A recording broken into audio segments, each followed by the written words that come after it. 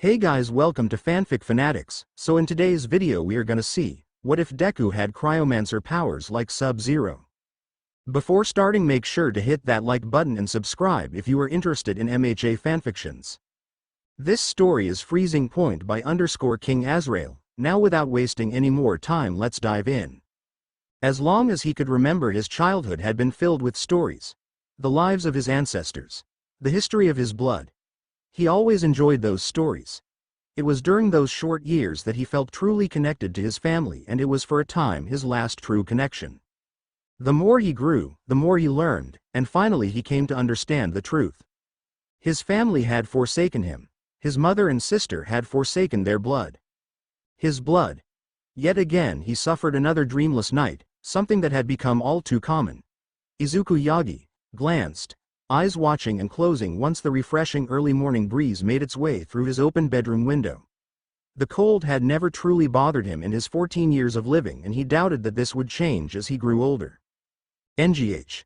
A soft groan spilled from his lips. The simple action of sitting up had caused pain to shock his nerves. His ribs ached, his back flared in burns, and the patches of purple skin on his face throbbed. His swollen cheek streaked with a small amount of blood. It was unpleasant to say that this too was a recognizable feeling, so much so that had it not been there, Izuku may have felt strange. Taking his left hand, he held his cheek. It had only taken a second before the skin of his cheek and palm turned blue. The still wet blood crystallizing under his touch. Despite what had been tested, what had been accepted as a fact, he was not powerless, although he was still a part of a dying population that was only part of the story. His diagnosis as quirkless was neither oversight or a mistake. He was by every definition missing what made have a quirk essential. A missing genome sequence, another joint in his pinky toe, and despite the absurdity that was his unnatural hair color, no altered appearance. However, like his mother and sister, he inherited the ability to control ice. He could remember the stories his mother had told him in his early years, and according to the words Inko Yagi had spoke, they were descendants of quirk users who were cryokinetic. Unfortunately, without a quirk his ability was unrefined, dangerous even for him to use despite having practiced for 3 years. Just another of the several advantages of a quirk that at this point he neither coveted or envied. As for showing these powers to his family, what point was there in doing so? Would it rewind the years of mistreatment? Erase the harsh words that spilled in the conversations around him? Or heal the injuries inflicted onto his body day after day? Maybe it would. Maybe revealing what he could do would stop all of this. Maybe his mother and sister would help him master his ice. The friends of his sister may even stop their assault and instead support him like they once did. But would it be done out of genuine affection or repentance? No, it would be done out of guilt. Out of pity. Living with that would be worse than just enduring until he himself did all he could. Izuku recognized this as a stupid thought. A stupid moment where he let his pride get in the way. Still, if he threw his pride away, what would he have left? The process of icing continued for each of his previous wounds. Ice spreading from his hand and onto his body. Had anyone been willing to touch him, they would feel his body temperature drop drastically. 5 minutes passed before his hasty patchwork was done. Although he managed to slightly alleviate the pain in his body, his left hand strained, losing all feeling from the tips of his fingers to where his wrist and forearm met. His hand burned, freezing. Frustration nipped at his mind. Shame at his inability to properly control what was his, anger at the pain, and resentment at those who put him in this state swirled in his chest, fueling the strikes he made to free his hand from its encasement in ice. With a crack, the ice's integrity waned. Eventually, one last hit against the already cracked bedpost freed his hand from its prison. He took a moment to regain the feeling in his fingers, squeezing and moving in an attempt to not lock them eternally. Such a time-consuming process always left little time to prepare for the day ahead. He knew this. That was why as soon as his fingers were able to grip the sheets of his bed, he ignored any further attempts to stunt his movements. Legs swinging over the edge of his bed, feet touching the rough carpet below. Stepping over his gaze captured the current state of his room. Compared to the others who lived in this house, his room was comparable to a trash heap. What was deemed useless in the house resided here. Jaw tightening, he continued to make his way towards the closet. The broken door that hung loosely on the hinges creaking loudly when he placed his hands on the side. Swinging it open, he saw his choices of clothing. Combinations of either too small or too large of clothes had been lined up. Some missing patches of color, others haphazardly stitched together. Though there were no verbal complaints that came from Izuku's mouth. Everything he had was what he had scavenged. If there was dissatisfaction in what he wore, the blame could only be placed on his own inadequacy. He could only dress himself in silence before finishing his outfit off with the school backpack that had been falling apart during its many years of overuse. As soon as his body was covered in the thin fabric of clothing, he left his room. The pace of his walk considerably slowed, softening his footsteps and cringing slightly at the creak of his bedroom door as it opened and closed behind him. There were no other sounds in the house. No footsteps downstairs or shuffling of carpet from any door that joined the long hallway. They're still asleep. There was only a small sense of relief. He knew they would wake up soon. He had taken too long in taking care of his injuries. Just another thing he cursed at himself for. Despite the sacrifice he might make for being louder, he quickly walked down the hallway and down the wooden stairs of the house. No stopping, not until he reached the lavishly furnished kitchen of the house he walked in. Dark hardwood, freshly stained, purified of dirt. The adjacent living room, decorated with artwork and technology. He held no feeling of repulsion from the areas. He had no ill will for the environment, only those who used it. Stepping further and onto the tiled kitchen floor that disconnected only a few feet from the wood, Izuku's eyes danced across the counters. Like anyone else who lived, he needed food, and he had long abandoned the idea that his family would provide more than the minimum had he made an attempt to stay until breakfast.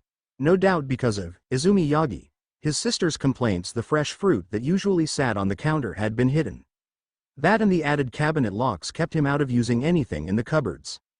Luckily at night this habit of lockdown became lax. Moving to where the fridge stood, he placed his hands into the crevice of where the fridge and the wall met with a small gap. Pushing out and forward, he had found the food he had stashed the previous night. It was nothing special, only a sandwich bag filled to the brim with oats that had been hastily tapped to the back of the fridge.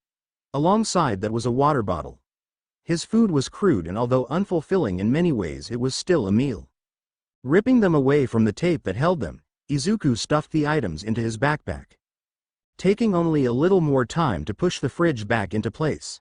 Leaving traces of his crime against his own family never proved to be a good thing. Although he doesn't mind drawing their anger, he would rather avoid a fight that would be useless, a fight that he had no chance to win. The frustration of tucking his tail between his legs was not lost on him and only infuriated him further the more he thought about it. Standing, he left towards the door. He had nearly an hour, perhaps an hour and a half, before he would be subjected to the daily beatings. The very same beating he was quickly getting tired of experiencing. Exiting the large two-story house that was more like a mansion, he walked down the large driveway and out the main gate. He walked, trying to ignore the gazes as he passed by. The gazes of pity, curiosity, of concern. His clothes, his body, and his wounds always drew this type of attention, and although by now he knew better than to linger on the gazes, his fist had begun to tightly grasp the straps of his backpack. The stares he received. There was always something in them that he had grown to hate. Even if the concern was born from their inherent goodness, or the pity towards him natural. He hated being viewed as weak, as lesser. A deep inhale of air was soon followed by a chilly exhale. His breath mystifying, the moisture crystallized and freezing more than the environment should have allowed. His steps quickened. The faster he escaped the stairs, the faster he could train. The path he walked took him to a playground. At so early a time in the morning, no one would be there. Taking a seat on the empty swing set, he quickly dug into his bag. Taking his breakfast, he began to eat. With a handful of oats he would begin to chew, using the water sparingly in an attempt to make it easier to consume. There was no flavor and the texture was horrid, like chewing on bland wood chips. Eating fast, Izuku had eventually finished the small sandwich bag, before folding it and placing back into his backpack. Chances to get a fresh bag were always few and far between. With his stomach settled, Izuku placed both arms outward, rolling up the sleeves of his sweater upward and to his elbow, revealing numerous scars. None were self-inflicted, but no one other than himself would believe that. His skin had been tainted with severe burns, other parts were streaked with deep cuts. With his resistance to cold, his sister and her friends had gotten creative in the ways they hurt him. The wounds were a small detail that Izuku didn't really focus on. Rather he looked at the palm of his hands. Again came the small amount of training he had been doing for years. They took a deep inhale. Much like the beginning of meditation, he tried to clear his mind. If he could be thankful to his mother for anything, it was that he knew of how she, his sister, and how his ancestors had trained. Hearing what they did through the decaying walls of his room had become a huge help. Still, despite knowing the steps, he had always ran into a single problem. No matter how he tried to clear his mind, it never was, rather it only became much more clouded. The stares of pity from bystanders. How they looked at him with superiority. His mother's indifferent face, his father's annoyed remarks, his sister's scorn. How he scavenged to live, what he scavenged. How he could not withstand his own power, his own inferiority. Like always they rushed to his head. Eyes closed Izuku, mouth twisted, eyebrows twitched and furrowed. He could feel his hands grow colder. The saliva in his mouth starting to freeze. The grass beneath his feet breaking away beneath his feet. It continued until his hands began to lose feeling. Opening his eyes, he could only stare at his palms. The ice that had been formed in his hands was nothing like what he had heard from the stories. The edges were jagged, jutting out of his palm in inconsistent patterns. The shape he had chosen, a sphere, was nowhere to be seen. It appeared clouded and it missed the deep blue color. It was nothing like the clear blue glass he had heard of so many times. Izuku's fingers began to close, his wrists shaking, and not because of the ice that had began to crawl down towards his forearm. Fingertips stabbing themselves into the spikes formed from failure, drawing his own blood. Steam streaking from where the two liquids met, only for the cold to consume and freeze the crimson fluid. His breathing slowed and the ice in his breath no longer invisible. The sides of his mouth quickly being covered. His body screamed in panic. The ice was beginning to burn. Yet another detail that pushed his fingers even closer. The ice in his palms creaking. Cracks forming over the surface like a spiderweb. Connecting and breaking off in rapid succession. All before. Crunch, the ice in his hands broke, spilling out and onto the frozen grass below. He could not saying anything he hasn't already found himself angry with. His ice had broken, and easily at that. He sat there waiting, the ice that began to form on his face, feet and arms slowly melting away, leaving the clothes he wore wet. This couldn't be the end of what he could achieve, could it? Shaking his head, he stopped the thought at where it formed. He would try and continue to improve, he had to. Yet even still Izuku could not help but compare himself to the stories. How was it that he was still so far away from what they had done, what they were capable of? The question raged as he put his arms out once again. It was a mistake to forget. A mistake he promised to never repeat. It was the end of his final day in middle school and only a few months until the start of the preparatory hero academy. All before the final goal of attending a hero college. The class he sat in bustled with excitement, students all chatting happily, surrounded by friends. Their quirks all varying from power, capability, and finally appearance. Most exclaiming their enthusiasm of joining a high-tier prep academy and then finally attending UA, though that in itself was far-fetched. Even he, a quirkless, could tell that none other than 5 in the class could ever meet the requirements to reach UA, the College of Dreams. The 5 had powerful quirks and, more importantly, several connections into UA. Although he may have been quirkless, the quirks that some students boasted about were nothing spectacular. No, it was appropriate to say that their quirks may have been some of the worst to have been born with. That fact did not stop their sneering looks when their eyes moved in his direction. He tried not to pay attention to their conversations, his mind driven towards his failure. Conjuring ice was never a problem, controlling it, however, was different. Despite attempting it over and over again, the result was still the same. Looking at his hands filled with small puncture wounds kept reminding him of this fact. He was only partly thankful that the blood had frozen, closing and stopping anything from being revealed outward. "All right, class, settle down." A voice called over the room, the excited conversation ending quickly among with students as a nearly 40-year-old teacher took the podium in front of the room. In his hands were a stack of papers. Eyes holding a serious look as his voice entered the ears of every student. "As you know, this is your last day. Despite this, that doesn't mean you're off scot-free. Now it's time to complete your career aptitude test." What? On the last day? The grievances of the students were expressed in the long groans or dissatisfied grunts. That disappointment did not last long. Throwing the papers into the air, the teacher's face split with a large smile. Ah, who am I kidding? You all want to be heroes, right? The students acted upon this, their voices cheering, their quirks activating as they wholeheartedly agreed. All of them wanted to be a hero. Even Izuku at one point wanted the same thing until he learned who would also be a part of them. The cheers that rang out were interrupted, a large explosion sounding through the classroom.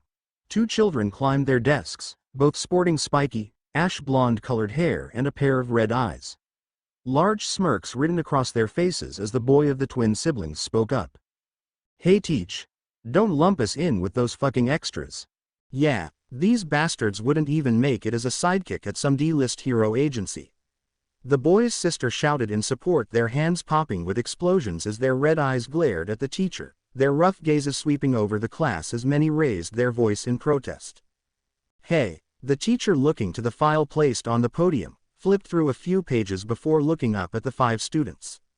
The names, Katsuki and Katsumi Bakugo, the aforementioned loud ash blondes. Shoto and Shoka Todoroki, son and daughter of the number 2 hero Endeavor. Both had dual-colored hair, white and red. Their eyes a different color, one blue and one gray. If they had both been born the same gender, the only way anyone could tell the difference would be through the way their hair and eye colors had been swapped in opposite places. Finally, Izumi Yagi, the only member of the Yagi siblings that had the potential to be not only the best hero, but a hero in general. The legendary daughter of the number 6 hero, Inko Yagi, aka Frost, and the number 1 hero, Toshinori Yagi, or as everyone knows him, All Might. Contrary to what his family thought, the walls of his room were thin, meaning he had heard every secret spilled from the people who held them. Every secret. Her greenish blonde hair was long and silky looking, eyes a field of green contrasting his almost teal eyes. Of course, unlike Izuku, she, who was fed and trained well, had an athletic figure and a beauty that drove many of the hormone-driven boys of middle school crazy. Even if she were not his sister, he would have been repulsed. Ignoring the way his jaw tightened, Izuku let out a small sigh. They were people that no one in Aldera or the world would be able to forget. That's right, you 5 all applied to the UA preparatory school. Amazing, all 5 of you nearly scored perfectly on the mock tests. A murmur of amazement sounded throughout the room. The students that complained at Katsuki's and Katsumi's words quieted down, shrinking back in their seats.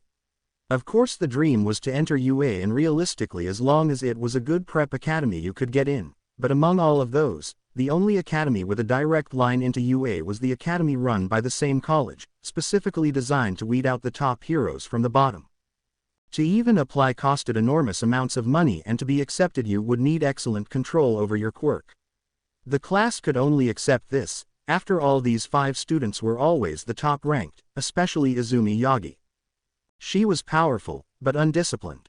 Like Inko, she disregarded the stories of their family, whereas Izuku had hung on every word. The honor in their blood, the nobility, the responsibilities, all of them were given up on. Something that Izuku couldn't stand. She was spoiled and coddled, never amounting to anything on her own. Yes, receiving help isn't bad, but his parents have only ever indulged her, while he was left to rot. It was hard to call her his sister. The connection they shared since birth was already gone, destroyed by her own hand. Ah, Izuku Yagi, it seems you were going to apply to the UA preparatory school too. Izuku's growing resentment paused, the words spoken by the teacher almost echoing in the almost silent room. Although he promised to never make the mistake of forgetting, he had already failed again. The future career plan submitted at the beginning of 6th grade came back to mind. He had never changed it. It was a sentence full of amusement. The faculty at Aldera were quite forthcoming of their hatred towards the quirkless. He had found out rather fast. Assignments he completed were marked as missing. Tests given zeros no matter how right his answers were. He had stopped bringing school supplies by the 2nd semester of his 1st year. Now there was little doubt his grades were classified as abysmal. This was just another jab thrown his way. Deku, you fucker. Applying for UA. I'll kick your ass. Katsuki went to move, hands already readying an explosion. You a quirkless fucking loser want to go to UA. They would never accept someone like you. Before the distance closed entirely, the teacher spoke. Bakugo, I still need to finish class. Please restrain yourself until the bell. The school, although they did not like him, had to retain a certain reputation. Until the bell. If it didn't happen during their time, then it isn't their problem. Bakugo backed down, returning to his seat, his glare never leaving Izuku, and his mouth twisting into a small smile. Izuku wished he could be surprised, but he never was, not anymore. School had dismissed an hour later. The ringing of the bell signaling the end of school hours. Izuku's as the classroom formed groups, all leaving through the doors. As for him, he waited. Their footsteps were already approaching him, and it didn't take long for a hand to be placed on his shoulder, the hand sparking and burning through his uniform to his shoulder. Come on, Deku. You know what happens now, don't you? Katsuki spoke in his ear. Standing, Izuku's eyes looked to the group, only one in the group hiding in the back sheepishly, her gaze casted downward. Izuku didn't complain or protest, he only picked up his backpack before he followed the group out of the class. Leaving the classroom, they walked until they reached the back of the school, stopping in a grassy area still wet from the morning. He had been thinking about one thing for so long, and that was how he had become tired of this. Tired of the stares, tired of the malice directed towards him, tired of his lack of action. Staring at the backs of the group, he ground his teeth, his fists clenching as he slowly removed his backpack. Ice forming on the soles of his shoes, freezing the grass below and snapping in half under his weight. Holding only a single strap of the backpack, he heard Katsuki speak. You fucking Deku, thinking you can be a hero. As though to taunt him further, the white, red-haired boy, Shoto Todoroki, laughed. Izumi, are you sure this guy is your brother? At the final word, his sister shuddered in disgust. Don't call him that. She held her body, acting as though just imagining the idea of them sharing blood being so terrible. Maybe he should do himself a favor and take a swan dive off the roof. Katsumi bellowed with laughter, her statement joined with another round of laughs. Come on, Shoka, say something to the bastard. Shoka, who was trudging forward with reluctance, stuttered, I don't. All of them spoke as if he weren't there. He might be too scared to do it himself. Maybe we shishak. Katsuki stopped. The single strap of Izuku's backpack tightly pulled around the boy's neck. His choked sound catching the group's attention quickly. Izuku knew he would lose fighting. He didn't care, so long as he fought. Tightening the strap even more, watching Katsuki hands reach up to free his neck. Deku, let him go, Shoto yelled, running to him and Katsuki. It was a desperate move, but Izuku tried either way. Pushing Katsuki forward and into Shoto, he pushed forward, tackling the pair together to the ground. Katsuki still trying to regain his breath, and Shoto, shocked at the sudden tackle, were surprised when Izuku's fists collided with their faces.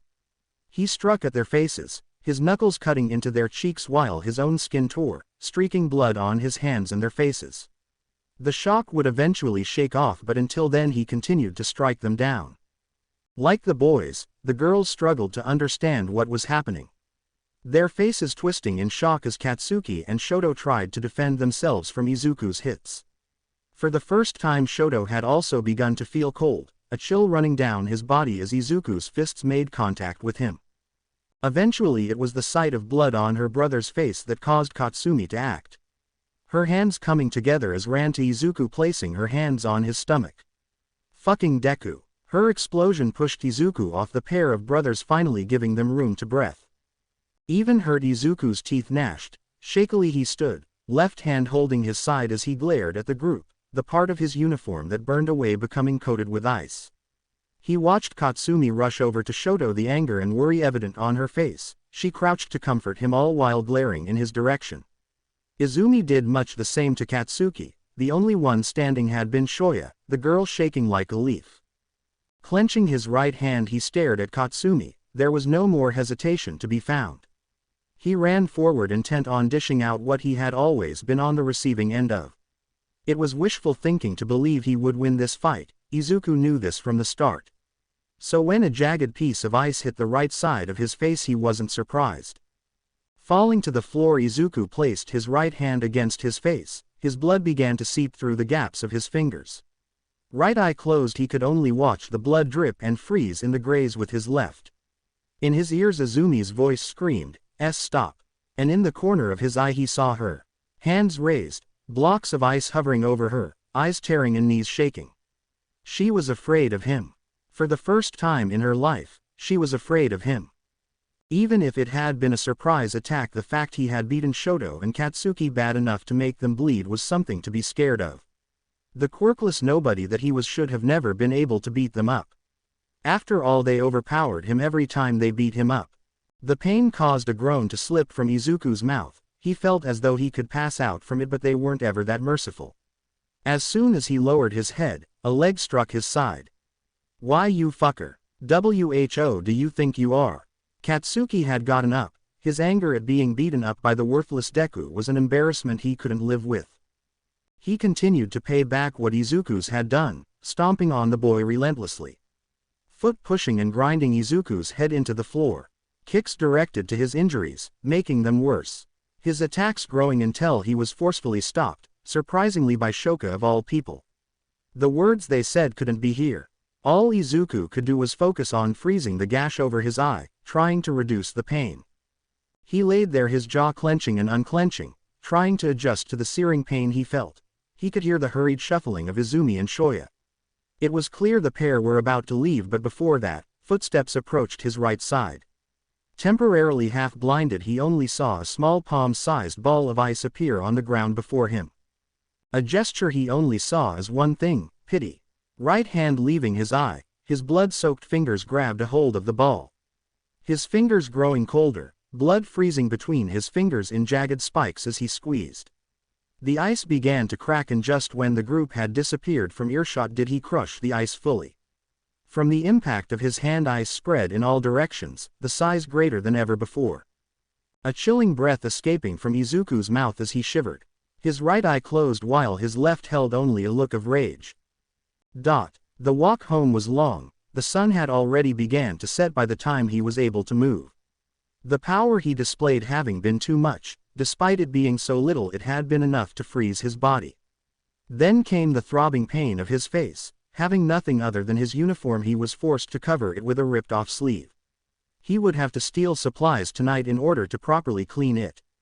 Nearing the front gates of the home, he could see past the black iron gate, the bright lights of the lower floor. They were home, all of them. He stopped once he had neared the door. His hand reached for the doorknob, but before he could open it he waited. Taking his hand away, he moved, looking through the slightly parted window. On the living room couch, Katsuki, Katsumi and Shoto lay, their wounds bandaged with extreme care. Shoya sitting in the kitchen with a timid look, and finally, his parents, a tall blonde-haired man, Toshinori Yagi, and a slim green-haired woman, Inko Yagi. Behind them, hiding behind their legs like a rat, was Izumi. They were waiting for him to walk through that door. He knew why. Despite living in the same house, Izuku only ever interacted with Toshinori when he was punished for Izumi's deeds. He couldn't hear the words they spoke, but recognized the venom that came from their muted voices. Izuku's hand reached to his right eye. Even if he showed them this, they wouldn't care. They were only confirming what he had known. These people were not of his blood. They were tainted, without pride or honor, only shame. Inko, Izumi, they had forsaken the meaning of their blood. He wouldn't, not if he was destined to become them. There was now only a single option left. Stepping back from the window, Izuku moved, going around the house and onto the side. Sitting, he would wait until the sun fell and the temperature dropped. He would refuse the large confrontation Izumi craved, the apology that would be forced from his mouth. He refused all of it. When the moon was high, he moved. He was sure the front door was locked, but the kitchen window, too small for an adult to enter, was always unlocked. Knowing this, getting back into the house was an easy endeavor. Stepping silently through the house, with the backpack he recovered, he made his way towards his parents' bedroom. Twisting the knob, he found the door unlocked, and stepping inside, he could see Toshinori and Inko fast asleep, their bodies covered in thick blankets. He ignored them. His interest was in only one thing. Going to Inko's closet, he began to look, relying on his memories to guide him. Many times he had seen the box his mother had once held with great importance. One that not even he was allowed to touch. Minutes passed, and finally he laid his eyes on it. Buried beneath a pile of dirtied clothes, he could not help but become angered at the disrespect. Quickly, however, he grabbed a hold of the box. Despite its slightly larger size, its weight was surprisingly light. His eyes examined the dark wooden box, his eyes falling on the symbol that marked its significance. It had been what he was seeking. The symbol that he still remembered vividly. The symbol that signified his bloodline. Placing the box into his backpack carefully, he left the room, closing the door behind him. His next task was to collect supplies. He had already determined that returning anytime in the future would be impossible. Not that he ever would, not until the time was right. The night air chilled. The wind that pricked his skin felt like daggers. His only sources of warmth came from the thick jacket that lay over his shoulders and the lit cigarette that sat between his middle and ring fingers. Hand reaching upward, he took a slow, long drag. Although he knew it was unhealthy, the man couldn't help but want the heat in his lungs to remain in circulation. This night was even colder than the others before. TCH. He clicked his tongue once, annoyed that once again he was stuck on guard duty. Seems like I always get the shit detail. Ha! He sighed, his warm breath coming out like mist. With a shake of his head, his mind drifted to another reality.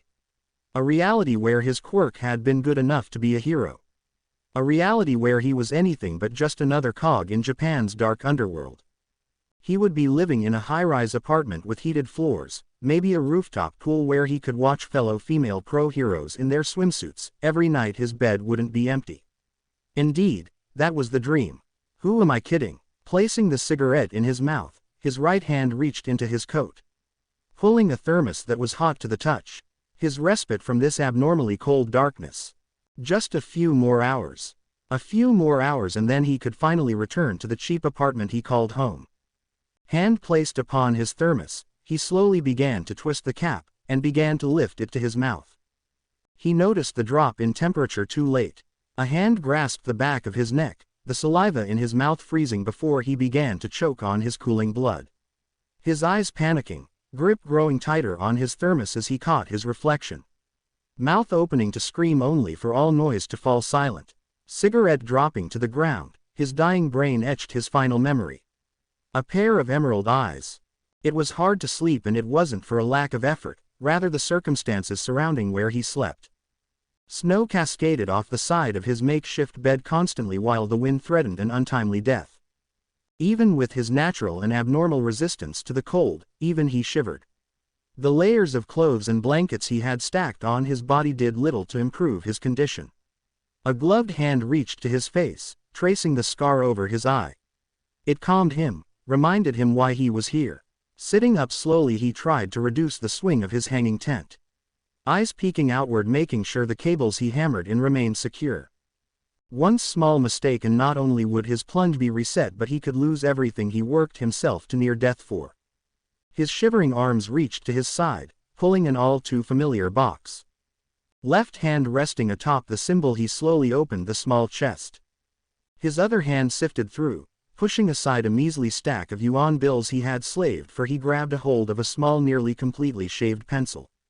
The small writing utensil carefully clutched with the tip of his thumb and index finger. He made another mark. Although it may have seemed like a frivolous purchase on his part, he had spent some of his food money on a calendar. On each day were tally marks. On December 13th he had made another, fourth tally mark. Nearly 2 years had passed. His eyes closed for a second. Although his rest was short and it would have been wise to rest even longer, he had to move before his food supply had run out. As such, he prepared, packing what he had brought with him while snapping into place a pair of metal spikes on the bottom of his boots. Reaching down to his waist, he made sure the rope was strapped to his harness. With little movement, dismantled his hanging tent, put his supply pack on his back, affixed a mask to his lower face, and readied his ice pick. His gear and supplies had been bought, scavenged, and in most cases stolen. What he had earned on the streets couldn't afford a haircut, so affording gear was out of the question. Hugging the wall, he jammed the jagged edge of his ice pick into the icy wall, ignoring the snow that fell on him. Goal the same as it has been for the past few years. All it took was a small squeeze for the man's neck to break completely. It was silent, effective, and before any noise could be made, the metallic thermos and the man's lifeless corpse had been gently placed on the ground. It was the same as it always was. Money for blood. The very same practice his ancestors had built their legacy on. Grabbing a hold of the man, the shadowed figure dragged it away, the blood that would have trailed stopping as it froze in place. It would remain stuck to the corpse's skin until it melted. The figure's employer did not care for evidence. After all, there were too many individuals who had ice quirks, and without any fingerprints there was no connection, only speculation. Besides, they wanted to send a message, and like all the other jobs before, it was him to deliver it. At higher altitudes it became harder to breathe. The thin air threatened to carve his lungs. Each climb progressed further and became more difficult. The mist constantly seeping from his mouth, making it apparent that his body temperature was and would continue to drop. His training, his practice could not prepare him for any of this. He had realized that early on. His movement halted. Another gust of wind pushed past him. It was heavy and fast. Had he not anchored his feet or ice pick, he would have been carried and slammed into the cliff side. One experience had been bad enough. He would rather avoid another instance of concussed horror suspended thousands of feet. With his body braced, he could only pay attention to the state he was in. His muscles ached and he could feel the bruises on his skin pulsate and throb. What was another reason it was hard to sleep? Being slammed against a wall throughout the night was a big one. His cracked lips screamed to be moistened. He knew better than to oblige. Wetting them would cause the saliva to freeze and his lips to hurt even more. When the torrent of wind calmed, he looked upward. Still he could not see the peak, but he could tell. He was getting close. Freezing to death should have been considered mercy. There's no pain, only a faint letting of fatigue as the organs in the body began shutting down slowly one by one. One of the 6 men screamed bloody murder. His left arm from the wrist to the elbow had been frozen before it had been shattered from a single blow. His scream would have continued had his brain not been pierced a few seconds later. The crystal-clear dagger buried deep. The pain the man was subjected to as his brain was stabbed was anything but fast, his nerves freezing the pain, making it last longer than it should have. Soon his colleagues will join him. Their methods of execution differing but still just as if not more painful than the last. One freezing stiff while they were encased in ice, another having his legs smashed apart with another weapon, the rest were sliced, decapitated, or beaten to death. Either way they all joined in the terrifying abyss, and despite the carnage not a single drop of blood stayed warm for more than a second. Hours passed, and with each hour the sun dropped further.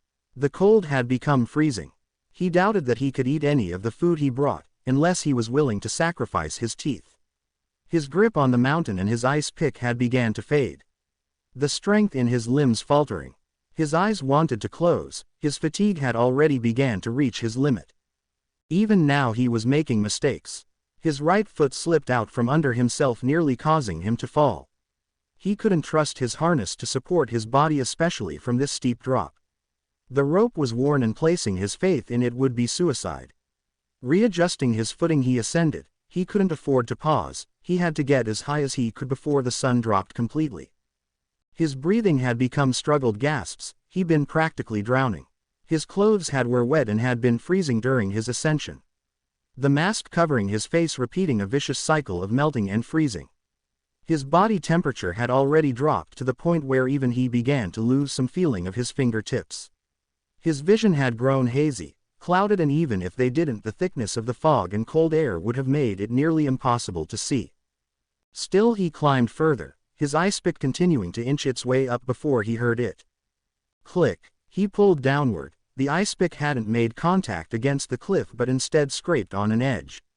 Quickly, his fatigue forgotten, the adrenaline in his body pushing him upward at an even greater speed. The pain he felt vanishing as he grabbed the edge and began to pull his way up. Climbing over the edge he was met with solid ground, and for the first time he was able to lay flat on his stomach. A shaky breath escaped from his mouth. He had made the climb, but his journey was far from over. Using his left hand he dug into his pockets, discarding long dead hand warmers and instead finding a folded up paper. Shielding the writings with his body he slowly unfolded. His vision overtaken with words that matched the writings of his ancestors. To say they were directions would be kind, rather they were fragments. Some of them taken from the stories his ancestors wrote, others were parts of poems. In every sense of the word it was a riddle that was complex. It had taken him a year to even understand what he had been reading and even longer before he attempted to follow them. Tucking the paper away, he fixed his pack trying to find a comfortable position for it to rest on his blistered shoulders. He then began to walk. Even when the sun had fully dropped, he continued to trudge forward. Now that he had the momentum, he wouldn't stop until he reached it. The night invited a darkness that made seeing even an inch past his nose a blessing. His only source of light being a small and nearly unreliable flashlight. Its beam flickering as it jostled with his movements. He could not keep track of time, he couldn't stop to mark another day, he could only walk forward with an occasional glance at the paper he took out periodically. Hunger bit at his stomach. Eyes becoming bloodshot as he forced them open. His legs cracking the ice that formed on them, breaking them apart. He only stopped when he reached it. Despite the low visibility of his surroundings, he could see its silhouette. A building. Finally his walk picked up speed, he jogged before running. He grew closer and closer, unsure if his mind had begun to hallucinate. His feet squished against the snow, his eyes catching a glimpse of a decrepit and broken statue before he came across stairs that had been decorated with dragons at the base. His approach didn't stop and soon he began to climb. Had it been daytime, he would have seen the frozen skeletons that forever stood guard. One last show of loyalty to their Grand Master. Once he reached the top, he wasted no time pressing his hands against the large Chinese-styled doors. The wood creaked as he pushed, and after some effort he eventually found his way inside. The halls were darkened. He knew it wasn't meant to be, but he wished to have heard something once he opened the doors. However, all he got was silence within the darkened halls. It took a second for his eyes to adjust, and when they did, it was abandoned. He could see it almost as clear as day. It was as though the building had been frozen in time. The walls, roof, and floors all carried an eerie state of preservation, not disturbed until he had arrived. He roamed, hearing only his boots click across the stone floor. The hope for someone to be there fading quickly. The only people there were the numerous skeletons that remained in a silent meditation. Their heads bowed as he walked the numerous hallways, only stopping as he reached what seemed to be a throne room. Just like all the other rooms he was greeted with, his eyes found themselves landing on a symbol. This was what remained of his ancestral ground, where his family originated, where his blood had formed. Was it because he wanted to bask himself in the radiance of his ancestors, or perhaps he was beginning to realize how cold he was that he found and lit a small torch with his last remaining matchstick? No. It was to see where his tears began to fall. He made his way here hoping for something. Anything. But all he found was nothing. For the first time in years he sobbed in frustration. He had refused to let tears spill in the last few years, but now no one could see him crumble. Falling to the ground, his pack slipped from his shoulders and the torch he held rolled across the ground, and it continued to do so with the background of his cries until he heard it collide. Although he thought it wasn't worth the effort to pay attention, in the split second he did, could he finally see it. Its cries quickly stopped and his feet found the ground beneath him. He ran forward, scooping the torch from the ground before allowing the flame to illuminate the object in front of him. Encased in ice, preserved in its entirety, was a body, and in its hands was a box more decorated and much larger than the one he carried with him. It was unclear what he was meant to do. Placing the torch against the ice did nothing, the flame not even managing a single droplet of water. Maybe it was fate or intuition, but with his mouth he pulled the glove of his right hand off. The cold blisters on his flesh bursting with blood. With a shaky hand he placed his bloody hand onto the ice. It was cold, colder than anything he ever felt before, but slowly it began to melt away. The distance of his hand and the body of his ancestor getting smaller with each passing second before finally his hand found rest on the box. He was scared to move, he wanted to stop, thank the body of his ancestor, but instead he opened the box. Afraid of desecrating the contents inside, he quickly switched hands, his right now carrying the torch as his left grabbed what looked to be a small book. With a slow and methodical process of opening it did he find himself stunned. On the paper were words much more complex and fragmented than the ones he already had, however through each passage he could read a name, or perhaps more accurately a title. Mouth opening he pressed himself to say it. S. Sub-Zero. The voice was calm, collected, but underneath was a layer of fear. A skinny and pale-skinned man sat behind a large furnished oak desk. the suit that covered his body moving uncomfortable as he laid his dark brown eyes upon the association's hero. Although that title wasn't fitting. As with other quirk members of the association, the man was little more than an assassin for hire.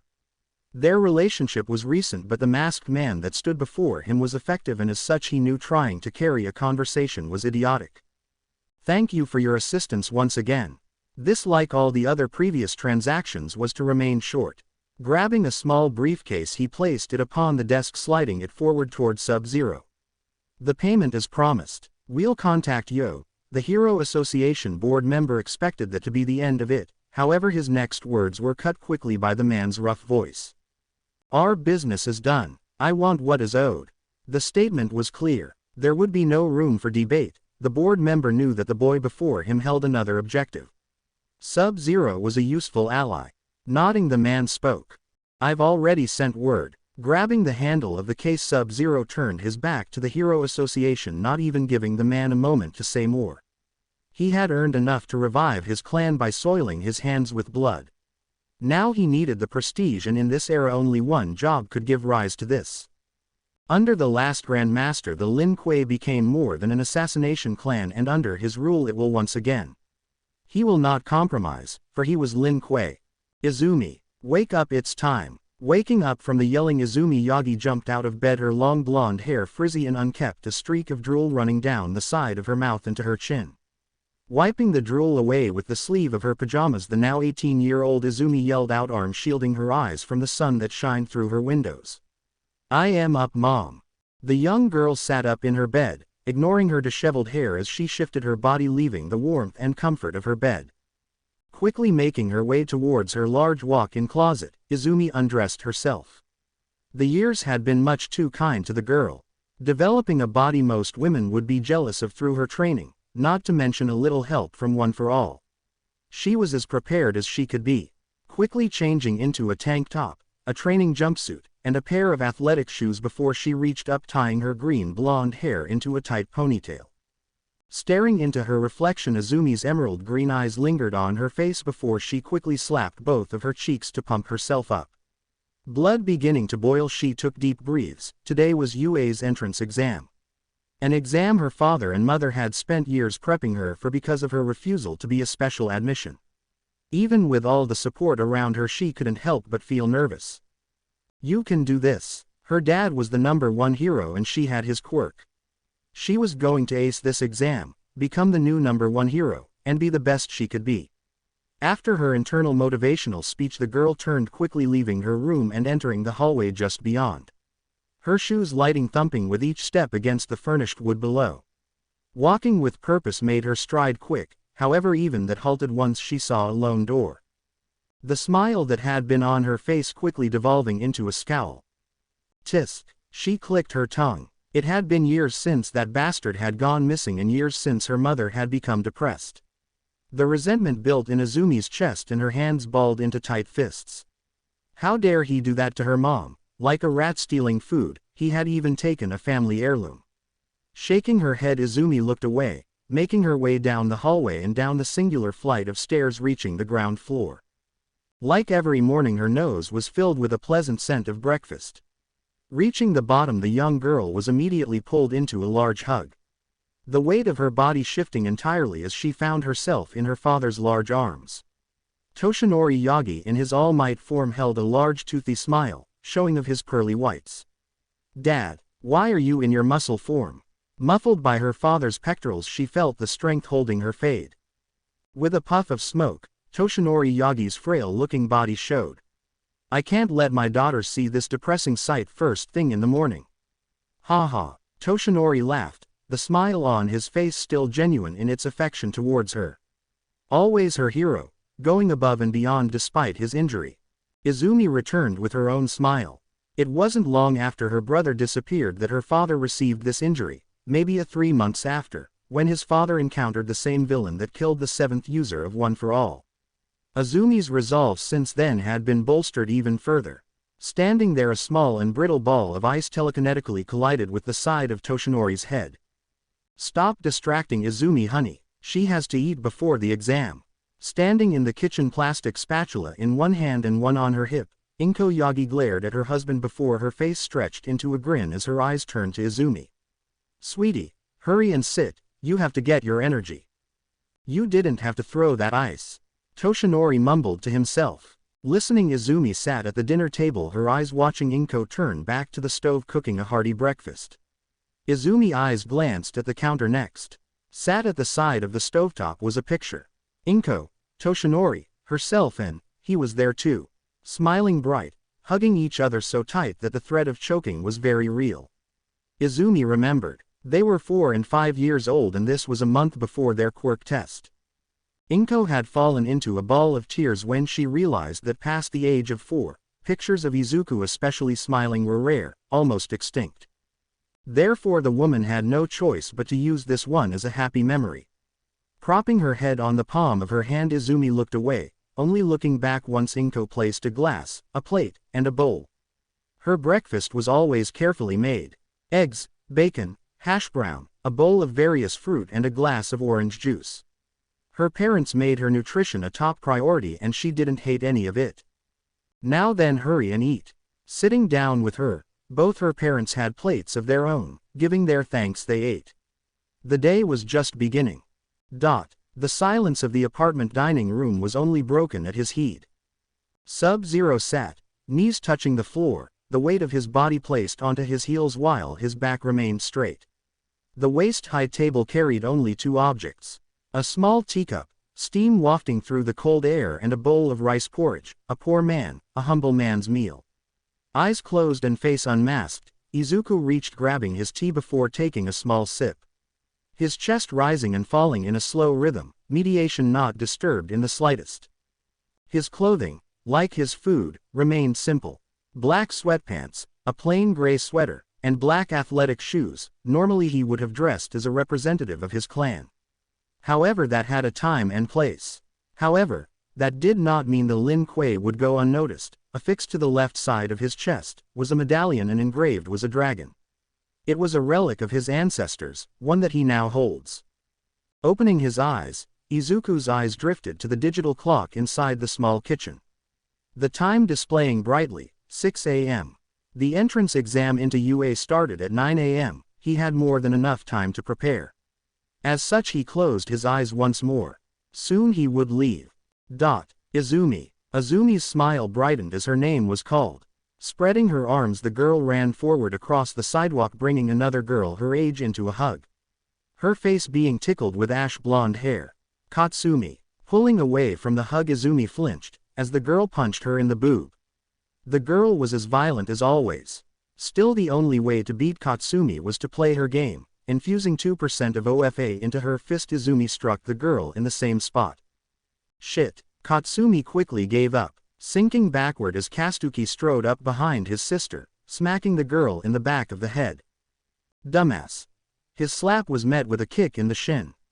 Before the two fought further, Izumi interrupted, hugging Katsuki quickly, shutting up the boy with a large blush on his face as the Pomeranian looked away. Sup. Katsumi laughed at her brother's embarrassment. Katsuki, not taking to kindly, got out of Izumi's hug before butting his forehead against his sister's, screaming obscenities against each other. Ignoring the pair, Izumi turned to the 2 others beside them.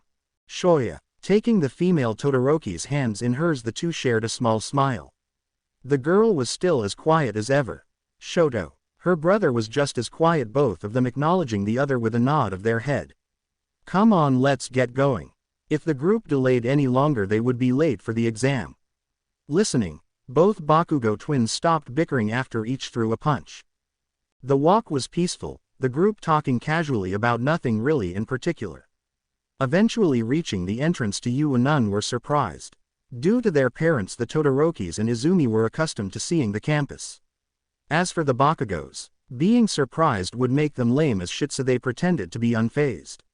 Reaching the top of the stairs, the 2 left towards the exam orientation, only stopping when Izumi caught a falling girl. Placing the girl on her feet, Izumi was about to speak when she froze. However, it wasn't just her. The students around her shivered. A chill in the air unlike any other brushed past everyone's skin.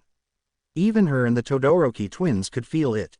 Turning her head, she watched a boy walk through the entrance of UAA, hand over his face before the air decreased in temperature even further. The features of the boy obscured as a half-mask appeared below his hand, made entirely out of ice. It was a spectacle that she was sure couldn't be replicated. The mask's angular features were sharp and refined. It would be unachievable even by accomplished ice sculptors to even imitate it. The ice, light blue in color, visibly shined in the sunlight. The boy mask wafting with mist. Everyone's eyes naturally drifted to not meet his cold blue eyes, his intimidating presence felt with his footprints, leaving rapidly melting imprints in each step. He never forgot their features, but he doubted they remembered his. His eyes skimmed across the many students who stared at him. Their quirks were unknown and those with mutant quirks remained vague in their capabilities. The lack of information was not something he enjoyed. His work with the association gave him just enough intelligence to speculate and put the pieces together, but here it was filled with unknowns. Silencing his thoughts, he continued forward, signing in under his ancestor Kuei Liang. His name didn't matter. Sub-Zero is the title to bring honor, not his own. Entering the written test site, he sat at his designated seat. Waiting. A single paw moved, trying to soothe a developing headache. Nezu, the principal of UA, sat at a large control board. In one hand he held a single vanilla folder. The information inside not nearly enough to make a noticeable lump. The folder, having been sent by the Hero Association, had been a source of heartache for the past few days and one that he couldn't ignore now that the day was here. General admission students, recommended students, they were same in spirit. This, however, was different. A hero in training referred into UA by the Hero Association and by its chairman was an unprecedented occurrence. Opening the file, he reviewed the contents.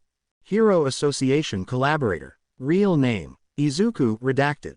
Alias, Sub-Zero. Affiliation, Lin Kuei. Place of residence, unknown. Relationship status, single. Sex, male. Height, 6 feet, 5 inches. Weight, unknown. Quirk, none reported, negatively tested. Registered as quirkless. Abilities, assassination. Extreme close combat prowess. Cryomancer. Relatives, Toshinori, redacted. Relation, father. Inko, redacted. Relation, mother. Izumi, redacted. Relation, sister. Profile, Grandmaster of the Lin Kuei. Ancient clan originating from China. Further information unknown. Recognized as an unaffiliated and established clan. Self-proclaimed inheritor of the titles of Grandmaster and Sub-Zero. Known villain, criminal history.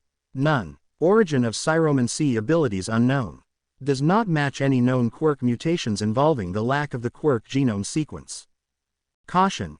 Disregard of clan affiliation, direct confrontation, blatant acts of ridicule, use of Izuku, redacted, or mention of familial relation is met with extreme hostility. Attack or disposal not possible. Recommendation. Honor and respect is valued highly. Use of the title Grandmaster or Sub-Zero is recommended. Meet ASAP, establish friendly cooperation. Nezu leaned back into his seat. An uncharacteristic groan coming from the animal's mouth. Principal Nezu. At the arrival of a new voice made the chimera snap. The folder closed. Turning his head, he stared at the staff member. Aizawa, what can I help you with? The tired-looking teacher glanced at the closed folder. Should we start the written exam? Yes, proceed. The auditorium darkened. Students flooding into the area as they began to take their seats. One by one the chatter of the room quieted and Izuku found himself between other possible students. Naturally their eyes drifted towards his face, but soon they snapped to attention. On stage, Smintos and Midnight initiated the written portion of UA's entrance exam. Each form of the test different than the last. Realistically there was no option of cheating. Izuku remained lax. Picking up the pencil given, he began his exam. Despite his years away from any proper level of high school education, he never neglected his studies. The test featured most avenues of research: English, grammar, biology, history, math. The test was extensive. It was no wonder that the acceptance rate was low. After 2 hours the written test came to a close. The auditorium lights dimmed even more and a spotlight brightened the stage as Present Mike stood. The large projection screen behind the hero humming to life with a visual of 4 distinct robots. All right listeners, can I get ya? Hearing nothing but silence, Present Mike's sweat dropped. Tough crowd anyways. Now that you have finished the written exam, it's time for the practical. as you saw on the pamphlets we handed out, there are 4 robots. One is worth 1 point, the other 2 and 3, with each one being stronger than the last. No. Before Present Mike could finish, a tall blue-haired boy raised his hand. Present Mike, seeing his hand raised, called on him. Yes, examinee 6782, what is your question? Standing up, the boy asked his question. Yes, Present Mike, you only mentioned 3 robots. However, on the pamphlet it clearly says that there are 4. If this is an error, it is very poor of a prestigious school such as UA to make this mistake, and you. Turning, the boy pointed at Izuku. Throughout this exam, you've had your face masked. May I remind you that unprohibited quirk usage is in violation of the rules set by UA. Your quirk has affected the students around you, no doubt distracting them. One may have expected the enigmatic boy to lash out, but there remained a dead silence. Arms crossed, Izuku stared the blue-haired boy in the eyes, the mist flowing from his mask still wafting in the air. The other boy shrunk back at Izuku's stare, subconsciously averting his eyes only for his body to jump as Izuku's finger tapped against his bicep. Quietly, the boy sat back down. Well then, ahem, moving on. For your question, examinee 3459, it is not a mistake, I just hadn't gotten to mention the 4th one, which is the 0-pointer. And as the name entails, destroying this robot is worth nothing and is more of an obstacle, so it's best to steer clear. Present Mike's answer elicited a quiet, thank you, and soon the hero spoke again. Now we will hand out your cards, which will direct you to the mock city your exam will take place. After Present Mike announced that, slowly the students were handed papers that had a letter written down. Test Site A. Reading the paper he received, Izuku stood from his seat, leaving the auditorium like the other students. Entering the designated bus, Izuku took his seat at the back. Evaluating the others silently, none appeared miraculous outside, but he would not underestimate a single one. The bus ride was short, eventually coming to a stop near a large stadium 30 minutes later. Making his way out of the bus, he joined the other students near large metal gate. Standing like the others, he awaited the announcement, observing a nervous brunette among the crowd only to turn. Walking towards him, the boy from earlier stiffly strode towards him. It was apparent that manners were sewn into every fiber of his body. Bending at a perfect 90-degree angle, the boy bowed his head. I must apologize for singling you out during the announcement. It was not my intention to offend you. Was he apologizing out of fear? More than likely. I accept your apology. Izuku's voice had not been muffled in the slightest, the deepness of his voice beating like a heavy drum in each word. It was made obvious to others in the area that each letter that came from his mouth held weight.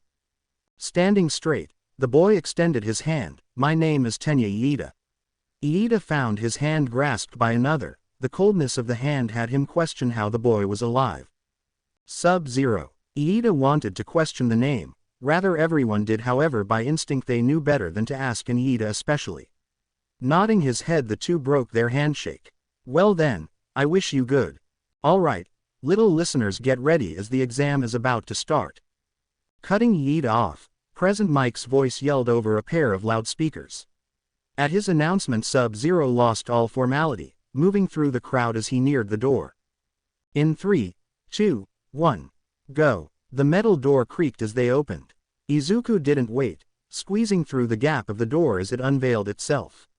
Right hand outstretched, he let out a single breath. From his outstretched hand, ice shot out, freezing the concrete and creating a layer he slid forward on. Entering the city, Izuku spotted several robots, all varying in their points. 2 3-pointers, 4 1-pointers and 1 2-pointer welcomed him. Stopping his slide, he wasted little time. Forming ice balls, he struck the robots, freezing them solid. Running towards the closest, in his hands a large sledgehammer was conjured out of thin air. With an overhead slam, the first 3-pointer shattered, the metal breaking apart like glass. The hammer he held disappearing in a near instant while his foot crashed against the floor. From his foot, ice spread, engulfing 3 of the remaining 6 robots, impaling them with jagged spikes of ice, their legs, body, arms, and head pierced and ripped apart by force. His pursuit of the last 3 barely slowed, his hands finding rest in a pair of ice daggers as he sliced them apart with little resistance. Their bodies falling against the concrete, forcing them to separate and shatter into pieces. The test was just starting. Quite the batch of students. Within a room filled with monitors, the staff of UA sat watching. Joining them were heroes such as All Might, Frost, and Endeavor. Principal Nezu, who broke the silence, looked to his side. Shota Aizawa, Eraserhead, nodded the animal's assertion. They need refinement. Powerful quirks are one thing, knowing how to use the power is another. I guess that's what we are here for. Yes, you're correct, Aizawa. The best students use a combination of skill, speed, power, and focus to score the most points in the end. Nezu sipped his tea, beady black eyes searching the wall of monitors before landing on the one he was looking for. Sub-Zero, Izuku Yagi. The file the Hero Association gave him was elementary in showcasing what the man was capable of. Freezing and shattering metal, the extensive use of several different weapons, the lack of hesitation while striking fatal areas. There was no doubt on why the Hero Association had valued him. The numbers Izuku Yagi had raked in kept climbing, and although the animal would have thought it would have just been attack points, Izuku's rescue points also rose. He was not without some form of compassion. Sitting back, the animal turned to Frost, signaling her closer to his seat. Izuku Yagi had been missing for years. The animal knew why already to some extent, so it was unnecessary to ask questions to Inko about the surrounding circumstances. Rather, his questions differed. Principal Nezu, this student. Pressing a button, Nezu zoomed in on Izuku. His quirk, Cryomancer, being an ice-quirked individual, what do you think? Can you replicate what he is doing? Frost leaned in, taking a closer look at the footage, even her eyes lighting up with surprise. Shaking her head, she spoke. Principal Nezu, I don't think this is possible. Inko paused. She felt like she recognized this. She had never seen it, but she was sure she had heard about this. Ahem, clearing his throat, Nezu snapped Inko back into focus, the woman stepping back. So to be clear, this cannot be imitated. Not by you or your daughter. Inko confirmed with another denial. What of your son? Had his quirk manifested, I mean? His question made the room go silent. It was a topic one doesn't bring up lightly. All the heroes within UA knew that Toshinori and Inko's only son disappeared years ago. Quote. Inko failed to answer. Waving his paw, Nezu looked back to the monitor. Never mind.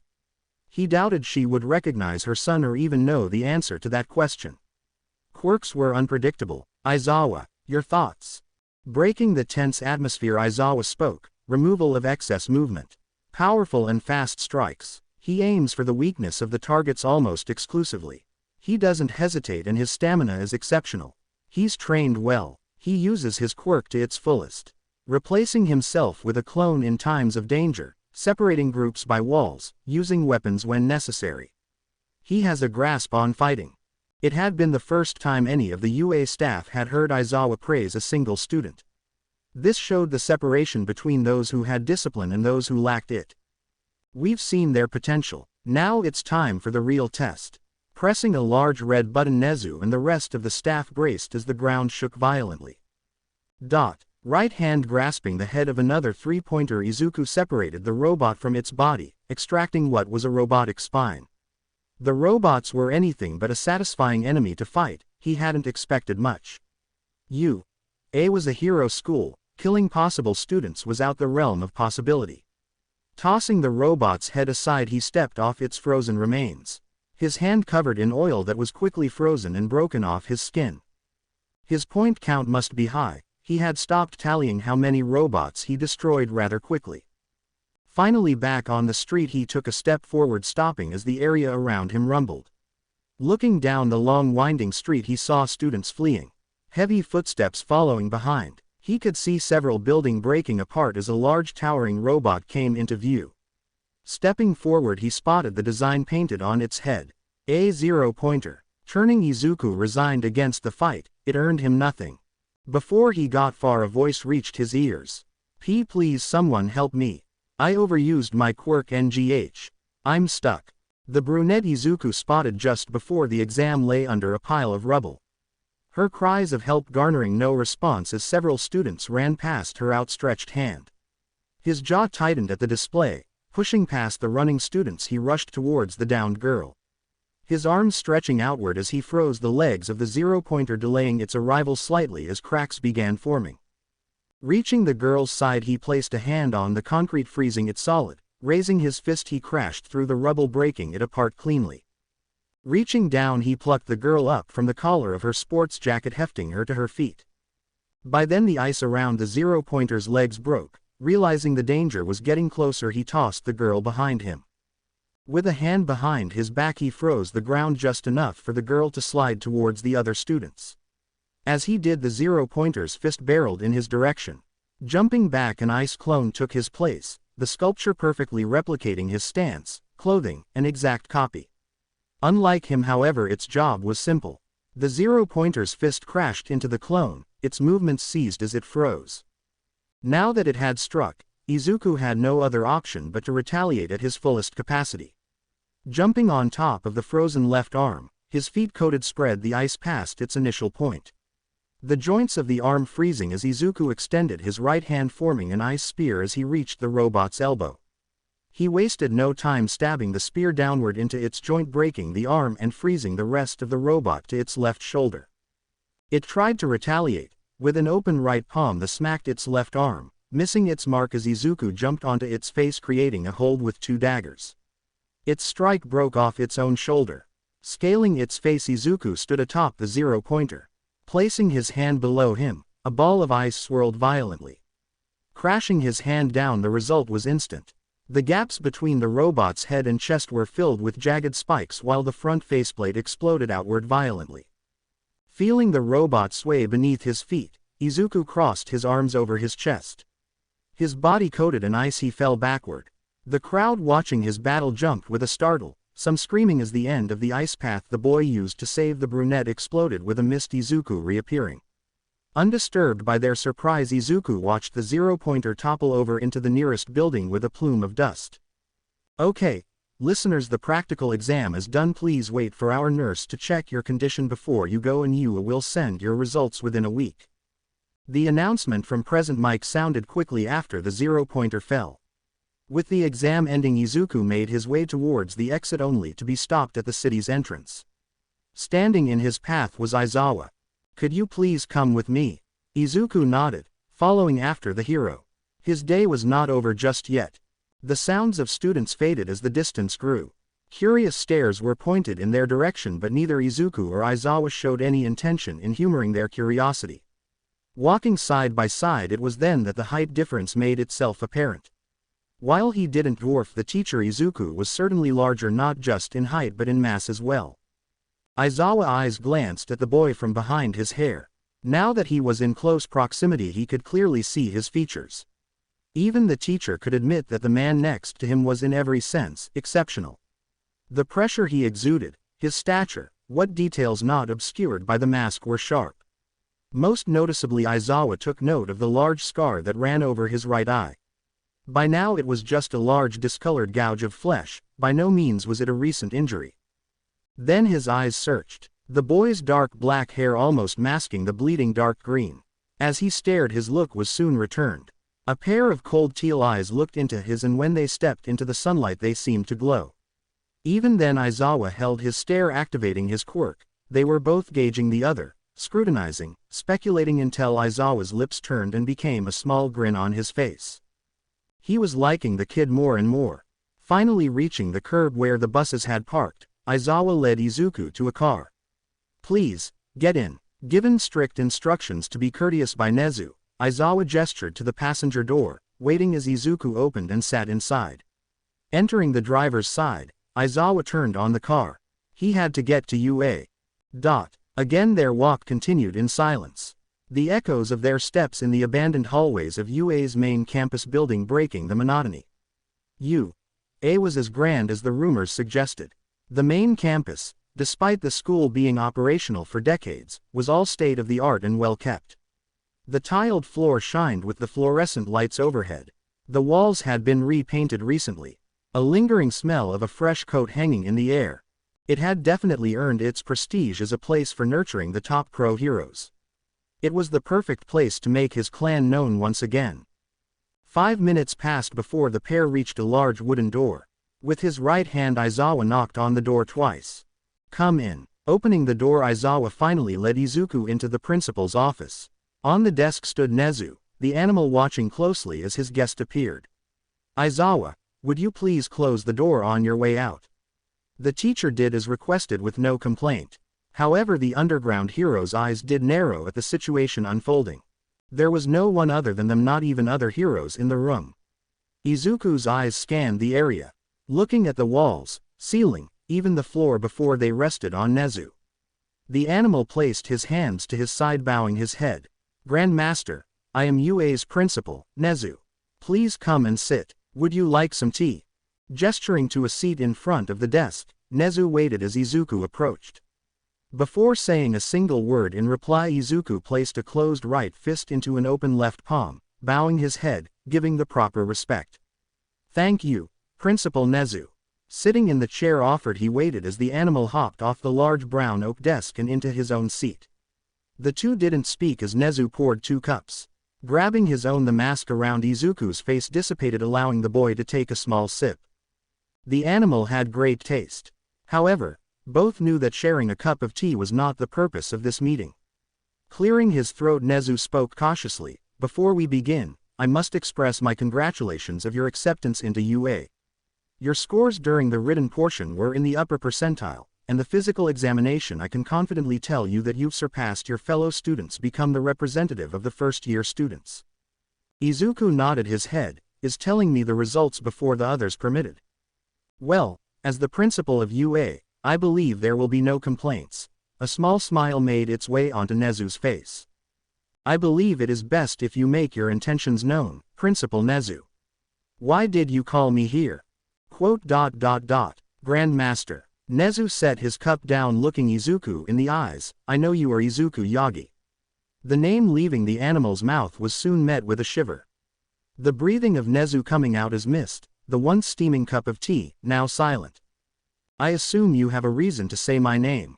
Nodding, Nezu felt the temperature return. I meant no offense, Grand Master. The circumstances around your disappearance as a child is unknown, and while I have my own theories about this, I don't intend on having you reveal information yourself. This I do out of concern for UA and its students. Your identity will become known throughout UA.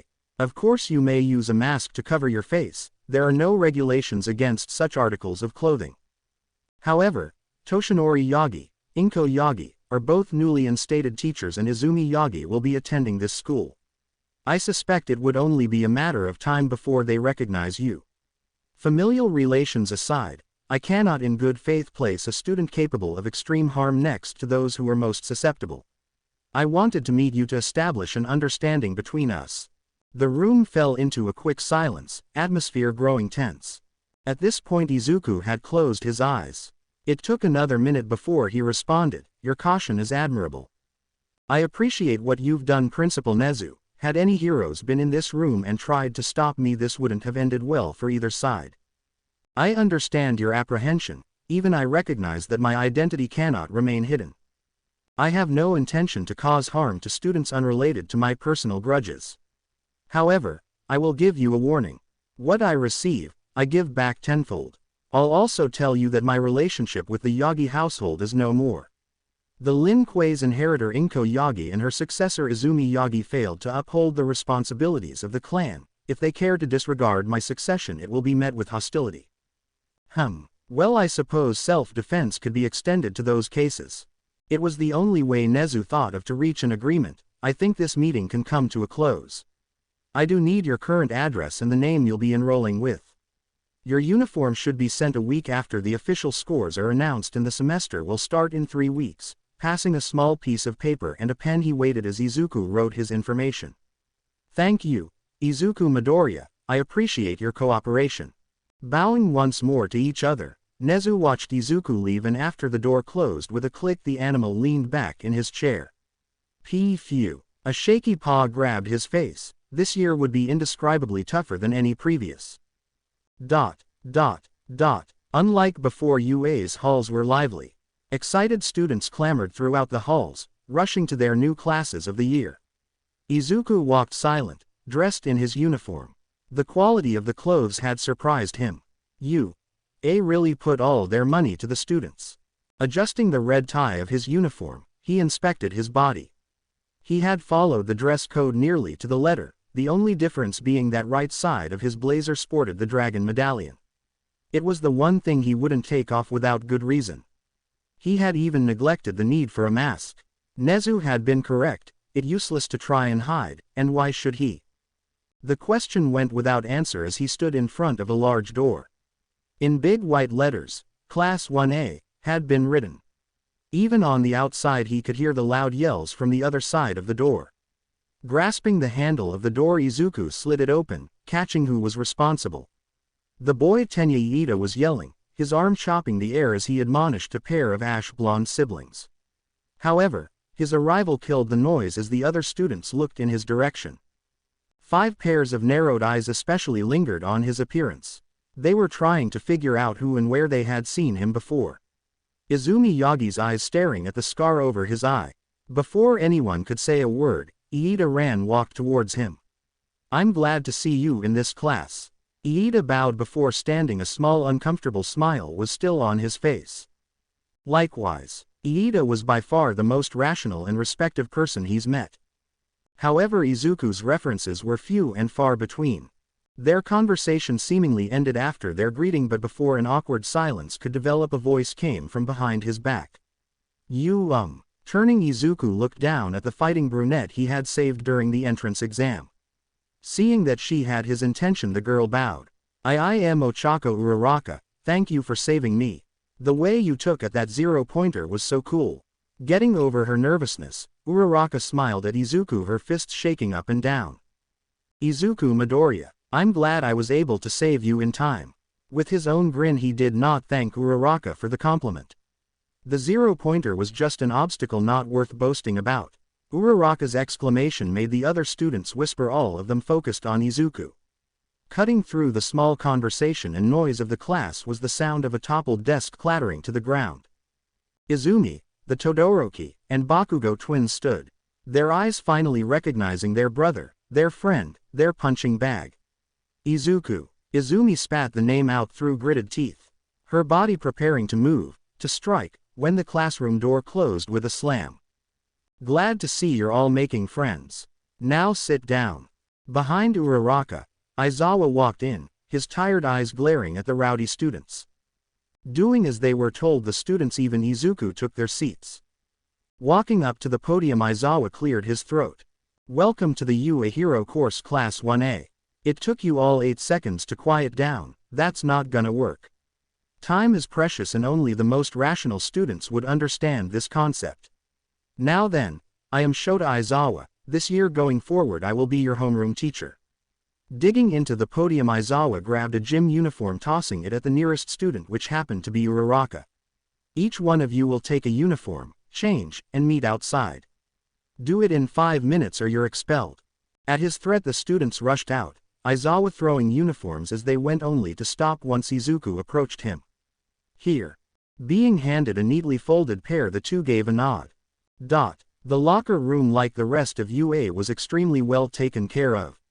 Undressing, the boys' conversations varied with some focused on Izuku. As he took off his shirt, they could see the many scars that littered his back.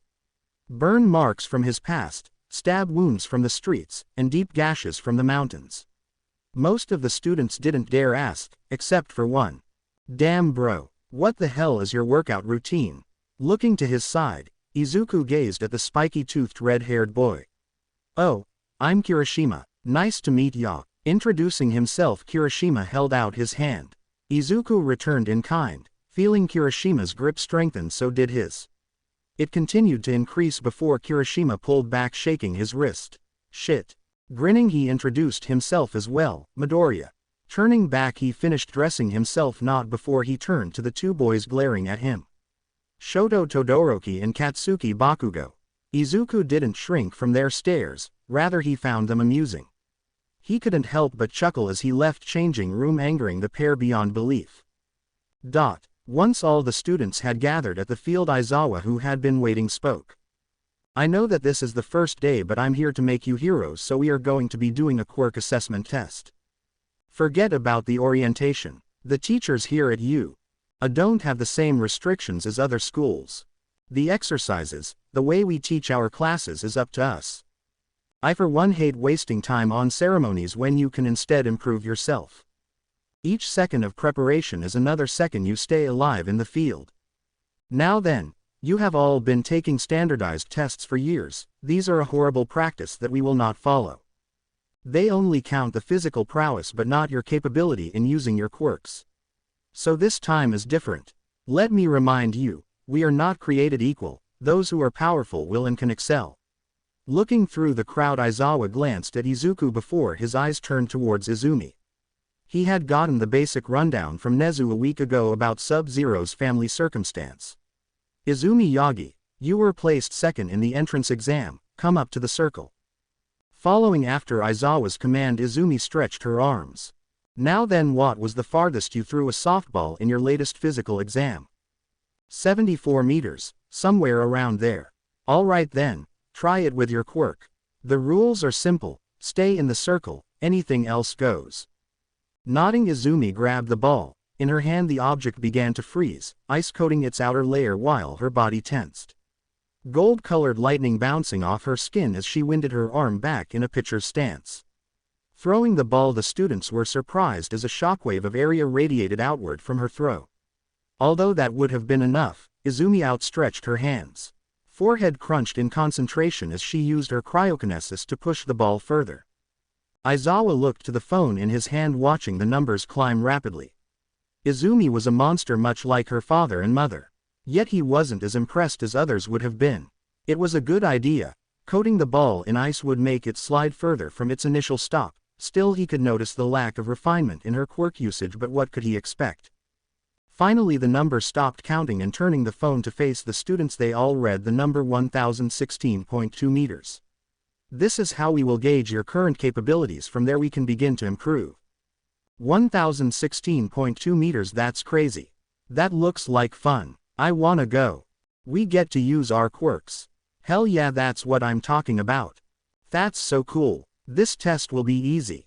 Several students excitedly chirped. Aizawa's excitement, however, was matched with Izuku's level. Easy, you say? Then how about this last place gets expelled? After that, students started shouting in protest, Uraraka being one of them. Expelled? But it's the first day, that's not fair. Fair. The world doesn't care if it's fair or not. Natural disasters, villain attacks, dying, do you think any of that is fair? As heroes in training, it's your job not only as future heroes but as people to stop those disasters in the first place and to fight against the unfairness. So if you don't think you're cut out for this, then tell me, because I will expel you here and now. Glaring, Aizawa's hair floated as his eyes glowed red, glaring at the students who voiced their complaints. Now that we have seen what second place can do, how will the rest of you match? Izuku Midoriya, please come up. Stepping up and past a glaring Izumi, Izuku caught the ball tossed his way. Could he replicate what Izumi had done? Somewhat. The confidence in his physical strength was great. However, he knew one for all boost to physical strength was great. This test came down to the matter of how he wanted to perform. Did he expose all his tricks or just one? Showing off had no merit. As such, his plan was simple. It was a wide field, wide enough that Izumi's score had only covered a 20th of the land. Before he got started, a yelling voice mocked from his side. Hey, Cheech, just give this quirkless loser last place already. Katsuki Bakugo's insult spread through the class, many of them questioning if Izuku was actually quirkless. Everything ceased, however, when Izuku stomped his foot on the ground. It wasn't just a section of the field, the entire 20-kilometer dirt field froze in a near instant. The windows of the buildings behind Izuku groaned in protest as frost formed.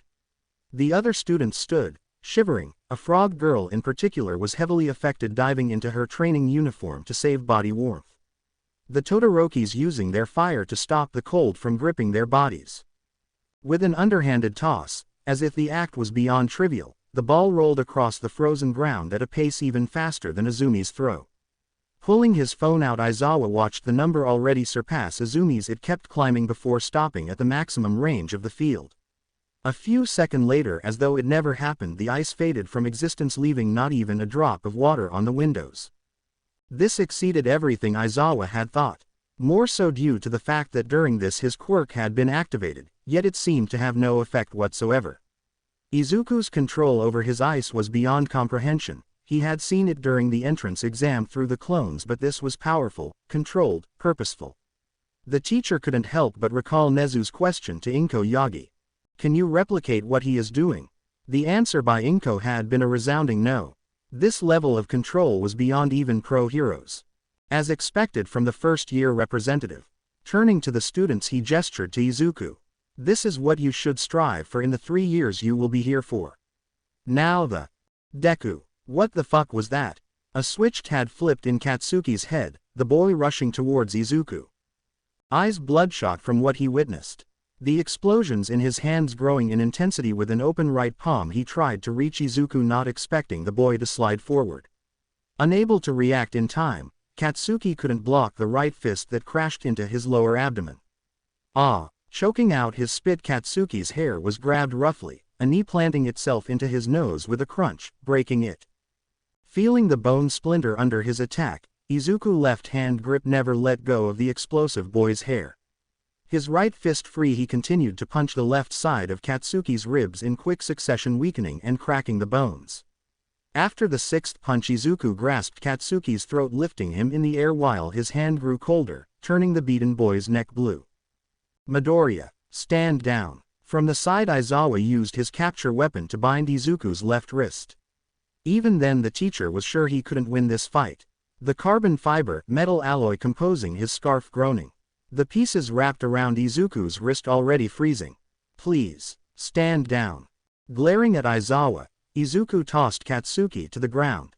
The boy's pores closed due to the cold didn't give him a chance to retaliate, not that he could. Hand covering his bloodied nose. Stepping past both Katsuki and Aizawa, Izuku took his place back on the sidelines. Ignoring the fearful looks of his classmates and the eyes of Izumi. No doubt his showcase shattered the confidence of her basic cryomancy. Again it was hard to believe they were a part of the same family. After making sure Katsuki was alive, Aizawa cleared his throat. Now, as I was saying, let's begin the other tests. The tests ended rather quickly with Katsuki the only one struggling, having to push through his injuries in order to perform. Standing, the students stared at the screen projected behind Aizawa. Using these scores you all should have a pretty good idea on where you stand. This list is from best to worst, and keep in mind that last place will be expelled. Moving out the way, the students were allowed to see the scores. As many expected, at the top was Izuku and just below was Izumi. None of the other students were able to dominate the two in any test, even Shoji failed to reach Izuku's grip. Had he known that the boy he was competing against ripped out spines, then he would have understood. As the names were read, it was the last that elicited a loud cry.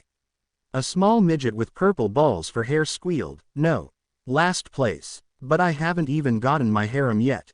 The girls looked at the boy in disgust, part of them glad it was him getting expelled when Aizawa crushed their hopes.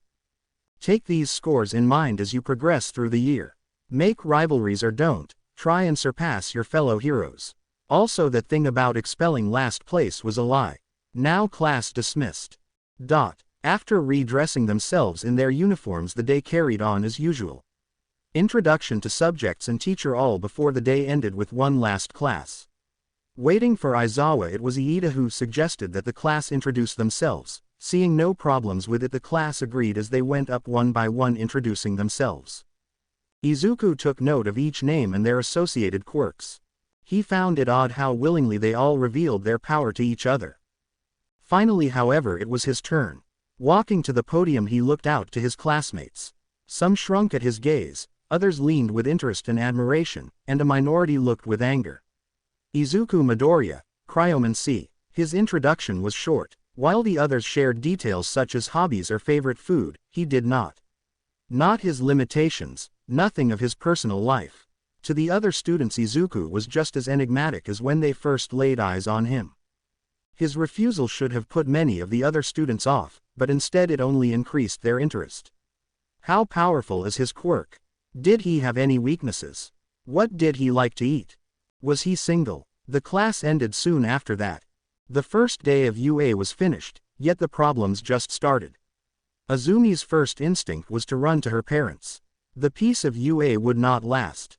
Her feet echoed in the halls of UA. Izumi ran as if her life depended on it. Her brother, who had been missing for years, just showed up out of the blue. Not just that, but his quirk was better than hers. There was no possible way that quirkless bastard could have awakened a quirk naturally. It was biologically, and theoretically impossible. One for all build up in her body, gold lightning bouncing just over her layer of clothes as she closed the distance between herself and the staff break room. She skidded to an abrupt halt as the door came into view. Grabbing the handle she threw the door open, catching the few teachers inside off guard. Her arrival prompted them to question Izumi, but Toshinori and Inko beat them by a step. "Izumi, what's wrong, sweetie?" Inko's voice was laced with concern watching her frantic daughter approach them. "Izuku is here, and he has a quirk." Every teacher turned in their direction. Again, the story of the Yagi's missing son was no secret and most of the teachers had already met the boy. But the reaction of Toshinori and Inko made it clear that this information wasn't given to them. It made some sense, they were just instated as teachers and their first classes weren't until tomorrow. Sensing the gazes of the other teachers, Toshinori scratched the back of his head, signaling to Inko, "Izumi, we'll talk about this someplace else." At his insistence, Toshinori led his family into a small room. Sitting Izumi down on the couch across from them, they spoke. "Izumi, did you say Izuku was here?" Inko must have heard it wrong, her hopeful eyes watching her panicked daughter's face. "And what's this about a quirk?" Izumi retold the events of the day, the quirk apprehension test, the fact Aizawa's erasure failed to work. She left not a single detail out. As the story progressed, the parents' concerns grew, with Toshinori's hand falling to his injured side, the next words of Izumi only driving this doubt further. "It's impossible for him to have a quirk unless he gave it to him." The young girl's face was riddled with anger. Of course that quirkless Deku had to run to Japan's biggest villain. Izumi's fist clenched, OFA sparking in her hand. It would be best to get rid of that useless piece of shit now. Toshinori's own mind matched Izumi's theory, anything else wouldn't make sense. "We have to talk to Nezu." Standing, both Toshinori and Izumi were on the warpath, Inko hesitating, reaching out to her husband.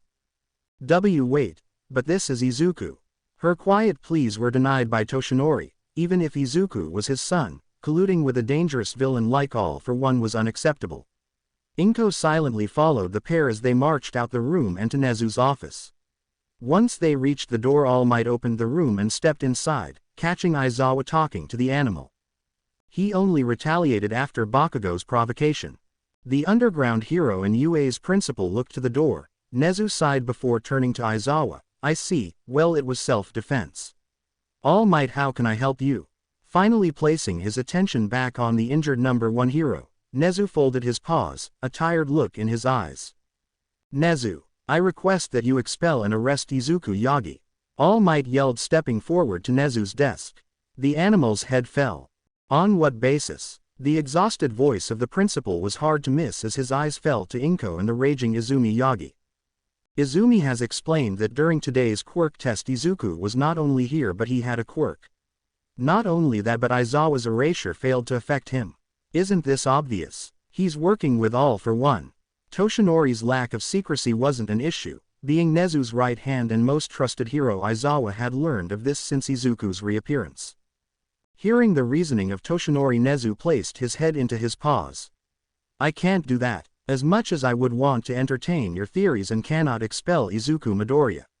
The animal didn't flinch as Toshinori's hand slammed on his desk, the man now in his All Might form, which deflated under Aizawa's gaze. "What do you mean?" It was obvious that the hero or the family would not go without an explanation, so Nezu gave it to them, his mouth growling. "Toshinori, I suggest you remove that hand. As for my reasons, I'll give them to you. This is no more than a formality for Izuku Midoriya. His graduation from UA is a fact that cannot be revoked. In any normal circumstance, an individual with such a large gap in education would not even be permitted to sign his name in the entrance exam. Do you know why this doesn't apply?" He paused, looking at the dumbfounded faces of the Yagi family. "It is because Izuku Midoriya is not like any of you. He is beyond your imagination, 18 years old, and he is already recognized as a hero in an unofficial capacity." How? Inko spoke from the side, her curiosity getting the better of her. "The Hero Association has worked with and has gone through great lengths to secure his position, not just in you, but within the profession of heroism. The only reason he is here it to make his name known publicly. Like I said, this facility, the education he's doing, in every sense it is another step to his official status of being a hero. He has been investigated, questioned, followed. Nothing the Hero Association has done led to any leads to All for One, or any criminal organization for that matter. As for his abilities, your guess is as good as mine, but it should be fairly obvious. 3/4 of your family use ice. I implore you to connect the dots. Now please, leave my office. Nezu no longer wanted to speak with the ignorance of family that soon after reuniting would accuse their son of such a thing. Of course they didn't know the whole story, but that was not an excuse. The family remained dumbstruck, their minds racing a mile per minute. Toshinori with guilt, Inko with hope, Izumi with anger. The fact her shitty brother was already ahead of her pissed her off to no end. Gradually the family turned and were about to leave when Nezu spoke again. A word of warning. Don't try and speak to him as if you're related. It was a simple warning that went unfollowed. The class bustled with noise. Due to their introduction the day before, it didn't take long for each student to find their group. The pervy duo, Kaminari and Mineta. Izumi and her friends glaring at him. Mina and Toru gossiping. Sue and Tokiyami, Shoji, and Koda. Everyone had their own little group. Sitting in relative silence at his desk, Izuku's eyes remained closed, arms crossed over his chest as he made conversation with the two students who crowded his desk. Ochako Uraraka, the girl he saved, and Tenya Iida. They were relatively harmless conversation partners.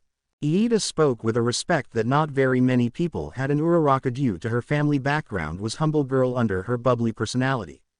Their conversations were light, and it was among the first times he held a pleasant-sounding talk with people his age.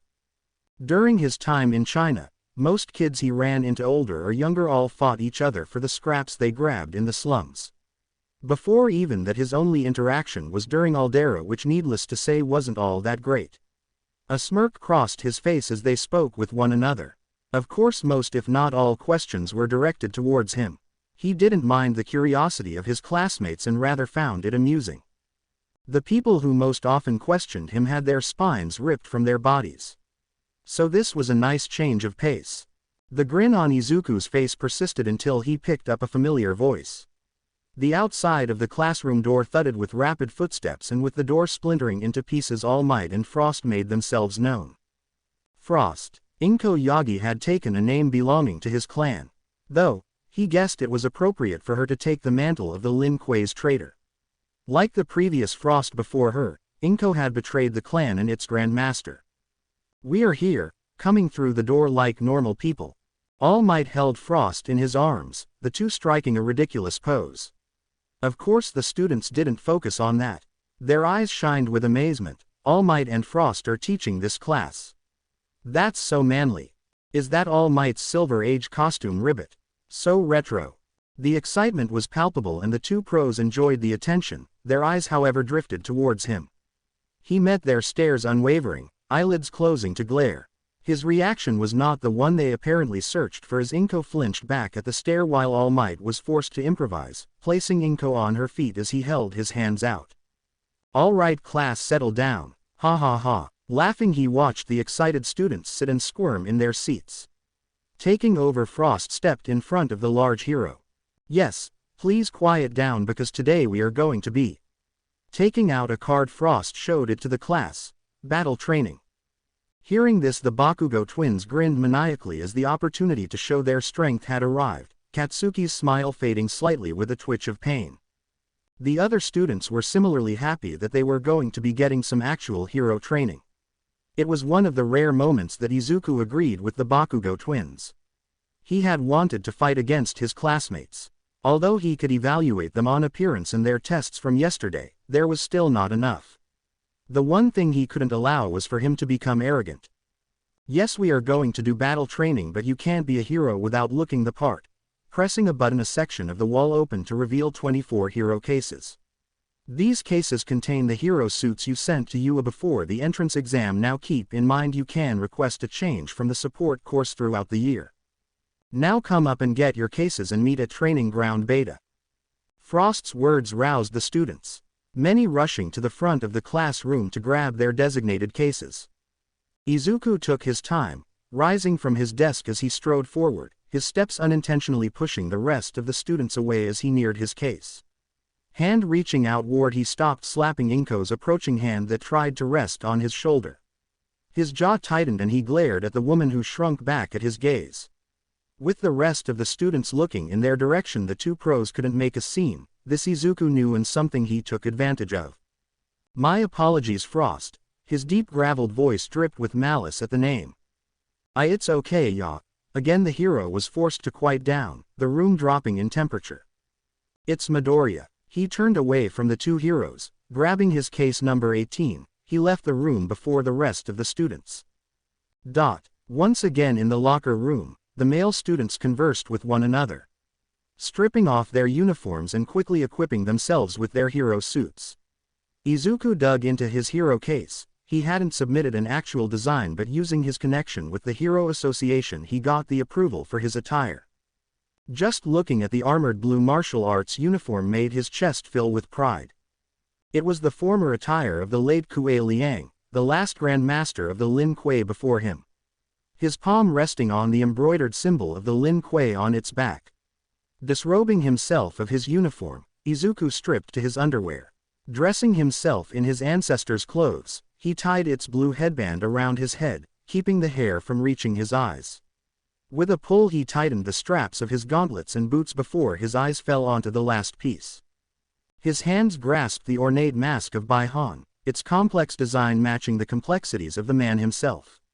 The history of the Lin Kuei was not new to Izuku. Baihan during his time as Sub-Zero only sought the greatness of the clan. His descent into Noob Saibot did not disgrace his memory. Placing the mask on his lower face, it clicked against his jaw and locked into place. He let out a small breath, the air coming out in a cold mist. He turned his back ready to leave, only to stop, head drifting towards the wall on his right. "Guys, look at this." There is a hole looking into the girls' locker room. "Our seniors must have left this for us." Minetta's perverted squeals of excitement drew the boys' attention. Some blushing at the implication, but Iida was among the first to step forward. "Minetta, the privacy of our fellow classmates is a serious issue. What you are doing is very inappropriate. We must notify the teachers." Kirishima joined Iida's protests, crossing his arms. "Minetta, that's not very manly, dude." Minetta rolled his eyes. "Whatever, guys, just say you're gay and move on. Me on the other hand, I'm taking advantage of this while I can." Drool leaked from the boy's mouth as he looked deeper. "I can finally see Yoayorzu's boobs, Uraraka's ass, Ashido's thighs." The list was about to continue when Minetta felt a cold hand grasp the back of his neck, pulling it back. The peephole he looked through froze over and a jagged spike shot out and toward Minetta's peeping eye. The boy stopped moving as the spike became a focal point in his vision. "Go on. Look even closer." Sub-Zero's hand pushed Minetta's head closer to the spike. Minetta tried to break free on the iron grip of his neck, eyes tearing as he screamed. "No, I'm sorry, please stop." Sub-Zero pushed further until the tip of the spike scratched Minetta's eye. Tossing him to the floor, the ninja stepped over the pervert. "Thank you." The collective voice of nearly all the girls yelled from the other side. Most of the boys glossed over Izuku's threat towards Minetta, however Katsuki and Shoto were exceptions. Shoto's eyes focused on the protruding spike. His quirk, Shoya, even Izumi's ice-based abilities did not have the level of fine-tuned control. Izuku knew where his ice was coming and controlled where it was going. "I am really behind that fucking Deku." His fists clenched. He would admit his ice could not beat Izuku, but his fire on the other hand was different, that he was sure of. Katsuki raged, his teeth gnashing like a feral animal. What the hell happened? He couldn't comprehend Izuku's strength. Katsuki's hand went to hold his pained side. Even with recovery girls healing, it still hurt. Clicking his tongue, Katsuki continued to get dressed, strapping a grenade-shaped gauntlet to his forearm. That Deku might have caught him off guard, but this time would be different. The class met up outside, dressed in their hero outfits. Any comment on the girls' state of dress stopped. Minetta unable to speak a word as he constantly glanced at Sub-Zero's hulking body. The man responded in kind, his icy blue eyes glaring at the small midget. Other than those two, the students all complimented each other on their outfits. Izumi Yagi dressed in an all-green jumpsuit, a half mask covering the lower portion of her face, arms hidden with white cloves that reached to the middle of her bicep. Finally her feet were strapped in a pair of reinforced red-tinted boots. Katsumi and Katsuki Bakugo were dressed in near-identical hero suits, black the main color with orange and green accents. Their gauntlets had the same look as grenades, with Katsumi's more subdued as it hugged her forearm like skin. The main difference between the two were Katsumi's use of stockings and the uniform appearing more dress-like. Shoya and Shoto were unremarkable, blue with red and white accents, the female of pair sporting a skirt rather than pants. Unimpressive by most standards, but it supposedly did their job. Azumi's eyes focused on her brother and more specifically his back. Her eyes focused on the symbol he wore. She tried to search her mind for why she found it so recognizable. "You all look so cool." Fangirling All Might's voice broke through the conversations of the students. "You all look like true heroes in the making." All Might's fist pumped a large smile on his face. Laughing Frost patted the man's bicep. "All right everyone, today in hero training we are going to do a team exercise. Villains versus heroes. Each of you will be given a partner and the teams will be decided by lots. The objective of the heroes is to enter the building and either capture the bomb or the villains using capture tape. The villains will be guarding the bomb and stop the heroes. Like I said, teams will be chosen at random. Any questions before we begin?" Iida raised his hand, the boy's head looking at his fellow classmates. Being called on, he spoke. "Ma'am, there is an odd number of students. What will that student do if they don't have a partner?" Frost nodded at the question. "Excellent question. If that student feels uncomfortable doing exercise they can forfeit, or if any other students volunteer they can pair with someone who went. For those who volunteer, your assessment will only be based on your better performance between the two." It definitely had its advantages, but none wanted to be that lone student. After that question the students strode forward grabbing their slips of paper. With his paper in hand Izuku waited as the teams were called. Team A, Izuku Midoriya vs Team D, Katsuki Bakugo and Izumi Yagi. Reading the names, Toshinori and Inko watched the teams step forward. Katsuki's smacking a fist into his open palm with an explosion and Izumi's body covered in golden lightning. Both were ready, but before anything could happen Inko stepped forward, her voice laced with concern. Midoriya, if you don." "Not necessary." He relished the thought of the fight ahead. "Oh okay." Inko felt like every time she walked on eggshells around Izuku, she was unnerved by his gaze. Even villains failed to do this to her. She looked to Toshinori, who nodded. Walking past, they intended on leading the students to the observation room when Inko looked back. She looked at the symbol on Izuku's hero suit and stopped. How could she not recognize the symbol of the Lin Kuei? She grew up with that symbol, knew what it meant, but why was he wearing it? She wanted to ask, but she was dragged along by Toshinori. After the students left, Sub-Zero found himself standing outside the building. He fittingly enough was on the hero team, while Izumi and her rabid dog were on the villains. It couldn't be more perfect. His head moving, neck cracking as he prepared himself. The tips of his fingers losing their flesh color and turning blue. "You may begin." All Might's announcement spurred Sub-Zero into action. Running into the building's first floor without hesitation, he clung to the shadowed hallways of the building. Knowing the people he was facing was always something he used in combat. In his time with the association he dealt with villains whose quirks relied on their information gathering. He learned the Lin Kuei's art of assassination. This was child's play, yet that didn't mean he could forget the basic fundamentals or fail to adhere to what he learned. His footsteps were silent. With a hand touching the cement walls of the building he lowered the temperature of the building to mask his own. He climbed floor after floor. The building from the outside was approximately 7 stories tall. If he were the one placing the bomb he would have been at the top to avoid a pincer attack from above and below. He doubted Katsuki and Izumi shared these same thoughts or strategy. Climbing the 3rd floor he could hear the yells of Bakugo. "Deku, you piece of shit, stop hiding like a pussy." There was honor in combat, but that honor was decided by the victor. He lowered the temperature of the room as he slipped past each and every corner. Growing closer to Katsuki's yelling voice. Eventually the rage-filled boy came into view. Back-turned Katsuki frothed at the mouth, his body slightly shaking with a shiver as his head swiveled side to side looking down the hallways in search for him. Stepping away from the wall he stuck to, Izuku slowly made his way to Katsuki's unguarded back. Once close enough he pivoted his left foot back before launching it high and into Katsuki's temple. His attack was not noticed until it was too late. Katsuki's head bounced off the concrete with a crack appearing in the wall. Katsuki's vision shook as he turned, raising a hand to send an explosion. Although his intent was a big and destructive explosion like he was used to, the intensity of his attack was nearly dead.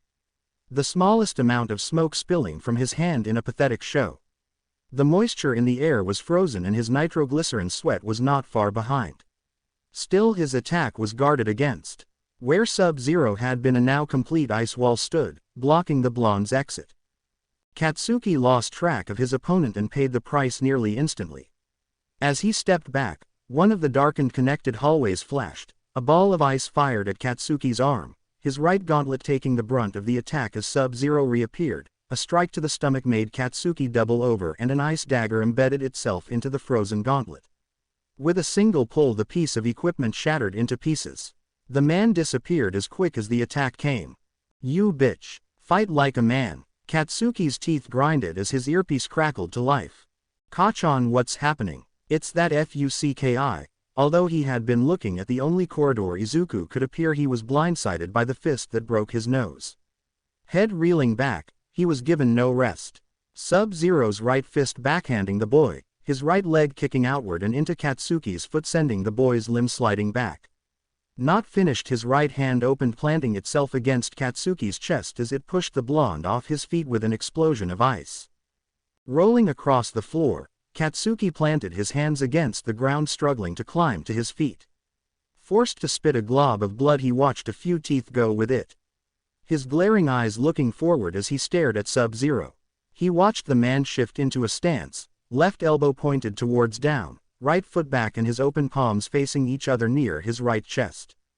Katsuki growled, when his left arm pulsed. The area under his grenade gauntlet went mostly unaffected by the change in temperature. The sleeves he wore built with heaters had his forearms produce sweat. With the gauntlet's grooves glowing red, he smirked with missing teeth. "You fucking quirkless bastard. You think you're better than me because all you do is sneak around like a weak piece of shit. You know what my quirk does, right?" Raising his left arm, Katsuki's right index finger looped with the gauntlet's pin. "Young Bakugo, don't do it, he could die. He won't die if he dodges." The pin pulled, dropping to the floor with a metallic clink. Sub-Zero watched, his left foot stomping on the ground as the hallway began to freeze, ice forming on ground and behind Katsuki. No emotion was shown beneath his mask. He had shown a variation of this during the entrance exam, but unlike the one before, Izuku's entire body froze. His features going completely clear as the explosion neared. Katsuki smirked, watching the direction of Izuku become engulfed in a fireball. He watched the smoke clear only for his eyes to grow wide at the absence of anyone on the other side. He could only see shattered ice on the floor below that even with his explosion refused to melt. He panicked, but before he could so much as turn his head, an explosion of ice occurred behind him. Sub-Zero slid forward, a path of ice appearing in front of him as he swept Katsuki off his feet. However, it didn't end there. With the boy helpless, Sub-Zero grabbed his right ankle, throwing him behind and into the ice wall he made earlier. He stepped forward as Katsuki's back made contact with the wall. His right fist crashed into the boy's stomach, breaking the wall and launching Katsuki to the floor. With another stomp of his foot, Katsuki was unable to resist as ice encased him into the floor. Stepping toward the dazed kid, he lifted his right foot, stepping down onto Katsuki's broken nose and knocking the boy out cold. Grabbing the capture tape on his waist, he wrapped a piece around Katsuki's neck. As if to add insult to injury, Sub-Zero froze Katsuki's remaining gauntlet before destroying it. "Facing me alone was your mistake." With Katsuki out, all that remained was Izumi. Leaving the area, he ascended the next 2 floors quickly. He avoided any sneak attacks. If Izumi wasn't with Katsuki, that meant she took the position of guarding the bomb. Once he entered the 5th floor, he began to check each room quickly. The bomb was the priority. Eventually his 4th room featured the bomb, and as he opened the door in a showcase of flexibility, he bent his back, avoiding the lightning-covered punch that passed by an inch of his nose. Planting his hands onto the floor behind, he threw a kick into Izumi's stomach, sending the girl back across the large room. Holding her stomach, Izumi's face twitched in anger as she stared at Izuku. At her side, blocks of ice formed, floating around her head as she growled, "You." I don't know what fucking trick you pulled on the Hero Association, but it won't work on me. Her voice dripped with malice, her glare matched with Sub-Zero's. She slid her foot back as he stepped into the room, closing the door behind him. With a hand he froze over the metal door. There would be no escape from this fight from either of them. Disappointing. Sub-Zero's eyes fell onto the blocks of ice that Izumi had created. He had thought it again and again.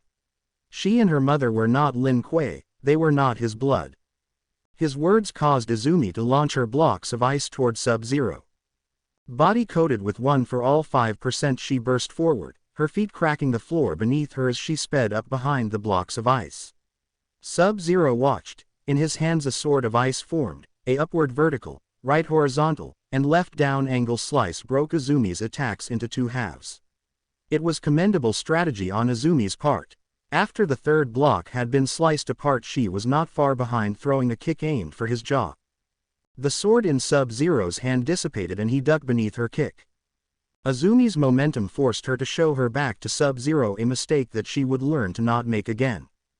Standing, his left foot kicked in the back of her knee, causing her to fall. Right hand grabbing onto her long green, blonde hair, he froze the threads and forced her face into the concrete floor. His attack causing a gash to appear on her forehead.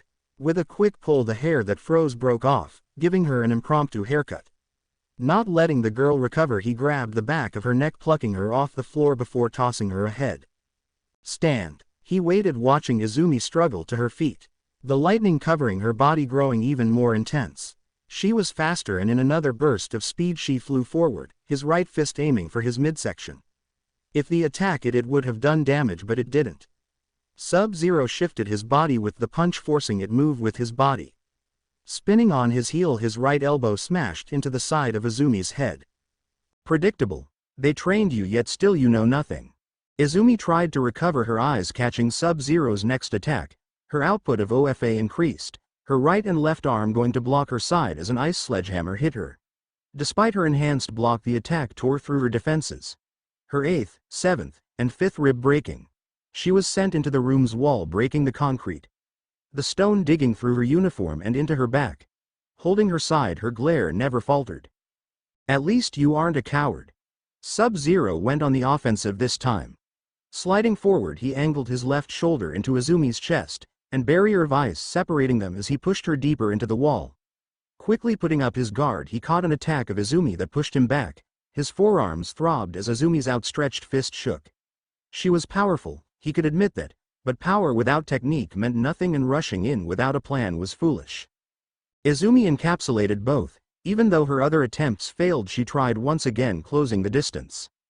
Throwing punch after punch, Sub-Zero dodging by a hair with each one. Leaning back from another punch, Sub-Zero raised his hands, in both blunt ice axes formed. Smashing into and hooking Izumi's shoulder, he forced her head to look down. His right leg shot up, toes crashing into her chin, head forced up and unable to block as his heel fell down and onto the top of her head. Izumi again tasting the concrete. Face bloodied, body broken and back torn, Sub-Zero planted his foot onto the back of her head. Grabbing her right arm, he placed it in an armbar. His voice leaking from beneath his mask. A disgrace to our blood. You and your mother are not Lin Kuei. I'll commend your spirit, but you don't deserve mercy. A single twist and Izumi's arm broke. The girl screaming in pain as she grabbed with her left. Stepping off her, he turned his back, hearing her voice. You quirkless Deku, I'll fucking. Her pain caused the voice in her throat to catch as he placed his hand onto the papier-mâché bomb.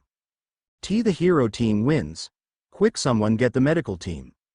All Might's panicked voice crackled in the earpiece he wore. Plucking the device out, he froze and crushed it in his palm. He turned, trying to leave the room, when Izumi spoke. Why, you think this is over? Surprisingly, she stood. You should have stayed gone. Again ice formed around her before any attack could take place. Sub-Zero turned. His glare finally causing the girl to falter as she fell back in pain. With a clenched fist, he broke the frozen door down just in time to see All Might rushing in, Katsuki already over his left shoulder. The man only spared a glance as he ran to the crying Izumi. Once he left the building and entered the spectator room, he was stared at with a mix of gazes. Some fearful, others in awe. Frost, despite the situation that just occurred, managed to maintain a sense of professionalism. Who was the MVP of the match? Of course it was a stupid question to ask, and Yaoyorozu raised her hand. That would be Midoriya, ma'am. He used his surroundings to his advantage, facing Bakugo only after limiting his escape and causing him damage. He showed excellent fighting skills and used the personality of his opponents against them.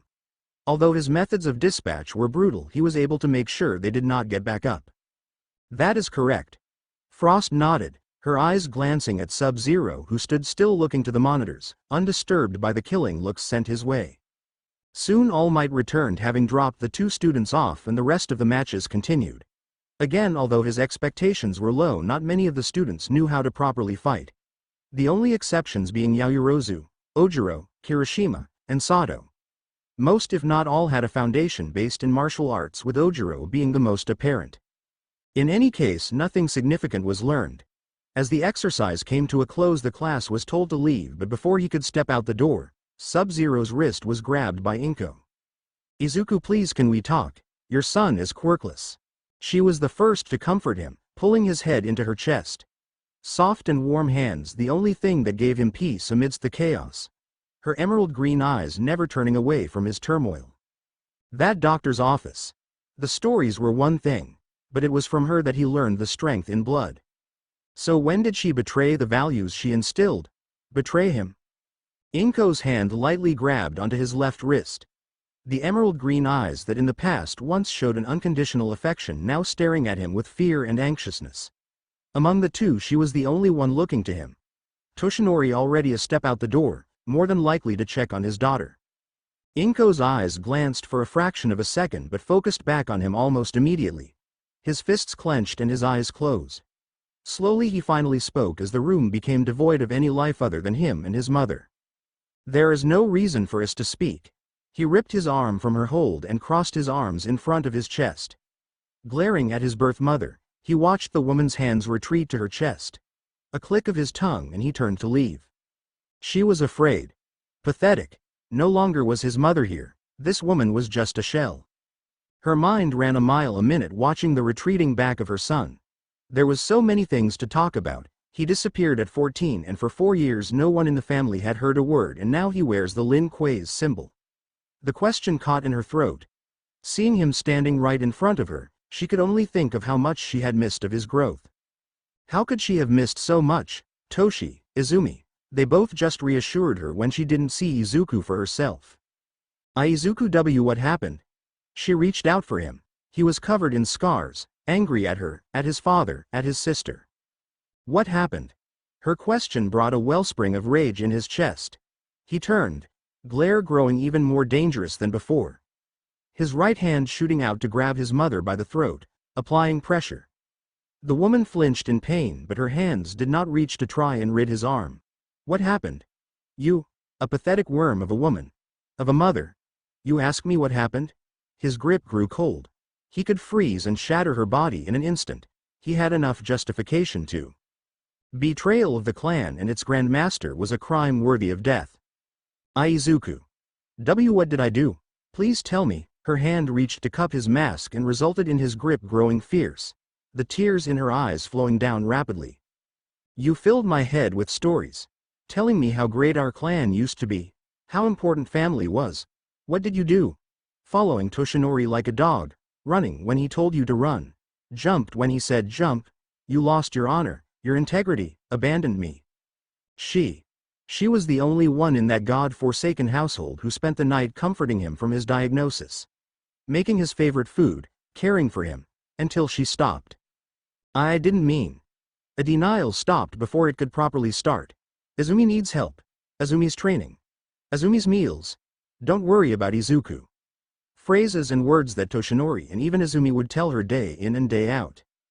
She was told second-hand information each and every time. Though the woman knew she was still at fault as she heard his words. It was true. She did abandon her only son. Izumi always asked for help. Toshinori and even herself always rushed to their daughter's side. The day he disappeared, would that have been the first time in years she even dared to look him in the face? It made the tears she shed once he never returned home ring hollow. At each and every call you ran to that bastard daughter's side. When she and her friends beat me down every day, you did nothing. I scavenged and lived like a rat. Stealing when necessary, fighting when I could, traditions, expectations, the clan and its responsibilities. You threw them all away. I held on to them. Now after years you stand here and try to speak as though we are a family? Inko's breath captured by Izuku's grip didn't allow her to speak. The woman could only cry at what she has done, what she learned. She could clearly see it now. In his rage were her mistakes reflected. At every moment, whether it Toshinori's words or her own thinking, she had chose Izumi. Izuku's struggles, his hardships, she couldn't see it. Every time Izumi had been her priority. In front of her was someone who looked like her son, but they weren't, not anymore. I'm sorry. Izuku, please, I'm sorry. From his slightly loosened grip the words leaked from her sobbing mouth. She never knew any of this, blinded by her own incompetence and the words of everyone but Izuku. Her pleas of forgiveness landed on deaf ears. Surgical, effective, and logical. He prided himself on these traits, but as of now all of it was forgotten. Death is more honor than you deserve, but even that is too much. He tossed the woman to the ground. We may share blood, we are not family. You are not Lin Kuei. He no longer wanted to entertain this thing. How was he even for a singular moment reminded of how she once was? A soft, warm-hearted mother, emerald eyes filled with a love for him? No. She wasn't. The air grew heavy, frost creeping along the floor radiating from his feet, and his breath misting through the air. The coldness of the room so familiar, it was same cold many felt before they met their ends at his hands. He turned away. Even he recognized. He should have killed her, but exile from the clan. That would have to suffice for now. Go, run to your only child. Yagi family, his mother, the last chain was broken. His allegiance to his clan, that was all he had. He stepped out the spectator room. The door closing behind him, the silence swallowed by her sobs. This freedom was far colder than he had imagined. The reporters swarmed like flies. At the gates of UA chaos reigned, those parasitic journalists rushing the stairs in a hurry. Cameras and microphones at the ready while they harassed each passing by student. He and his classmates weren't spared this assault. Ochako Uraraka was among those. Her face stretched in an anxious grin as the reporters questioned her. Is it true All Might and Frost are teaching this semester at UA? How great are they as teachers? The questions kept coming, and as he neared the top of the stairs. It was then a camera was shoved into his face. The reporter tried to speak, but before anything could occur, Izuku's hand eclipsed the camera lens. It froze, and with a squeeze the undoubtedly expensive equipment shattered to the floor. Recent events had left a bitter taste in his mouth. He was in no mood for anyone, or anything at the moment. He ignored the cries of the reporter and threats of reports to the faculty. He pushed past the rest with no concern for their well-being. He, along with the other students arriving on school ground, were met by Aizawa and few other teachers. All of them trying to push back the desperate civilians from entering. Some opening their mouth in protest to Aizawa's words. Please step back from the premises, the students have to attend class. We aren't leaving until we get an interview with Frost and All Might. Aizawa sighed with a pinch on the bridge of his nose. He glared at the crowd. Yes, you are. Any and all requests for interviews must be sent to Principal Nezu and will not be conducted without his approval. His stare caused some reporters to leave, but others did not give up. The brave female reporter who went against Aizawa's demands took a few steps, trying in vain to enter UA before she could cross its gate. A large metal shutter snapped closed. UA's famous impenetrable barrier proved to be the final nail. Slowly the reporters retreated with their tails between their legs. Despite the difficulties of getting into the class, most of 1A clamored in excitement. Having received their first hero training experience, the heroics class easily became the most anticipated among the other possible classes. Only a few did not share in the excitement. Katsuki Bakugo sat, nose bandaged tightly among his face, the boy not even grinning, mostly in fear of showing his missing teeth. His ailing body taken care of by his sister and Shoya. Izumi Yagi in a similar, worse state, trying in vain to salvage any sort of attractiveness. Her impromptu haircut had been shaved down to the base of her chin, a great contrast to her previously length that sat in the middle of her shoulder blades. Right arm, despite treatment from recovery girl, sitting in sling. Finally under her uniform, without a doubt her right side was bandaged heavily. Like Katsuki, she was supported by Shoto, his ice soothing the aches. She still glared in his direction. Hindsight was always 20/20, he could have done more, should have done more. In the class's shared excitement, many did not notice Aizawa's arrival until he spoke. Settle down. Once the class quieted, he continued. Tomorrow the heroics class will take place in USJ facility. The focus will be on rescue training. Along with me, there will be a joint teaching with another hero along with All Might and Frost. However, before we do any of this, today as a class you will all decide on your class representative and vice representative. I don't care how you do it, just leave me alone. Retreating to a corner of the room, Aizawa zipped himself up in a sleeping bag, eyes closing. Noise erupted soon after student exclaiming their wishes. Vote for Izumi, you fucking extras. Katsumi Bakugo yelled in support, glaring in place of her broken brother. She was joined in support of Katsuki, Shoya, and Shoto. 4 votes and the girl hadn't done a thing. Though that did nothing to damper the competitiveness of the class. No, pick me. Similar ramblings shot out, with the only difference coming from Mineta. Pick me as representative. I'll make it a requirement for the girls' uniforms to be replaced with SWI. I'm sorry. Please don't kill me. Mineta's perverted and unrealistic wish being responding with a spike of ice shooting up between his legs. After that, every voice had been tuned out. Only vague mutterings coming through the swarm of thoughts in his head. Choosing through a vote, recommended by Iida. Tsuyu Asui's assertion that many would vote for themselves. The conversations carried on and on. Eventually a conclusion was reached through the class's adherence to Iida's plan of writing the name of the wanted representative. Iida and Uraraka handed out the papers to the class, and after 5 minutes they were finally tallied. 10 in favor for Izuku, 6 for Momo, and 5 for Izumi. Iida, partly disappointed that he was not appointed such an important position, nonetheless handed the votes to Aizawa. The man, opening his drying eyes, looked to the counts. All right, Izuku Midoriya has been voted as class representative and Momo Yaoyorozu as vice representative. Please come up to the podium. Doing what was told, a few of the students were happy with the decision. It hadn't been long, but the traits of the two were apparent. Izuku's strength was unlike the others, and the way he moved during the battle trials made it clear he had experience. Momo, on the other hand, was an intelligent leader, and 2 of the boys voted for her because she was hot. Reasons aside, it was a fact that they were chosen. Had it been any time before, Izuku would have given a statement, perhaps even uplift the other students. Something along the lines of, it was an honor to have their praise, even if it wasn't true. He would have said something more, but the words that came from his mouth were hollow. Let's do our best. Momo spoke after, her improvised speech moving the other students that his words at the moment failed to do. Exclaiming what she would strive to do for her classmates. It was a rousing speech. Returning to his desk, he sat in relative silence while Aizawa made his way to the podium. With that, class is dismissed. It was time for lunch, and the class knew it. As soon as they were dismissed, many reunited with their groups and left the class in a hurry. He was a step behind, and when he reached the cafeteria it bustled with life. Students of every department and every year walking and talking. Getting his bowl of katsudon and a glass of jade tea, he sat at the table his classmates had found. All speaking of the rescue training just a day away. They ate merrily and without any care in the world. Even Izumi's constant glare disappeared as she spoke with the other girls. He would rip those eyes out one day if they did not stop. Morbid thoughts aside, he ate, rarely engaging with the questions tossed his way by people like Shoji, Tokiyami, and Uraraka. What he did was not wrong. He didn't regret it, and if the time came he would do it again. That is the reality he lives in.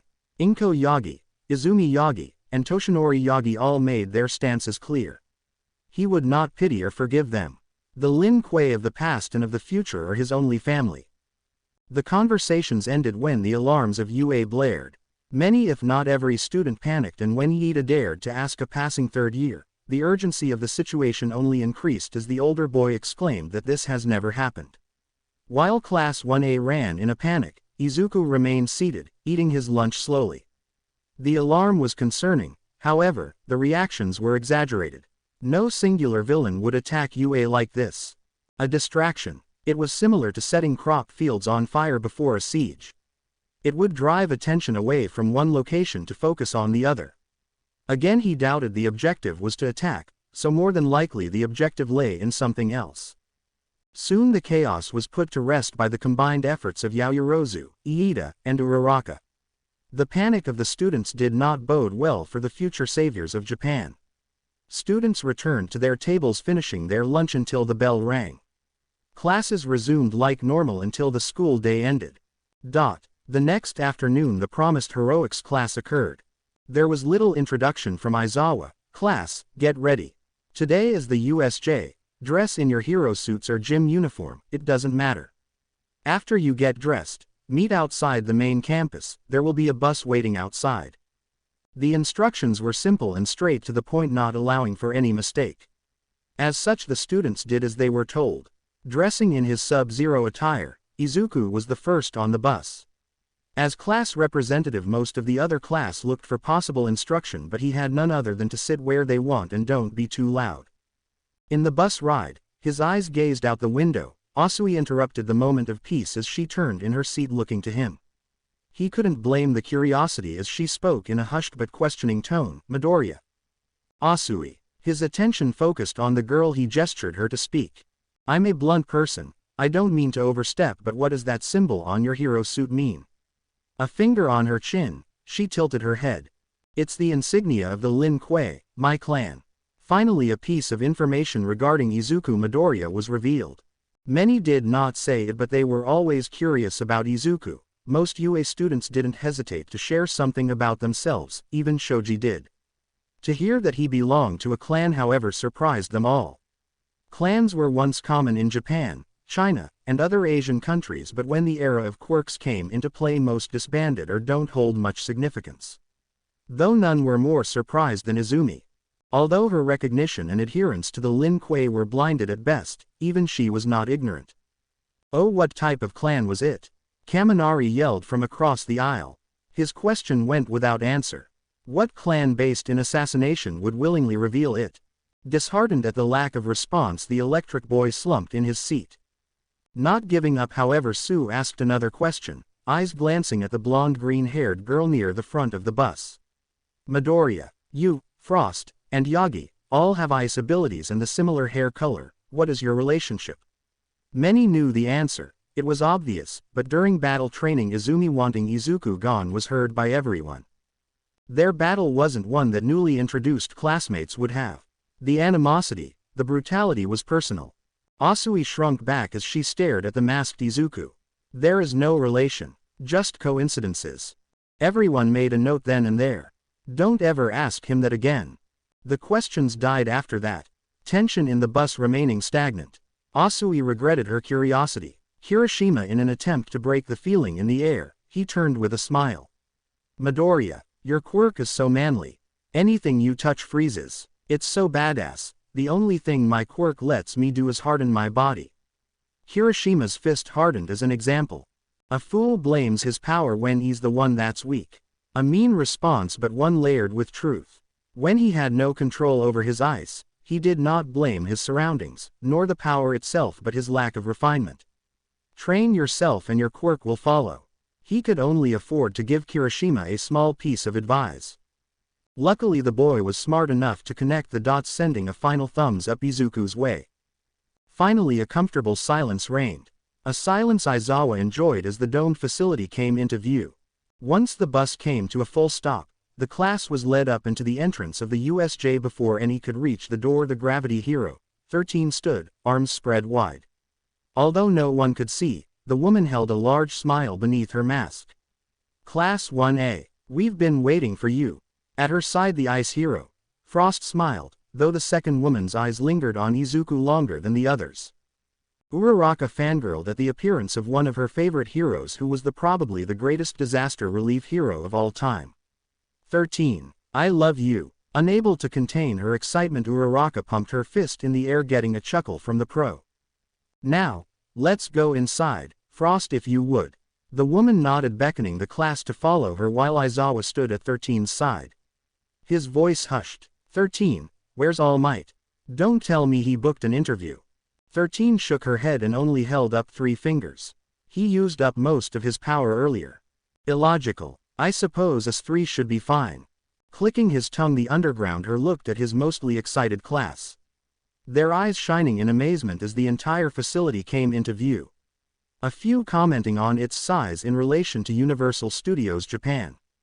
Shipwrecks, mudslides, earthquakes, fire, storms and many others. This is where you will all be training today. With the help of Smentos, this entire facility was created to simulate the many environments you may encounter as a hero. Remember, a hero isn't all about fighting villains, it's also about being there for the world's unforeseen events. Thank you for the introduction. 13. Frost moved to stand by her side. Should we get started? Wait, I'd like to say a thing, or two, or three. Your quirks, as many of you should know, are powerful tools privileged only to you. Such as my quirk Black Hole. It's great for rescuing, destroying rubble, but its potential to kill is staggering. One misstep can cause anyone to lose their life, villain, hero, or even civilian. Your quirks are dangerous, the Hero Association monitors them, but that's not enough. Remember, your decisions may decide the fate of another. Today is all about rescue, so there will be no attacking of any kind. Make sure to ensure the safety of others at all times. 13 was among the many heroes the real Hero Association would never consider taking into their fold. Sometimes killing is necessary. Now then, we can begin. As the hero finished, the lights of the USJ flickered. Stepping forward, Sub-Zero and Aizawa looked to the stairs. The underground hero giving the man a quick look before their attention focused on the purple portal forming in the middle of the USJ. A hand reached out and eventually outstepped a blue-haired man, his entire body and face adorned with hands. Aizawa looked back to the class. Stay here and don't move. Frost. 13. Protect the students. Looking to his side, Aizawa gave a single look to Sub-Zero as placed his goggles onto his face. Dozens of villains poured from the portal, but the most concerning was the hulking behemoth that stood near the main villain. Sub-Zero. He needed to only say his name. In the man's right hand a single sharp ice axe formed.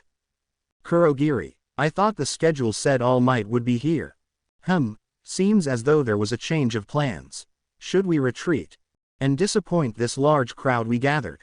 No. They wanted All Might, the symbol of peace. We'll kill a few kids, maybe that'll draw him out. Aizawa's response flared with his scarf. Sub-Zero responded in kind. Left palm facing downward, he froze the stairs leading up. Reaching out his hand for Aizawa, he gripped onto the hero's sleeve as he slid down. What is Midoriya going down there too? Iida questioned Frost and 13. Neither of the two teachers had a response. If he can go down there and fight, why can't we? Shoto looked at the two frontline fighters. Anything that Deku could do, so could he, and his question was joined with Izumi, Shoya, and the Bakugos. Was it a grab to show their superiority? 13. We have to evacuate the rest of the students. Frost turned to her colleague. It was far too late to stop both Aizawa or Izuku, but the rest they could save. 13 quickly nodded. They were certain regular communications, and the intruder alarm was stopped by a villain's quirk. As of right now, their best option was to abandon the USJ entirely. Sliding down the staircase, both Sub-Zero and Aizawa were met with 3 villains.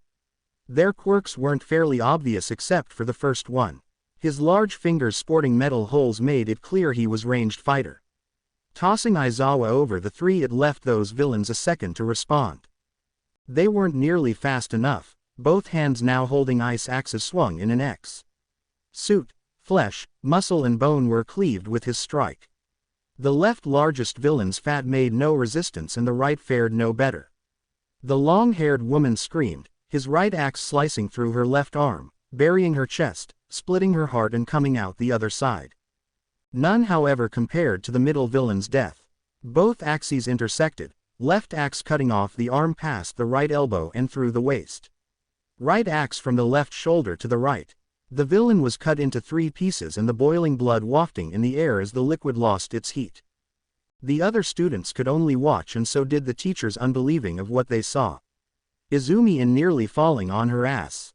How could a student be willing to kill? How could a pro hero not blink at chopping a man into pieces? Katsumi threw up at what she watched, and the other students nearly followed her example. However, a teary-eyed Frost stopped this. She still had a job to do. Aizawa on the other hand heard the screams, but he already knew. Sub-Zero was an association hero. The only way to become a true member of the Hero Association was through dangerous work. In that line of work, the death of villains were all too common. It was the unfortunate dark reality of this profession. Still, this didn't hinder Aizawa as attack those that surrounded him. Sub-Zero no longer wanted to stare at the back of Aizawa. He slid forward into the closet villain, one axe dissipating while he threw the other, missing the first target and hitting the one behind, his axe resting in the skull of a bullhorn-haired villain, her screaming face frozen in terror. None of the villains expected this, and not when the large villain with a protruding spine screamed beneath his mask. From his feet to his head the man froze, and with a hand grabbing the elongated throat, Sub-Zero ripped the head with the villain's abnormal spine. Izuku's focus narrowed on the fights ahead of him. He did not care when his classmates separated due to the Bakugo twins' attack on the portal villain, or the fight between that very same villain and Frost. His focus was on eliminating as many villains that stood in his way. He swung his axe, stabbed his daggers, sliced his sword, punching and kicking until his knuckles scabbed over with the blood of villains. Aizawa fight near his side. His attacks were non-lethal. He hadn't realized the usefulness in killing just yet. But his attacks were brutal and efficient. However, that soon came to quick end. Aizawa's fight interrupted by a single punch. The hulking monster near the revealed villain Shigaraki had launched with a great speed, its fist easily penetrating Aizawa's defense. The hero was swept off his feet and into the stairs, mouth filled with blood as he struggled to get up. Meet the real final boss, Eraserhead. I was waiting for All Might to show up, but you'll have to do. Meet my Nomu. He was perfectly created to destroy All Might. You and that brat created quite a mess for me. Nomu killed that kid. Ignoring the downed Aizawa, the monster sped toward Sub-Zero.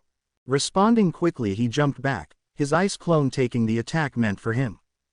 The Nomu froze instantly, and watching the cracks form, Sub-Zero wasted no time. Ice sword in hand, he swung diagonally, decapitating the creature.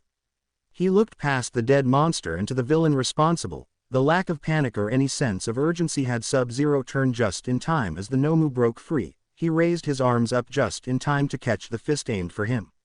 Azumi's punch during battle training made his arms lightly tinge. It hadn't even resulted in a bruise. This monster's punch broke his left arm. Its brute strength was remarkable. Bracing himself with an ice wall, he prevented himself from smashing into the floor. The Nomu prepared once more to rush in his direction, only to stop as Aizawa's scarf tried in vain to hold him back. The result ended with the monster pulling Aizawa into his embrace, a large hand grabbing onto the hero's face before its other fist smashed into his stomach. Replacing the hand to hold his hair, it smashed the pro into the floor, caking it with blood. It gave Sub-Zero his chance, however. Sliding forward, a ball of ice shot from his hand, freezing the Nomu's legs. With a leg sweep, he destroyed the limbs, forcing it to fall. Without giving it a chance to retaliate, a double-handed large axe split the Nomu's head in half. Using its leaking blood, he stomped his foot. Red-colored spikes shooting upward and crucifying the Nomu. His attacks did not end. Its regeneration had to have limits. He placed his hands on its limbs, deep freezing until its flesh and muscle became transparent and brittle. No hesitation to be found as he struck down on each frozen limb, shattering them to pieces. He continued, freezing any open wound before any regeneration could take place as he chipped away at its body. His clothes and mask caked in the Nomu's blood while he grasped the split head as it began to reattach. He gripped the exposed brain, releasing his ice until the skin of his arms turned blue and frost began forming over his body. The ground beneath him erratically shooting with ice, and like a dragon's maw, that ice stabbed and broke apart the rest of the Nomu. No part of the Nomu remained intact. Riddling the floor below were chunks of frozen meat. Shattered like glass, he finally stepped back, hand going to hold his left forearm as a makeshift ice cast formed. He glared in Shigaraki's direction. His breathing came in ragged puffs.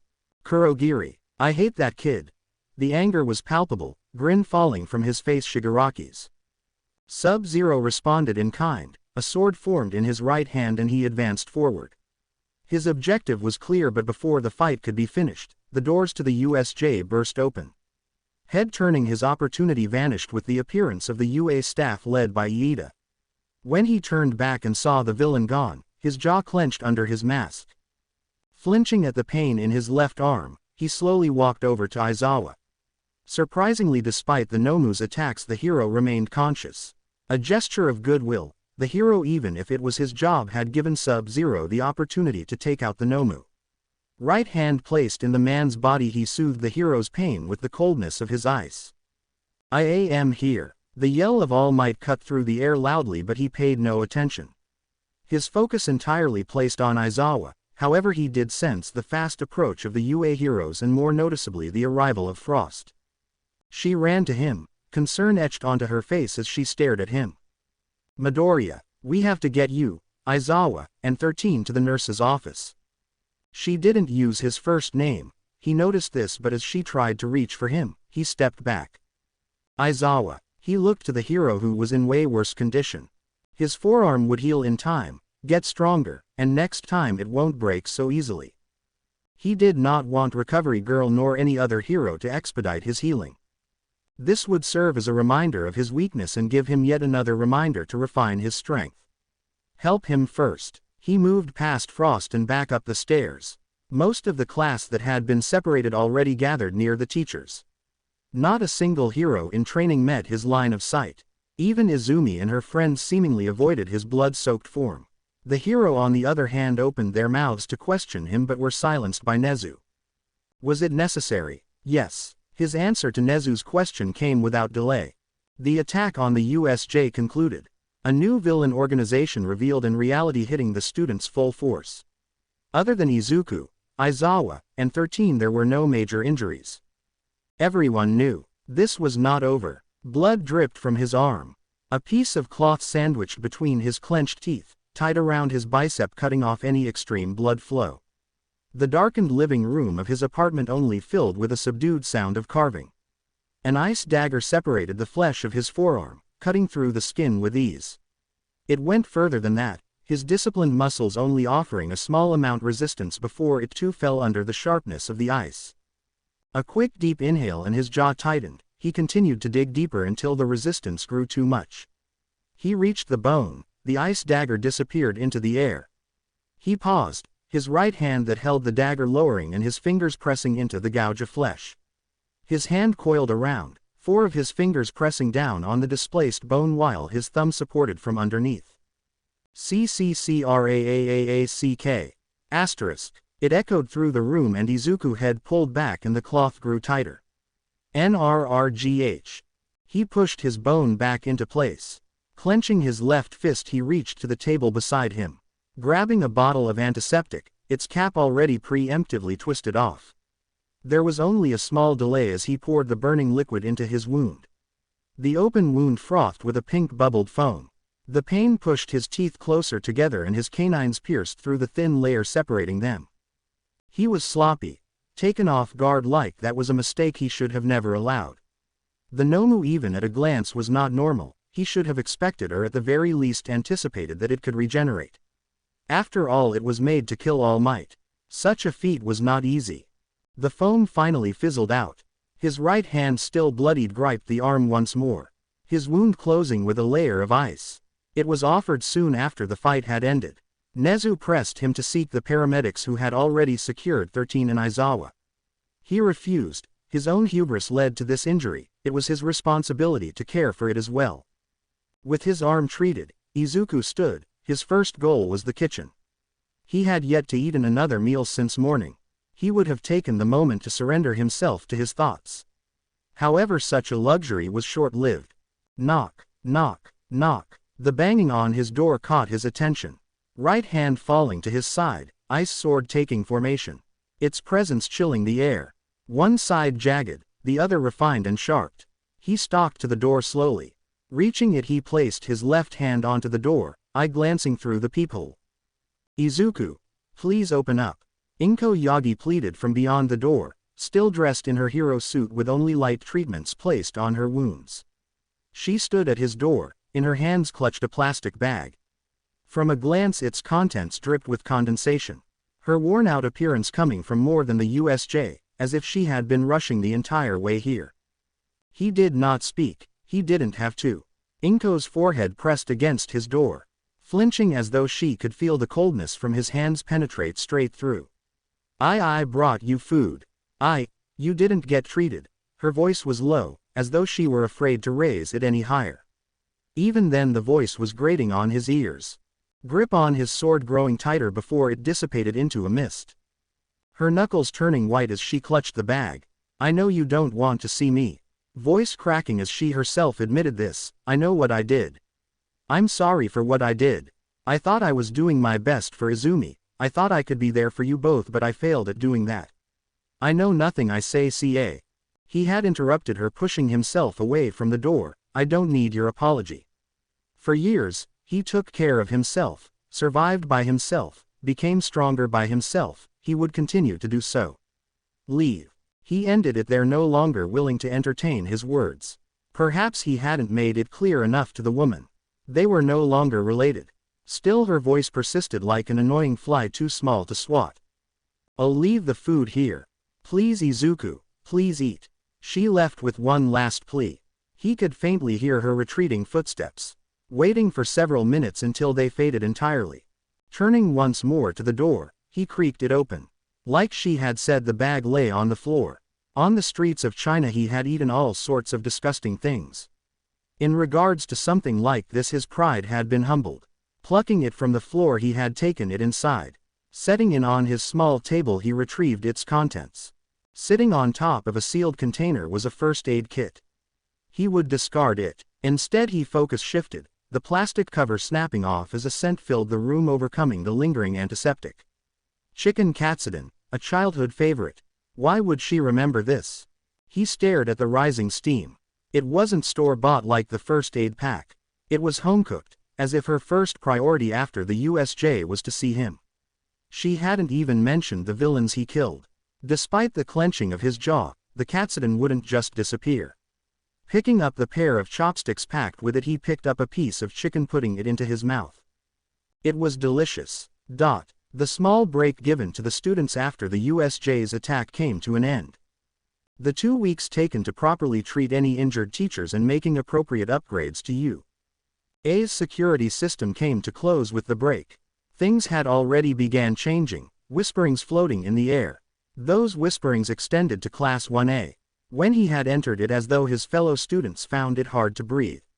Even Iida, who had approached him first, refused to take a step towards him. Most noticeably, however, were Izumi and her group's reactions. Katsumi and Shoya almost heaving whatever they had in their stomachs at the sight of him. Katsuki and Shoto refused to meet his gaze, their eyes turned to the floor. Katsuki Bakugo in particular shook with clenched fists, as though angry that he couldn't look at him. Izumi was last. She shivered in her seat, body shaking, staring blankly ahead. She had realized something very important. During the battle trials she could have been one of the nameless villains who faced Izuku's brutality. Broken bones would have been the least of her worries. The classroom that once sparked with conversation was silent. What he did most likely shattered the preconceptions they had of heroes. Heroes did not kill often, but it happened. The kids here would soon realize that. Izuku supposed he was just ahead of the curve.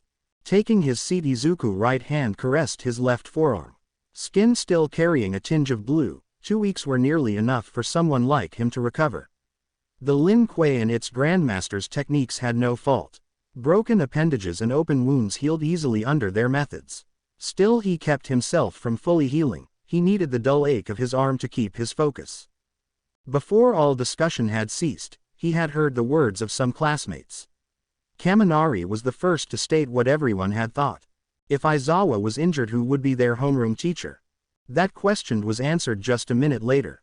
Face entirely bandaged from the damage done by the Nomu, Aizawa's single uncovered eye was tinted with blood. His own presence surprising many, but the atmosphere was quickly picked up by the teacher. Midoriya, thank you for your help. It had caught the students off guard, some wanting Aizawa to reprimand Izuku's heinous actions, but no such thing occurred. Some of you are scared of villains and of Midoriya. Telling you to not fear him is illogical. What you must understand, however, is that killing in the hero profession is not an isolated incident. In the field, hesitation and restraint can directly conflict with your job in defending the innocent. I don't condone his actions. Incapacitating them would have sufficed, but he did what he thought best to ensure the safety of others. Aizawa's acknowledgement had done little to move Izuku. Still the teacher had his respect. Aizawa had jumped without hesitation to assist him. Even if his actions aren't condoned, they were understood, at the very least by him.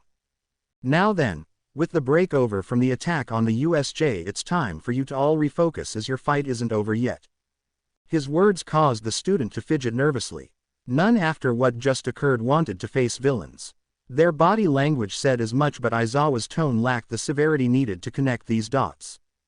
You won't face villains. However, in the upcoming weeks you will be holding its annual sports festival. This is not a time to be lax. Many pro heroes will be in attendance and so will civilians. This event has taken over the Olympics in viewers. This televised event is one curated to get your name out among the populace. This year, Class 1A will be the freshman representatives. You will be competing with other first years. Take this as an opportunity to gauge your strength or set the hierarchy, whatever you believe you can accomplish. All the talk from Aizawa thought out the environment enough that some students raised their hands. With her hand the highest, Momo spoke when she was called upon. Aizawa-sensei, isn't it a bad idea to have the sports festival after a villain attack? You might believe so, however UA and Principal Nezu disagree. Continuing the sports festival will send a strong message to the villains and to the general public. If the attack on the USJ were to shut down this event, it will make it seem as though UA is actually under a very serious threat. The sports festival will allow us to show that our foundation won't be shaken after a single attack. It made strategic sense. Izuku nodded his head at this assessment. The best way to spite an enemy was to trivialize what sense of accomplishment they could glean. It also had the benefit of a psychological attack. Finally, the fear in the room had sufficiently subsided. Excitement eating away at some students. Many wanted to be in the spotlight for this event. The thought of their names being known wide and far enticed many. Izuku saw it as indeed an opportunity to spread the name Sub-Zero, but more than that, it was a place to further sharpen himself. There were many in his class and other classes he hadn't fought. He lacked experience and perspective. Now, even though UA will be giving you all another 2-week break for training, it's about time class started. As promised, even now the lessons carried on.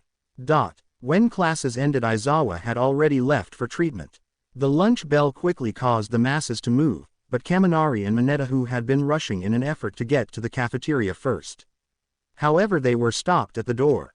The first to notice was the Bakugo twins, their voices echoing with the same foul mouth. What the fuck are you shitty extras doing? Get the fuck out of the way. The pair stepped up, explosions popping in their hands, making their threats punctuated with their quirks. However, their threats fell on deaf ears, the students coming to size them up, not retreating in the face of the rabid twins. Would you look at this Class 1A scum? Acting all high and mighty because they survived a single villain attack. It wasn't for the murderer in your Class 1, doubt you would have survived at all. A gray-eyed blonde spoke loudly, a shit-eating grin splitting the boy's face. It garnered the agreements of those surrounding him. You fucky. Katsuki moved to refute what was said but stopped. Izuku walked past the ash blonde, effectively shutting him up. Izuku stood in front of the gray-eyed blonde. The students flinched as Izuku narrowed glare focused on the blonde. Tisk. What the hell are you looking at? Izuku said nothing, but his lack of speech set the boy off, who reached his hand out. His intent to copy Izuku's quirk was met with an abrupt response. Hand gripped around the blonde's neck, he squeezed. Stop with the petty threats. A stern warning. Shoving the student forward, he watched the blonde cough heavily, pupils shaking at the realization there was no quirk to copy. What a waste of energy. You'll only paint a target on your back. Another voice joined the chaos unfolding. A long purple-haired boy stepped forward, his drowsy eyes making the other students think of him as Aizawa's secret child. Shinso Hitoshi, Class 1C. I won't spit some threat. I came here to declare war on your class during the sports festival. War? Hiroshima looked dumbfounded. It's just a sports festival. What's up with the whole war stuff? Mineta also complained from the side, but both of them were silenced by a small wave of Izuku's hand. Shinso continued. This isn't just a sports festival, or is it a game? In the sports festival, we are allowed to show off our quirks, and if someone from a lower class were to win, they would immediately be transferred to a hero class. Of course, that also means someone would have to be transferred out. Anyone who is useless gets discarded. I just figured I should let you know that. A smirk tugged at Shinso's lips. A declaration of war only works if you can fight in the first place. Izuku pushed past the crowd, leaving the rest of his class behind. Shinso clicked his tongue at Izuku's words, the target on his back growing even larger. When the festival starts, the target would change to a warning. He did not hesitate. He was strong. He was fast. As if everything and everyone he faced was just yet another stepping stone. That is what irritated her most. Azumi's eyes narrowed to a fine point. Her right leg kicking outward with explosive force. She had to remind herself not to focus on the throbbing of her shin as flesh contacted with wood. Had she used her quirk, the wooden pole would have crushed under her strike. When her right shoe pressed against the wet grass did she finally relax her posture. No matter what she did, she could not forget what she saw. However, 2 weeks had been enough to rid herself of the fear she felt. Her body folded, hands placed against her knees. Her muscular body coated in sweat that dripped like rain. The sports bra and shorts she wore darkening with dampness. The wind carried into the open backyard, barely allowing her to breathe properly. Jaw tightening as her thoughts continued to perpetuate throughout her mind. Her brother, battle training, and the USJ. It was unfair. She trained just as much as she was given. She followed the nutrition plans of the trainers hired by her dad, followed the principles and foundations of the hero system. She polished her mind, studied day in and day out. All that effort. And for what? He, despite not doing what she did, was still better. He could face villains without flinching. Fight on par with pro heroes. Even the principal of UA sees what she worked so hard for as a fucking formality. Her teeth grinded against one another. Chest thumping loudly within her ears. The scene of grass below her blurring even with the absence of visible tears. Fuck. Her right fist shot upward, her head throbbing as the muscles in her arm constricted by force. Strength climbing higher as her fist caved in and eventually through the wooden post. The area around her was showered with splinters. The abrasions on her knuckles bleeding as she clenched her fist even tighter. Blood seeping down thin streams before dropping onto the wet grass below. The worst part about all of this? She couldn't do shit. He was stronger than her, mentally and physically. Beating her down during the battle training, killing villains left and right at the USJ, there was no way she could replicate that or even coming close to even a 1/100th of what was done. The sweat that pooled on her body started to freeze. The blood and water on the grass crystallizing slowly. In comparison with him, her ice failed to reach the depths of coldness that he did. Izumi turned on her heel, approaching the wooden patio. Plucking her towel off one of the chairs, she wiped the frosted sweat and blood off her body. It should have been a day to relax. Especially because the sports festival drew closer with each passing day. But she couldn't. Not only did she have to gain greater control over one for all but train herself enough that the embarrassment of the USJ never occurred again. She should have let it go. Focused on the sports festival, on training. But when she stepped inside, the scent of his food hit her first. Her nose scrunched as the air thickened with warmth, the lingering spice making her stomach twist. Inko stood at the counter, quietly preparing yet another meal. Azumi's jaw tightened. It was a routine now. One she saw every single day.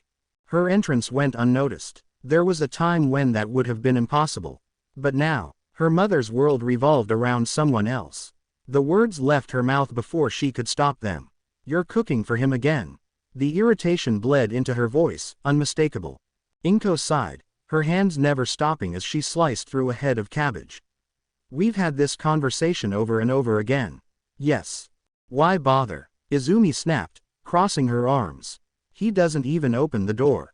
The edge in her voice failed to lessen, especially when her mom failed to give her a greater reaction other than the small glimpse tossed her way. "He takes the food, Izumi." Inko's smile slowly made its way across her face. It was true. There was no physical contact with her son.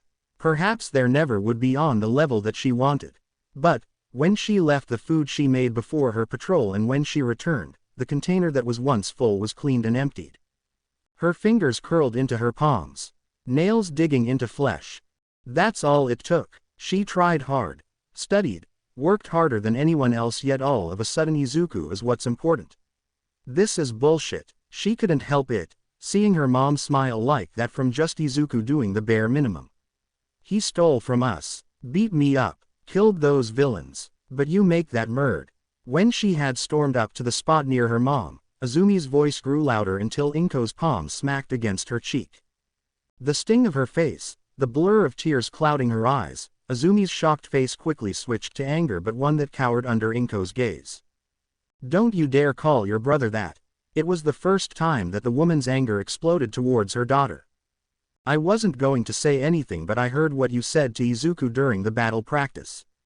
Disappear. Why would you say that? As I remember, he saved your class during the USJ.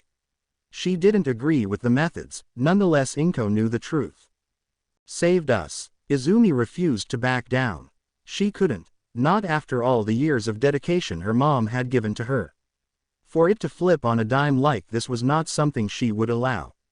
We didn't need him. We never needed him. He should have rotted in whatever hole he crawled out of. He should have fucking died there.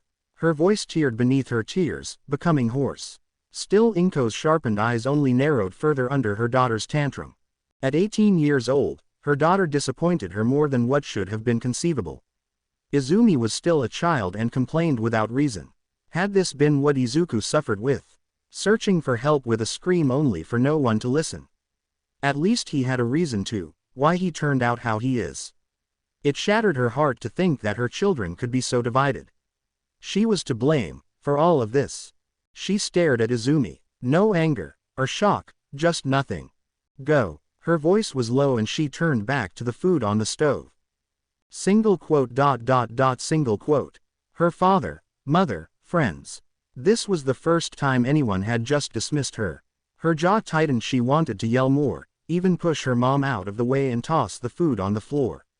Instead she let her anger divert in a single direction. Towards her brother. She didn't care if it didn't make logical sense. He was the cause of all of this. Even with the sting of her cut-open knuckles she stomped out of the kitchen and back outside. She'll win the sports festival. Beat Izuku. Show everyone why she was picked over him. It was nearly 3 weeks ago, the USJ attack. After the first week, the sports festival announcement. It was the only path that served as a distinction between fear and bravado. It wasn't hard to deduce the reason of Nezu's decision. The tree whined as his ice sledgehammer struck. Bark caving inward, their splinters crashing into each other. His left arm throbbed violently. 3 weeks was not nearly enough time for his splintered forearm to mend itself completely. Ignoring the pain was not something new. So, he swung his hammer again with an even greater force. Hitting the same mark as it did before, the weapon made a path through the tree, toppling it over with ease. For a moment he missed his training grounds within the Lin Kuei temple. The forest was hardly a proper substitute, but he had to make do. He cared little about the meaning of the sports festival itself, however, it was something he needed. Spreading his name would be much easier in a televised event. He would wear his symbol even if that meant branding it onto his skin. The Lin Kuei would be known, his inheritance as the clan's Grand Master would be acknowledged. That was all he had, all he was. He was prepared. If needed, he would break bones, destroy preconceptions, anything. Students standing, walking, sitting, they all spoke of the same thing. The sports festival, their excitement, anxiousness, it thickened the air unnaturally. He noticed it but couldn't fake the same feeling simply because he was not nervous. Hadn't been for a long time. Walking into class, his classmates were no exception. They too squirmed and exclaimed in loud conversation their wishes and hopes of proving themselves. His gaze swept over them, even his presence could not break through the feelings they held. Then his eyes met Izumi's. Not long ago she cowered, but to glare at him. Bastard of the Lin Kuei or not, excommunicated or otherwise, she still carried their blood. Fine, he'll entertain her delusions. She can struggle, grovel, but he'll plant his heel on her neck by the end. Finding his seat, the white noise of conversation was the background track to the start of the day. The only interruption being Aizawa's entrance. Again, the 2-week break was hardly kind to the aged hero. Still massively injured, the man stumbled in wrapped in bandages. The thick aroma of antiseptic wafting off of him. I hope you're all ready. Aizawa's voice came through gritted teeth, clearly still in some pain. Silence reigned after his words. Each member of the class looked straight to the podium. Their exhilaration subdued for the moment.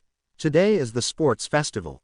I should not have to remind you that this is an opportunity for you all.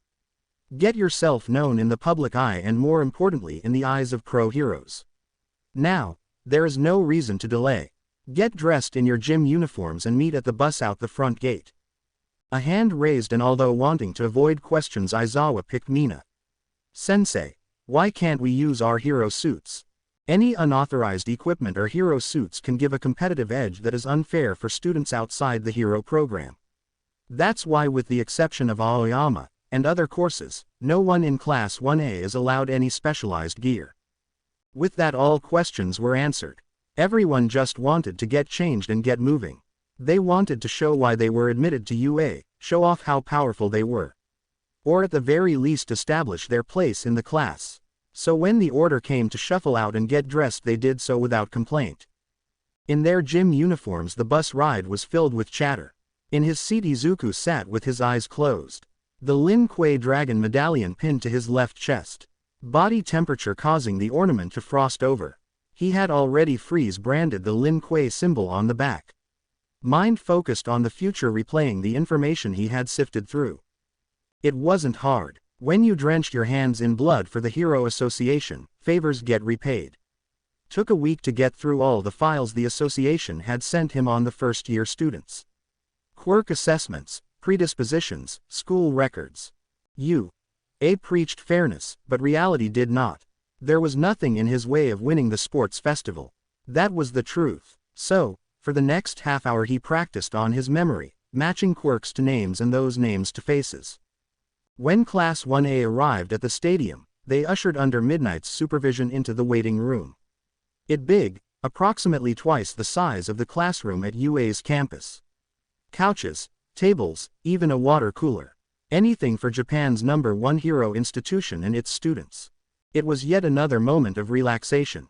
It should have been. Azumi's hand slammed against the table in front of Izuku with a bang. Eyes drawn to his location while her glare never left his face. She did not speak with profanity or insult him. Her words came out resolute, certain of the day ahead. You're strong, Izuku. It was like saying his name was a sin against God. Nevertheless, she carried on. But, I'm gonna win. I hope you keep this spirit.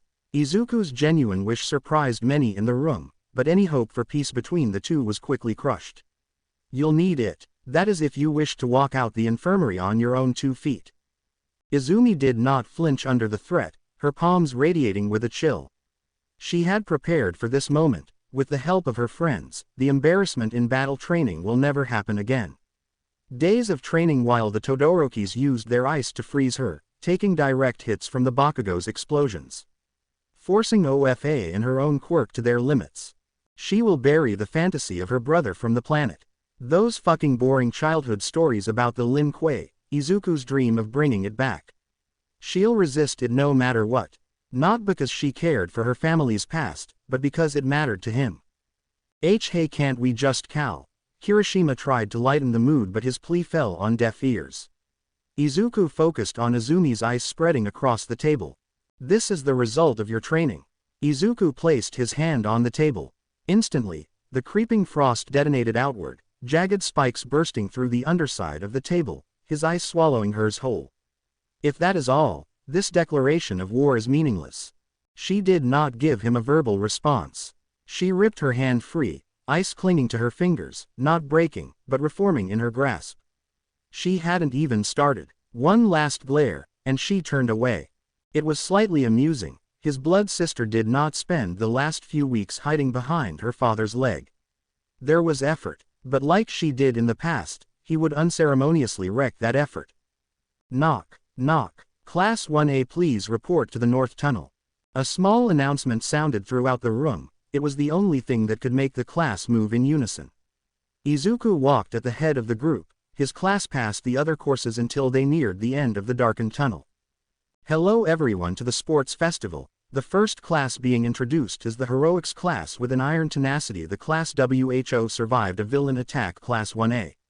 Behind them is the second Heroics class 1B, after them its General Studies classes C, D, E, and along with the support course FG and H. Present Mike's voice announced their entrance to a roaring crowd. The stands filled with expectant heroes and civilians.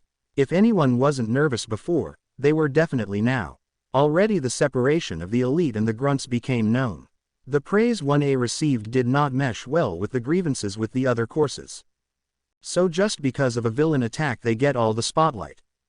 The complaints of those who place the blame on others. Now introducing our first referee for the first year, the R-rated hero Midnight. Having been introduced, the seductive figure of Midnight smiled at the crowd as most of the men and some women in the audience had hearts in their eyes. Some of the students were no exception, with Mineta and Kaminari thanking the gods. Someone should tell Midnight Sensei about her costume. Tokiyami covered his blushing face with Dark Shadow's help. Is that really appropriate for a teacher to wear? That's the best part. Putting his thumbs up, Mineta blushed as he locked his lecherous eyes on Midnight. Mineta's drooling mouth was shut by present Mike's voice. Joining Midnight on stage is the ice-cold heroine, Frost. Inko had her own dedicated fanbase like Midnight, not all were so pure in their affection. Still she waved at the crowd happily. A crack of the whip silenced the entire stadium. Midnight, microphone in hand, spoke. Her seductive voice captivating most men. Quiet down everyone, it's time for the introduction speech of the first-year representative Izuku Midoriya. Everyone kept an eye on his stride to the podium, some brood in anger, other respect, most fear. Stepping up, the first to welcome him was Inko. She wore a smile different than the one she showed the public. Her voice quite like a whisper. Do your best, make the clan proud. She cheered him on. Her meals were one thing. That he could accept that gesture easily.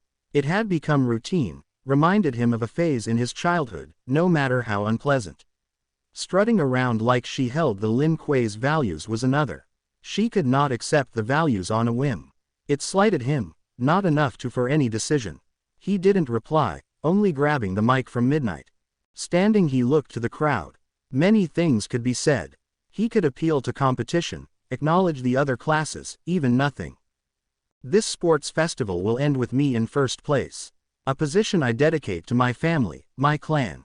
He paused, looking at the crowd gathered before him. Right hand raised to his face, a crystallized mask covering the lower half with a deep glacier blue. It then fell to his chest, his closed fist hitting his chest, over his heart. His arm raised into the air, his graveled voice leaking into the mic. For the Lin Kuei. It was a mix of reactions. Confusion from the civilian audience. Anger from Izumi. Curiosity from the heroes in attendance. They did not understand his dedication to the Lin Kuei. He didn't need them to. They just had to watch him snatch the first place position. It remained quiet. No one knew whether to cheer or boo the arrogance in his statement. Neither happened until present Mike came to the rescue. What a daring DELCARATION. Our first-year representative seeks to sweep the competition. It gets my blood pumping, yeah. Now then, let's get this started. It was him that brought the cheers from the audience back. The arena rumbling under their combined yells. Stepping down the podium, Midnight cracked her whip and gestured to large screen mounted on the arena wall. Right, let's get started. This is where you all will be feeling the pain. The screen flashed the names of multiple event games before it came to a stop. The first event is the obstacle course race. Frost took over the explanation. Mic in hand, she spun around to the screen as a road map appeared. In this event, the students from every class will have to run 4 kilometers around the stadium while facing obstacles along the way. Some familiar, some not. This is a test of your adaptability in the field. The first 5 across the finish line get an advantage in the second game. Now. Both Midnight and Frost spoke in sync. Get to your positions. Listening, the students entered a large tunnel with its exit narrow. The length seemed to stretch on infinitely, and it was designed with the purpose to funnel the students to stay in close proximity and remove the space required for most quirks to work. At the starting line, Izuku looked ahead. Izumi was on his right, Katsuki on his left, the Todorokis and Katsumi behind. Entrapping him before the game started. The Bakugos twitched, the Todorokis glared, and Izumi's stance shifted. She was about to run. He could feel the ice spread from the Todorokis' feet. They were creating a barrier to separate the 6 of them from the rest. They wanted him alone, vulnerable. The plan was probably to attack him as he ran in unison. There was plenty he could do. shift into ice and simply bypass the entire course. He wouldn't, he'd give them what they wanted. The countdown continued to tick down before a large blaring horn sounded. Everyone behind him froze to their ankles. The Todoroki's combined quirk usage stopped their advance. Katsuki and Katsumi's hands shot with explosions. Katsuki blasted his left forearm, Katsumi aimed for the back of his head. His jaw clenched, he took the attack on his arm in stride, head tilting just as Katsumi's attack came. Instead of an immediate retaliation, he opted to stop Izumi, who had tried to run forward. His right arm shot out, clotheslining the girl as he ran ahead. His left arm throbbing, he backhanded Katsuki in the nose, the boy eating the attack and ignoring the blood that poured out. Ignoring the rest as he started to advance. Shoto and Shoya focused on the tunnel, both using their quirks to form a wall at the entrance, to buy the rest some time. Izumi's plan had been working somewhat. This small hiccup would mean nothing. Izumi grabbed her neck but got to her feet as fast as she could. Izuku was only a few steps ahead when she ran to catch up. Head thumping in pain as ice formed around her hands. The 4 large boulder-sized blocks shot forward with a wave of her arms. Move! Her yell caught the attention of the Bakugos, their hands radiating with explosions as they dodged the blocks. She had aimed precisely, 2 for the legs at different sides, 1 for his left arm, another for his head. OFA surged into her body, speed increased gradually. She had to close the gap, no matter what. The blocks neared, he could instinctively tell the distance between him and the ice was getting smaller. They wouldn't take him down. He did not allow it. Sword forging into his left hand, he turned on his heel, ice shooting from the back as his momentum carried him forward. He swiped the first block into clean halves. 2 more met the same fate, but the last. His right hand shot out and grabbed the block. Fingers digging into the brittle material, he redirected it behind him. His ice consuming hers and twisting its trajectory. The ice path behind him growing longer as he used it as an extension. His back turned and his slid carried him until the area shot up in temperature. Ice squealing in the rapid ascension. 2 large explosions destroyed the path. What wasn't swept away was melted with Izumi's shout. Shoya, Shoto. Her voice bellowed and heeding her command, the Todorokis lit the ground ablaze. Their combined efforts were an annoyance. Fortunately, an opportunity presented itself. What an action-packed start. This is real competition. But like we said, this is an obstacle course. So how will our students deal with the first obstacle? Present Mike drew attention to the now activated 0-pointers on the field. 3 hulking figures lumbering forward. Just a few feet away from the 6 lead positions. Izuku's eyes narrowed, his ice path melted, his mobility slowed slightly. He could make more, rather easily, but he chose another path. Ice ball forming in his hand, he launched the orb at the first 0-pointer's knee joint. His ice infected the mechanical beast instantly, the joint shutting in place with jagged edges bursting through the metal.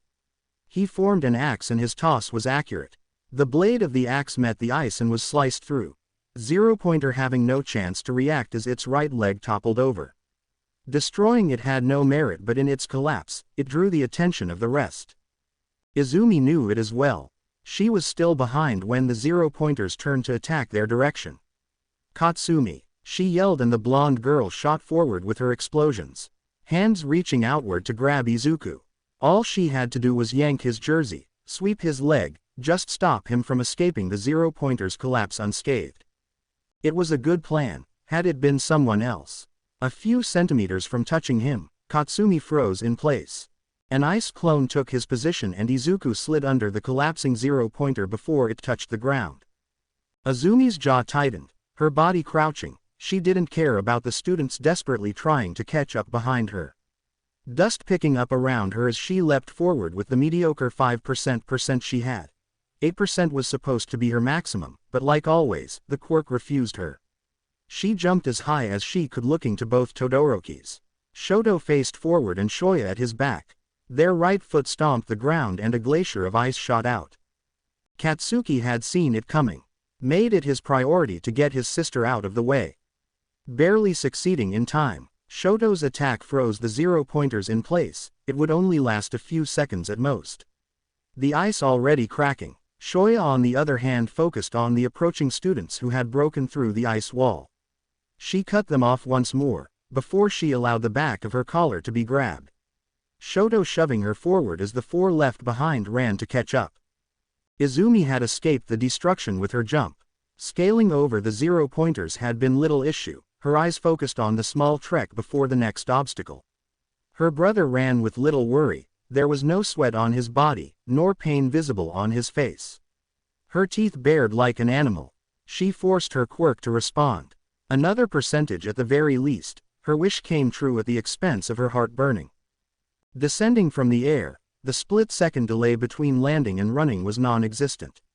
She had to win against him. The next obstacle came into view. Nothing to be concerned about, at least for him. Izuku remained quiet. The teamwork of Izumi and the others was impressive, but not shocking. Those 5 were always like that, sharing a single head in the form of Izumi. If he cut it off, the others would topple. He wouldn't. It made this obstacle course fun. The tightrope walk as announced by Present Mike had no real danger if one fell. Ropes connected to stone pillars gave a chance for recuperation after slowly walking a thin rope. That couldn't be used, not for Izumi, for the Todorokis, not for anyone. They would have to exhaust their quirks. So when he stepped forward there was no inhibition. The entire ground around him froze solid. The chasm below the ropes glossed over as the entire pit had consolidated into a single platform. Stone pillars frozen solid and ropes none spared either. Izuku slid across the ground with ease, he could hear Izumi's approach behind. It was too late, when he reached the end she was halfway. It was the perfect place for her to be when he struck the ice platform with a sledgehammer. It broke apart, ropes, pillars, all that was left was a deep pit filled with frozen pillows that had become as hard as rocks. Izumi had no footing when she fell.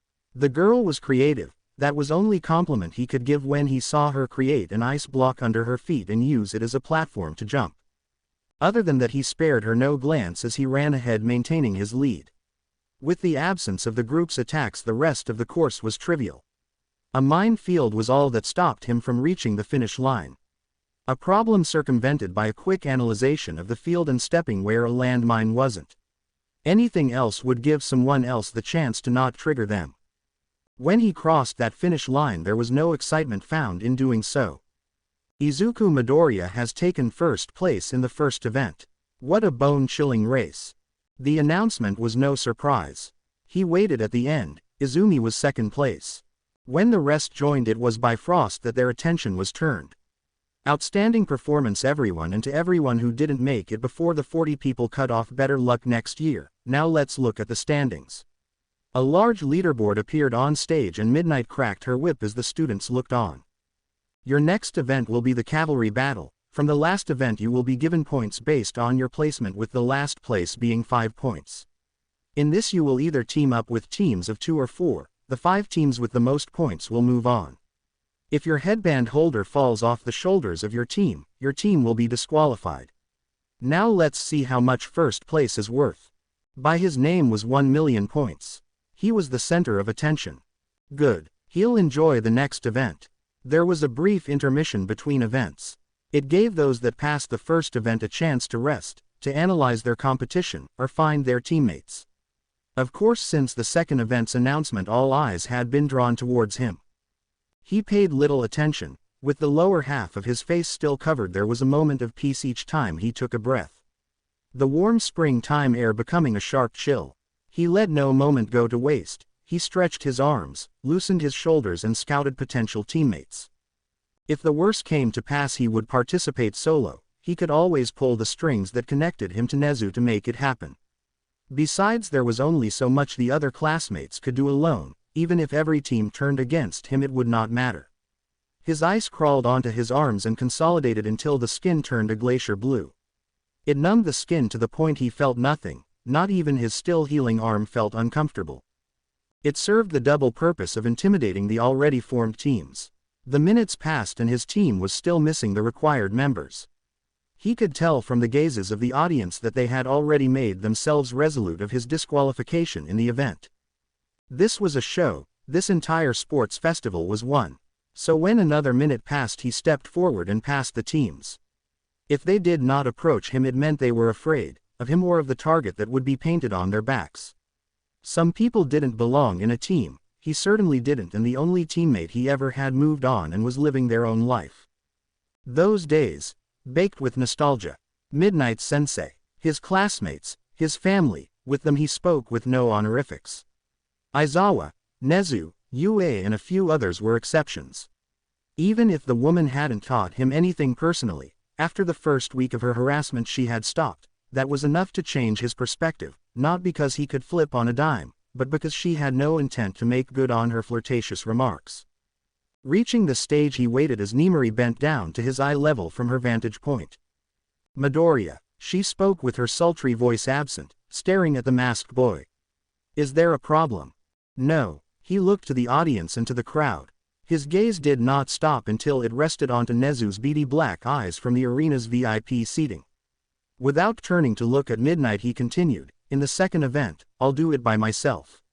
There was an audible murmuring from the crowd. Even with Midnight's mic turned to the side, their conversation, although not on the same level of volume as present Mike's announcements, could still be heard.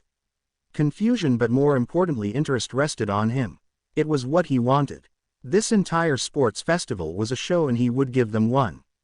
Midnight didn't speak a word and looked through the crowd and to Nezu. The animal nodded his head while ignoring the heroes sitting beside him. You're good to go, she spoke with a smile, concern laced in her voice. Taking the biggest bounty of the game and facing everyone solo was a feat no one has or probably ever will attempt. He stepped away from the stage, now nothing could worry him. Midnight had taken over soon after, making it clear he was the exception, and the students who had been searching for a team quickly found their place as a special fifth member on a few of the weaker groups. It worked out perfectly for Izumi's group. They had been deciding on who would be left out. Now they had no need to. So with their group formed, their ride's construction was simple. The twins of both families took opposite positions, forming an X with the male members composing the front lines. Shoto on the left, Katsuki on the right. Their ride was finished with Izumi plotted on the center, her team's headbands wrapped around her arm. Each side had equal amounts of firepower in theory and boasted great destruction. Izumi could attack from a distance and had enough strength to take and keep their headbands. If they stayed on the defensive it would be an easy second place for all of them. Of course that would not happen, they couldn't stand seeing him in first place and he counted on it. He stood closest to the arena wall. His back covered, all he needed to worry about was his sides and what was in front of him. Now, we'll begin the countdown to the second event. Contestants get REAAAADDDDYY. Present Mike yelled from the spectator booth, a countdown initiating on a large arena screen for all to see. 10, 9, 8, 7, 6. His eyes searched the crowd once more. Nothing drew his eye. 5, 4, 3. There she was, Inko Yagi, a handmade poster, his name written in bold blue letters with a simple message. Win. 2. He tore his lingering gaze away after a fraction of a second. 1. BBBBBZZZZZ. A buzzer echoed off the walls. In that moment he forgot the banner Inko had made. Ignored the shouts of the other teams. His focus was clear as every group charged near him. Even hyenas in a group can kill a lion. It sounded arrogant coming from his own mouth, but that was how powerful people fell. He would not be one of them. He'll set the example now. His classmates were scared of him since the USJ, but the other students hadn't gotten the liberty of seeing it.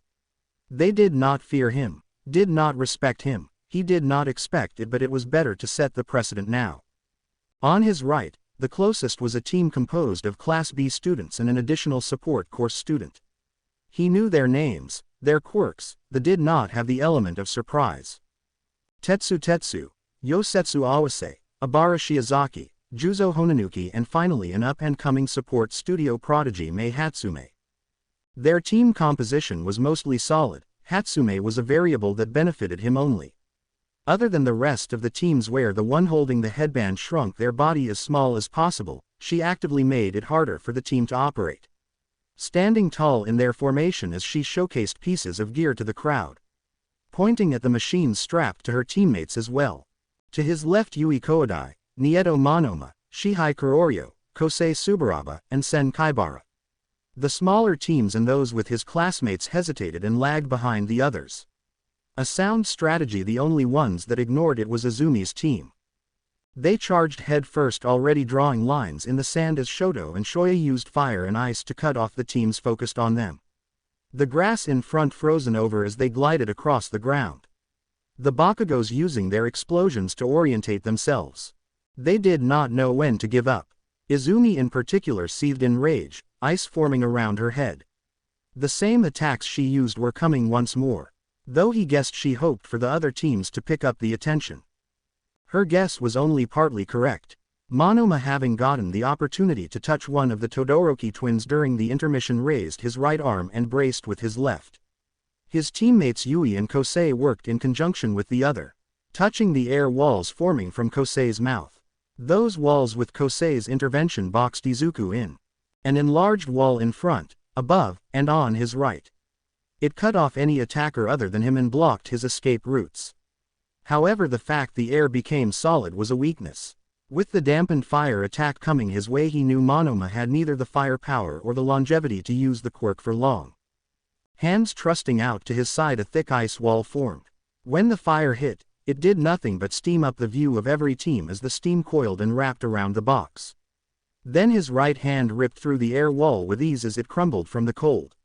The temperature around his body made the grass beneath shriek as they froze and became brittle.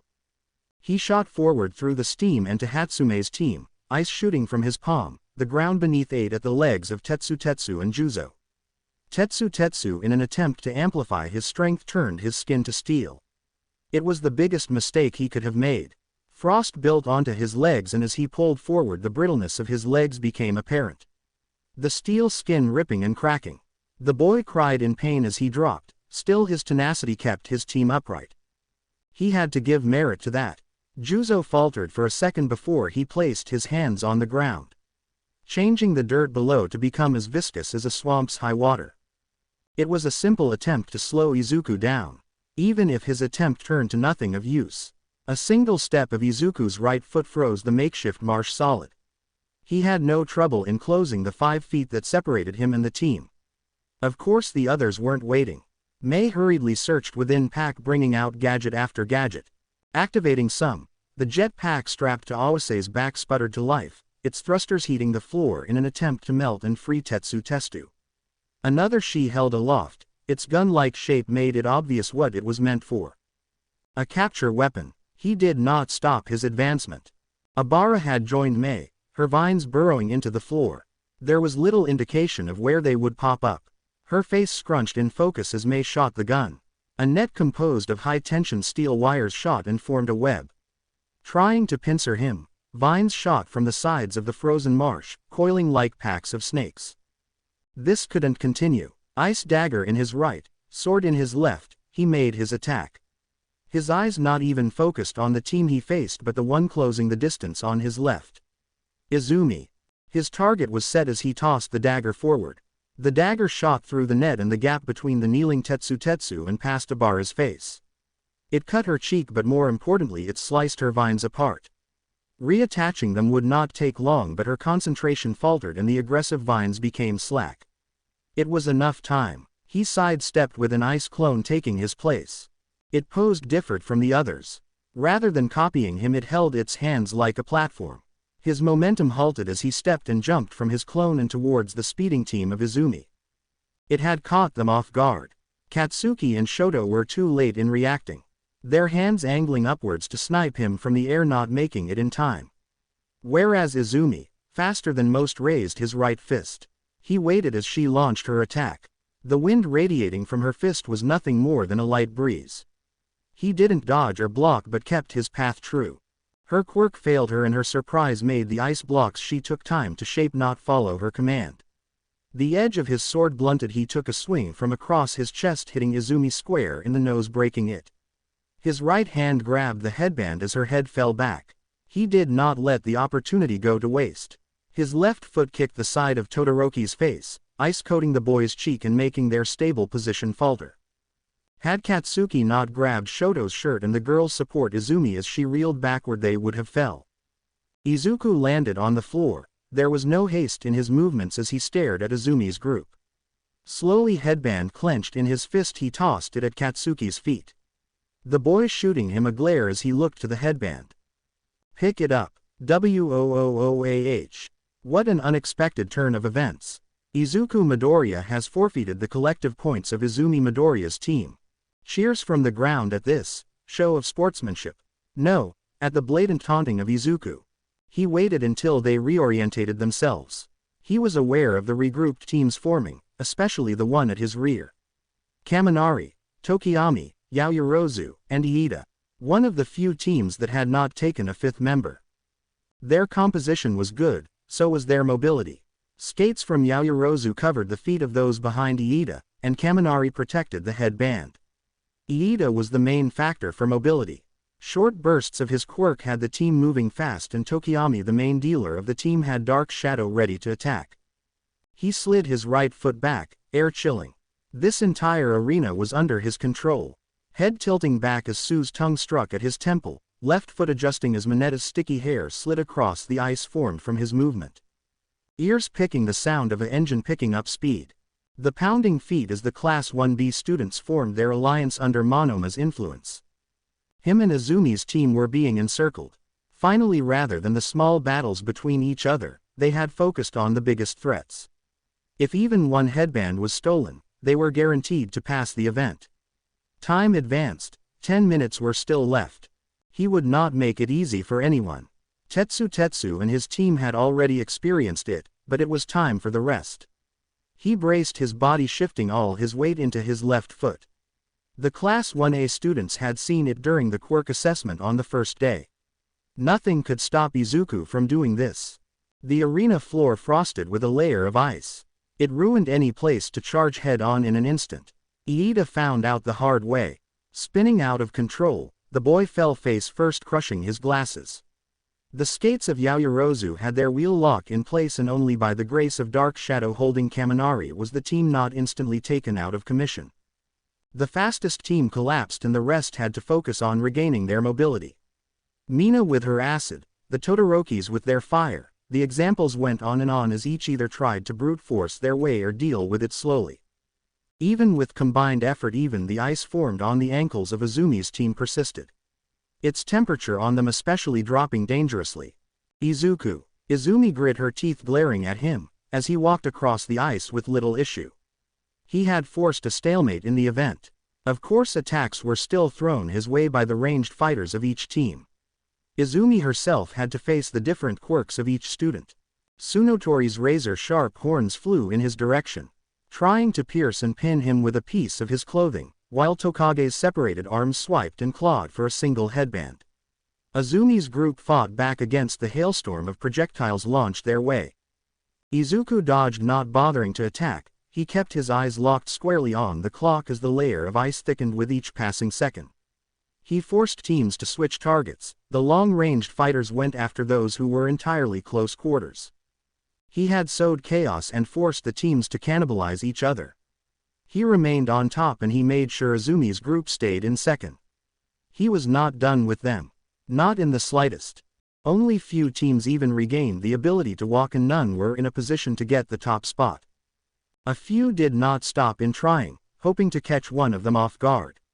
The exception was Monoma and his team. After their initial attack failed, they focused on the rest of the teams avoiding him. The blonde had good battle sense. Even now, while others still looked for a way to obtain one headband, he was already making his way through the crowds.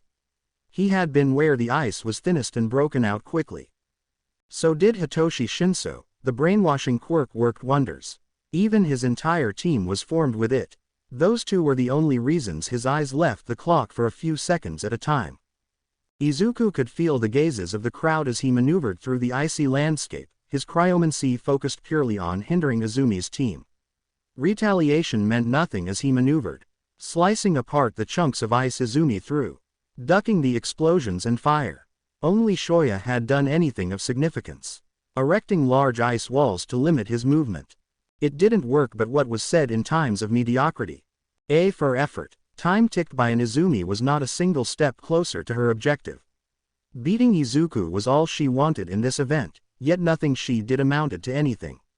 He pitied her by giving back the headband. He mocked her by keeping her rooted in a single place where he had full control. No, It was never like this before. She was always in control. Now OFA won't work. Everything she trained for, all the hours she put in meant nothing. She hated that stare from his eyes. Izuku knew it too. For the years the group had spent bullying him while he had no way to fight back. The mask on his face melted away.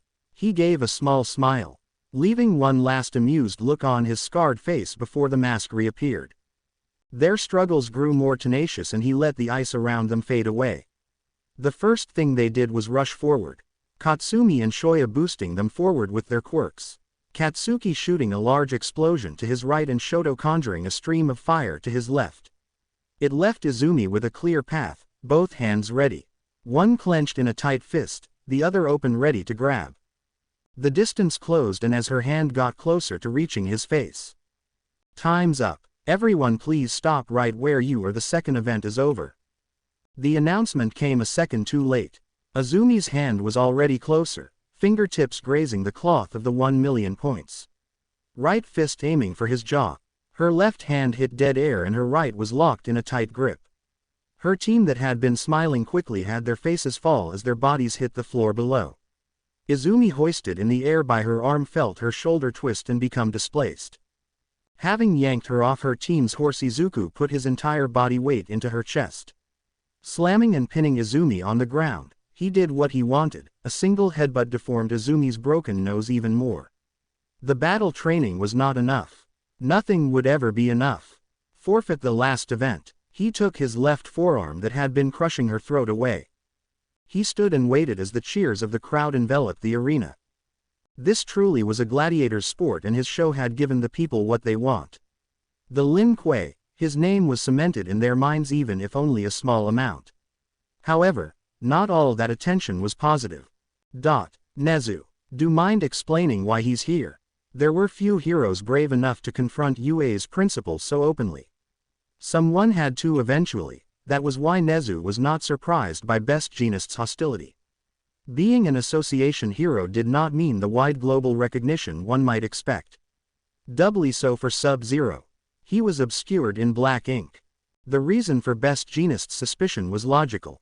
Many times, pro-heroes, whether from small or large companies, were occupied with investigations. Sometimes murder investigations, and a few of these murders happened to involve frozen corpses or their remnants. Each investigation made it to the Hero Association, where it then subsequently died, with any hero investigating coerced in silence. Of course, mere suspicion was not enough. After all, ice using quirks were not uncommon, but heroes like Best Jeanist usually had great intuition. They watched and saw. Ice that can turn a zero-pointer brittle would no doubt be effective on flesh and bone. A skilled tactics and strategic planning. Well, they never caught the killer, so it was far to assume they need how to move and cover all their bases. But most of all, his control. Most ice quirks failed in this aspect. Even the Todorokis, Inkos and Izumis had failed in gaining complete control. The murders had one common underlying tactic. Bodies frozen stiff, unable to move, all before their death came swiftly. Izuku's main play had been just that, immobilizing the competition, and the top hero suspected that had it truly been what Izuku wanted, every student here would have had their legs shatter into pieces. Not to mention the USJ attack. There was no hero that hadn't heard of it. Nezu remained calm. This was something inevitable, however he was at no liberty to entertain Best Jeanist or any theorizing hero. Whatever do you mean? If the insinuation that I believe you are saying is in fact what you mean, then I suggest you think deeper on this. Never would I endanger students by introducing such a dangerous individual. Of course Best Jeanist was right in his assumption, but Sub-Zero earned his trust, the trust of the Hero Association. Besides, realistically, how could they ever restrain him without All Might or a hero-like endeavor? Sometimes you take a hit.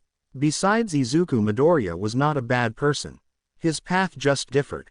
Otherwise, what reason would he need to be recognized as a real pro-hero? Having just the association publicize his name would have been enough to gain fame in many circles of people. It was something else that kept Izuku going, or that is what the animal hoped. His answer shut the heroes up for now. Her teeth bit deep in the gauze pad shoved into her mouth. Eyes pointed in a single direction, her nose stuffed with blood which made breathing a painful and slow task. Her right clenched tight enough for her nails to cut into her palms. His words had cut deep. She hated every second of it. Still feeling the pressure on her throat. Hold still. Recovery girl gave her an instruction, but she didn't bother to look at the woman or acknowledge the words. She only waited before a popping echoed off the arena medical bay's walls and a searing pain ran up the length of her shoulder. Her teeth bit even deeper as her dislocated arm was forced back into place. The intermission between the second and this newest event would be the longest by far. The pain she felt too would never cease at the moment. First it was her arm, next, she felt the old woman's gloved hands reach for her nose. It had been X-rayed.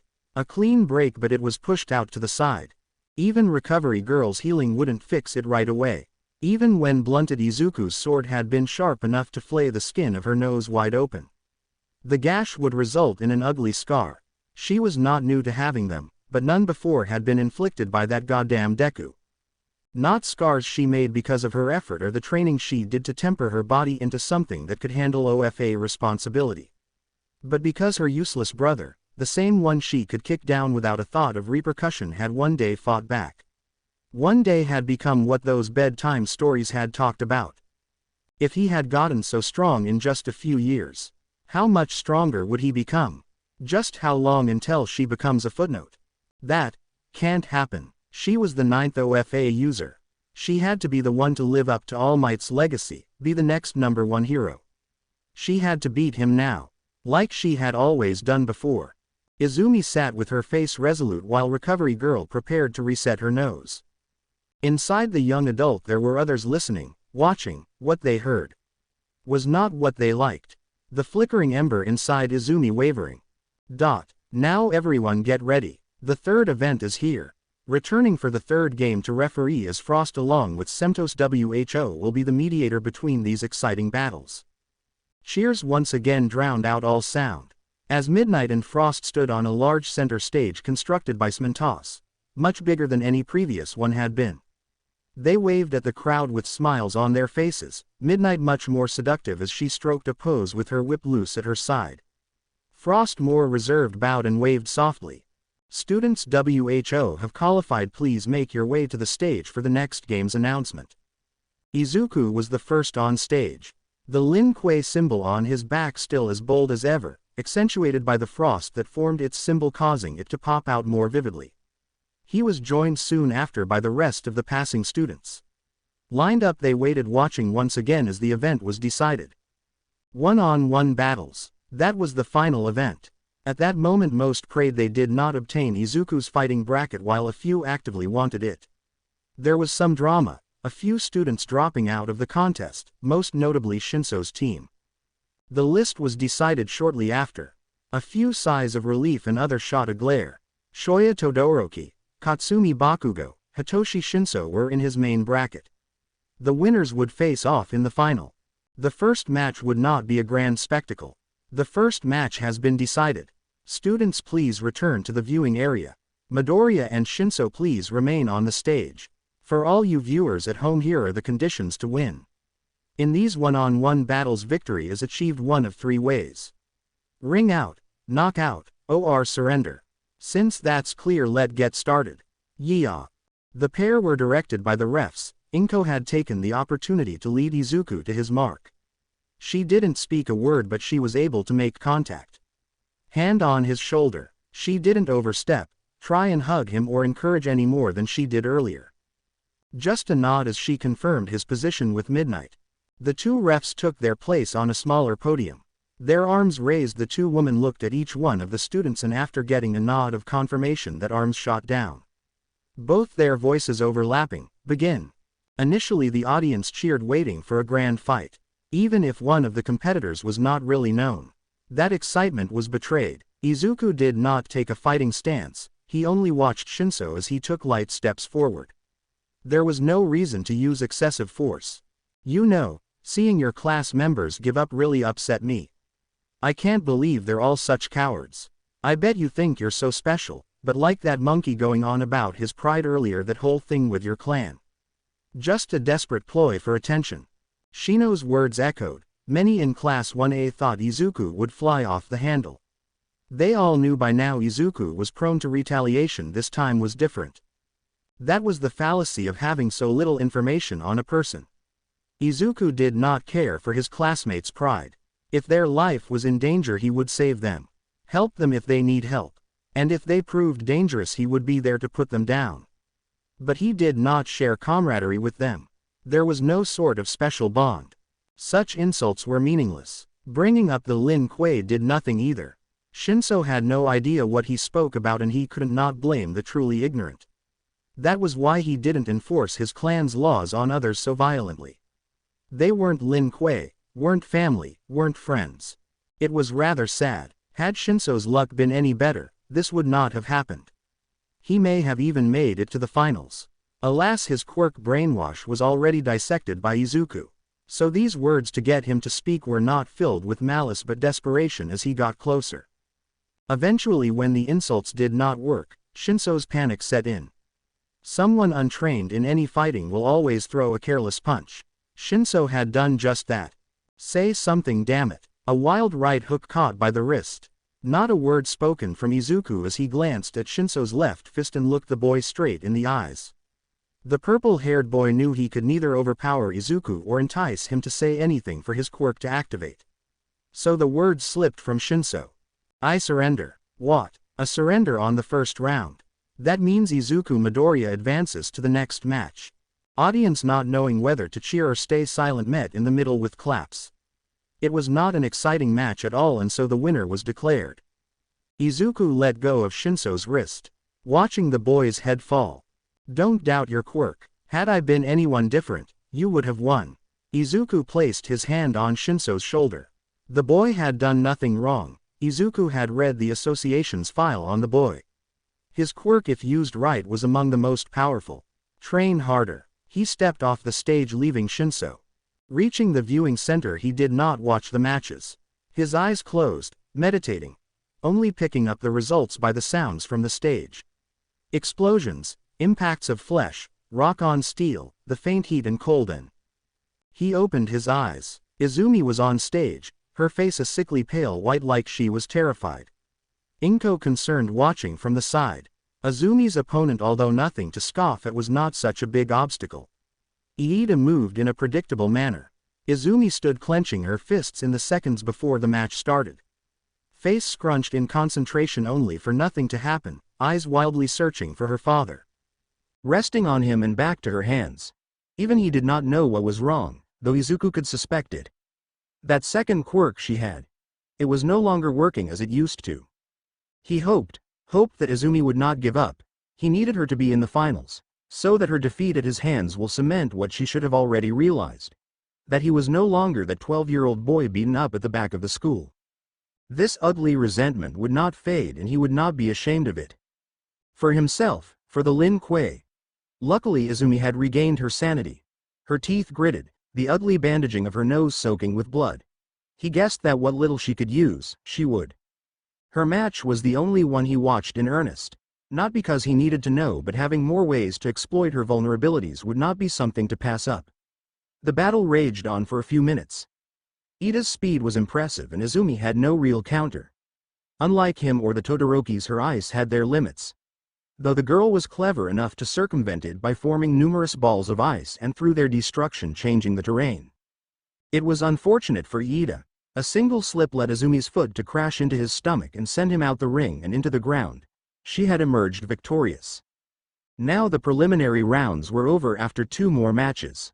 Finally it was time for the qualifiers. His opponent Shoya waited on stage. Her face was covered in blackened ash from Katsumi's explosions, her right sleeve torn off at the shoulder. The girl looked in his direction with her heterochronic eyes. Among Izumi's group she showed the least hostility. However, that didn't mean much. Low hostility did not mean there was none at all. Begin. The fight started. Shoya's left side covered in flames, her right coated in ice. She was no fool, at least to some extent. That was why she did not use her ice as a means of attack. Creating a thick jagged wall of thick ice behind her, it reduced the chance of a ring out. Rather, her starting attack was of the launching of a fire wave. The heat boiled the air. It missed Izuku entirely. After all, he wasn't the target of her fire. Instead she boxed him in, The sides and his back of the ring were covered in flames. The spectators' views would have been blocked if not for the overhead cameras. All this time he had not taken a step. No amount of set-up would result in Shoya's win. Izuku's left hand grabbed his chest. An explosion of ice coated his body with a mist. Over his skin a thick transparent ice layer. Only then did he take the first step, his walk turning into a run. His speed, although not on the speed of Iida, was enough for Shoya to attack once again. A spiral of fire launching forward, tunneling towards him. She had no way to change the direction, so sidestepping was enough to avoid it. In trying to correct this, even if it was idiotic, her right hand swiped forward. A line of ice shooting to where he would be. It was marginally faster than the fire. Its scale was large, almost reaching the lowest level of the audience viewing. Such a large attack ultimately made it brittle. He proved as much. An ice sledgehammer forged itself and rested in his hand. It took a single swing. The cracks on Shoya's ice appeared, and a fraction of a second later it snapped into fine pieces. Falling in the air with a twinkle from the rays of sun, her fire proved of no use either. Her sustained fire became taxing. She would be forced to turn it off and he would close the distance. In reality, this could have been done in an instant. He just wanted this fight to be prolonged. The pattern repeated, a burst of fire trying to push him to the walls she put up around the arena. Her ice attacks trying to force a break in his rhythm while she recovered. He destroyed what came his way, slowing his pace. He wanted Shoya pushed to the limit. To use something so grand so that it can fail. He got what he wanted.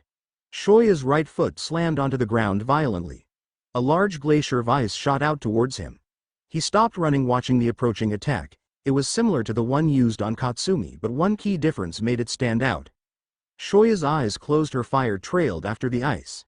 She was attempting a makeshift explosion by superheating cold air. It was innovative. Izuku turned his back towards Shoya's glacier. The barrier that formed was considerably thin. Anyone watching it viewed his choice of defense as barely capable. The sphere around Izuku was swallowed by Shoya's ice.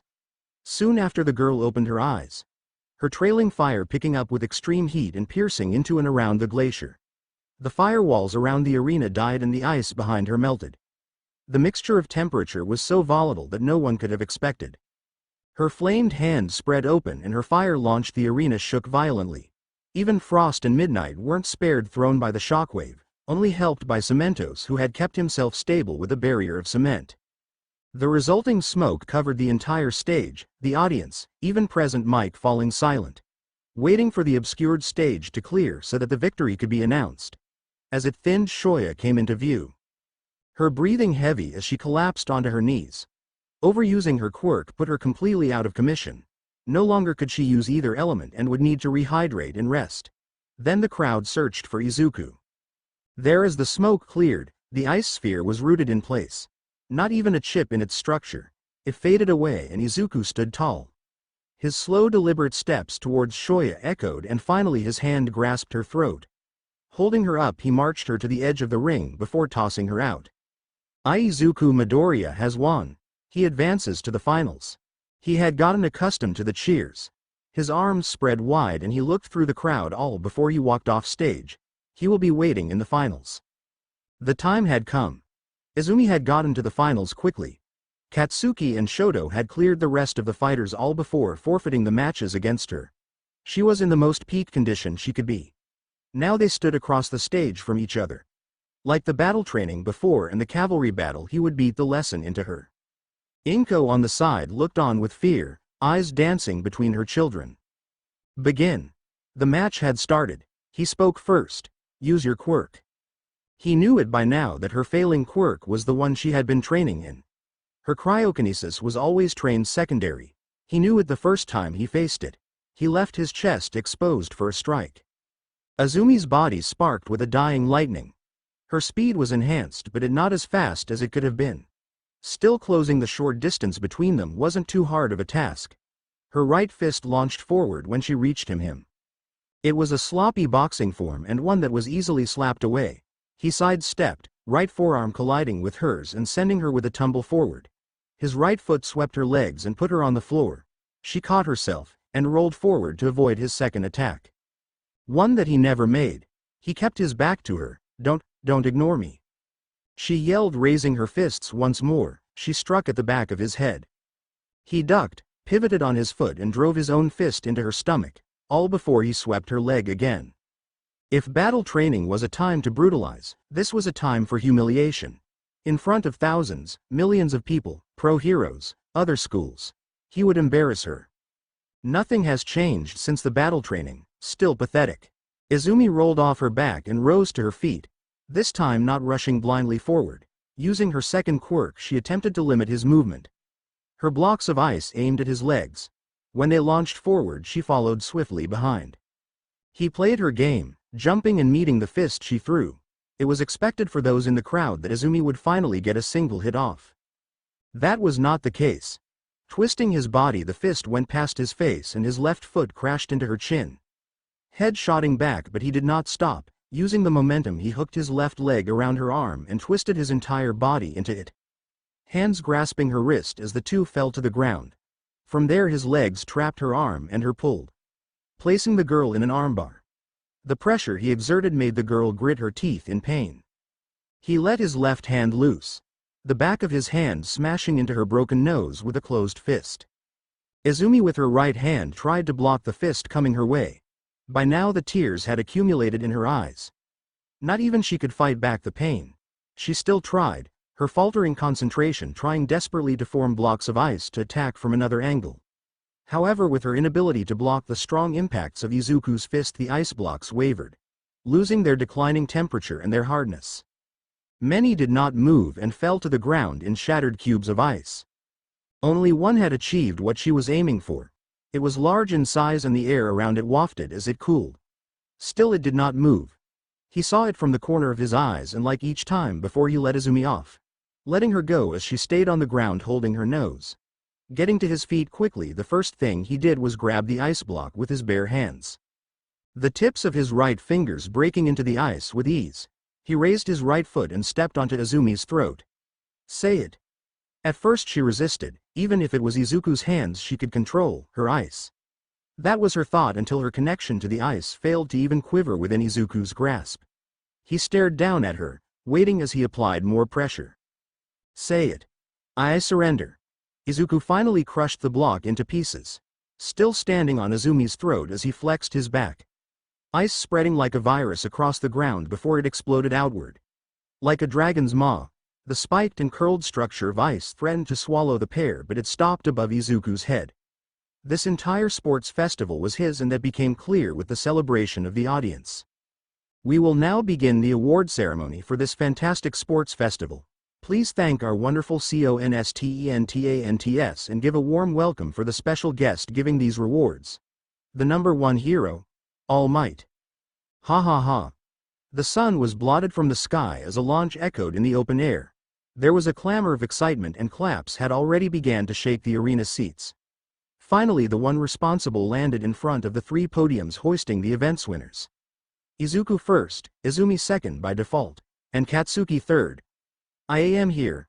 All Might stood, flexing his entire body, making a broad stance as he flashed his trademark smile.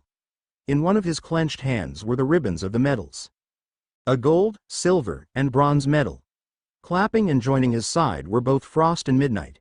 It was Midnight who took the role of speaking, presenting the winner with a hand gesturing All Might forward. I think it's time to reward the victors of this festival. All Might nodded to both Frost and Midnight before stepping to third place. Katsuki Bakugo, for your performance in the sports festival, I want to award you with this third place medal. Don't take this as proof of your limit but an opportunity to improve. Please bow your head. Katsuki did as he said, his face still twitching with frustration as the bronze caught the glimmer of sunlight. All Might made his way to second place. Izumi Yagi, you've done well showcasing your tenacity and fighting spirit within this event. This second place medal may not be first, but that just means you try harder, you persist, and you win. All Might paused when he looked at his daughter. He expected some reaction, but the girl was silent, bowing her head before he asked her to. The tears in her eyes dripping down her cheeks and her teeth gnawing into her lip. Now it was time for the ultimate winner. Izuku Midoriya, your strategy, power, intellect, and fighting spirit is an inspiration to many. Your excellent performance has rightfully earned the pride that comes with the first place position. I congratulate you on your performance. I would like to award you with his gold medal, please. Izuku held his hand out. He would not bow to All Might. Only a few would ever get him to lower his head. He made this clear and waited until All Might placed the medallion into his grasp. He did not hesitate in freezing the medal before he raised his arm high in the air, crushing the medallion into pieces and having it crumble onto the floor as his fist clenched.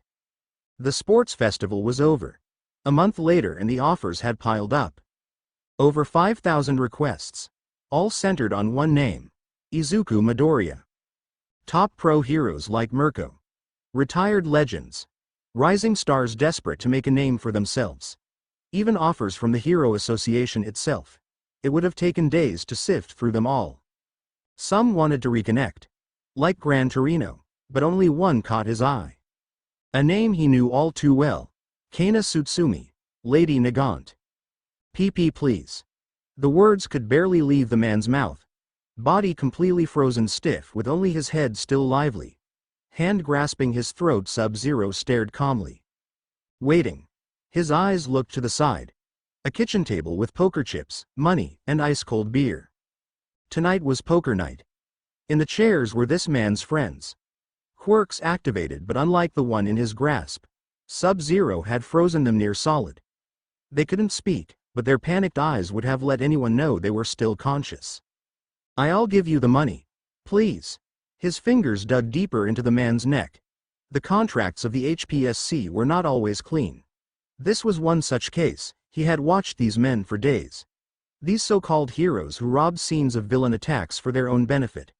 Of course they saved the innocent, like any hero would, but they planted seeds of chaos within society. In those times he was called, him, and she's hesitating again. He spoke out loud, taking his eyes off the man and out the window. The darkness of the night made it hard for anything to be seen. Not for him, nor for her, so the hesitation made little sense. When he kept his gaze, did the glass, that had been frosted over, shatter with minimal noise. Of the four still seated, one had their torso shatter, a hole boring through and into the floor below. The object responsible was a twisted pink and indigo scrap of hair propelled like that of a sniper rifle round. Its target crumpled to the ground in pieces without the blood even flowing. It repeated 3 more times, the intervals between each shot increasing. He noticed it immediately while his left hand closed. Flesh, spine, throat crumbling in his palm. The man he had been holding dropped to the floor and the room's temperature dropped until nearly everything inside had become brittle like glass. Kneeling, he plucked the twisted rounds from the floorboards, stuffing them into a pouch on his side. The only evidence that would be left would be the destroyed corpses, flash frozen and burned by the extreme temp, and the shattered plain glass back door. That and the noise which could only be suppressed so much. Now would be the time to leave, and he did just that. Turning, he ignored the crunch of the carpet floor beneath him as he went through the broken front door of the otherwise luxurious home. Bought from the funds, confiscated, by these heroes at the crime scenes. Feet hitting the concrete. Sub-Zero's pace picked up rapidly, feet slamming against pavement as he moved to meeting point. From there he and his partner, after making sure they were clean, would head back to the HPSC to report. It was a systematic process that he was familiar with. Most of his association contracts were directly from the Hero Public Safety Commission, so this was nothing out of the ordinary. Neither was working with his partner. However, too many things had changed. She was beyond skilled, yet now, she began hesitating. It made his work more dangerous. Threatened her safety. Both he could not allow.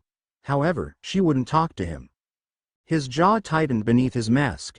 She may not speak, but he was not blind. She losing sleep, washing her hands late into the night. He recognized it, how could he not? In those slums sometimes it was kill or be killed.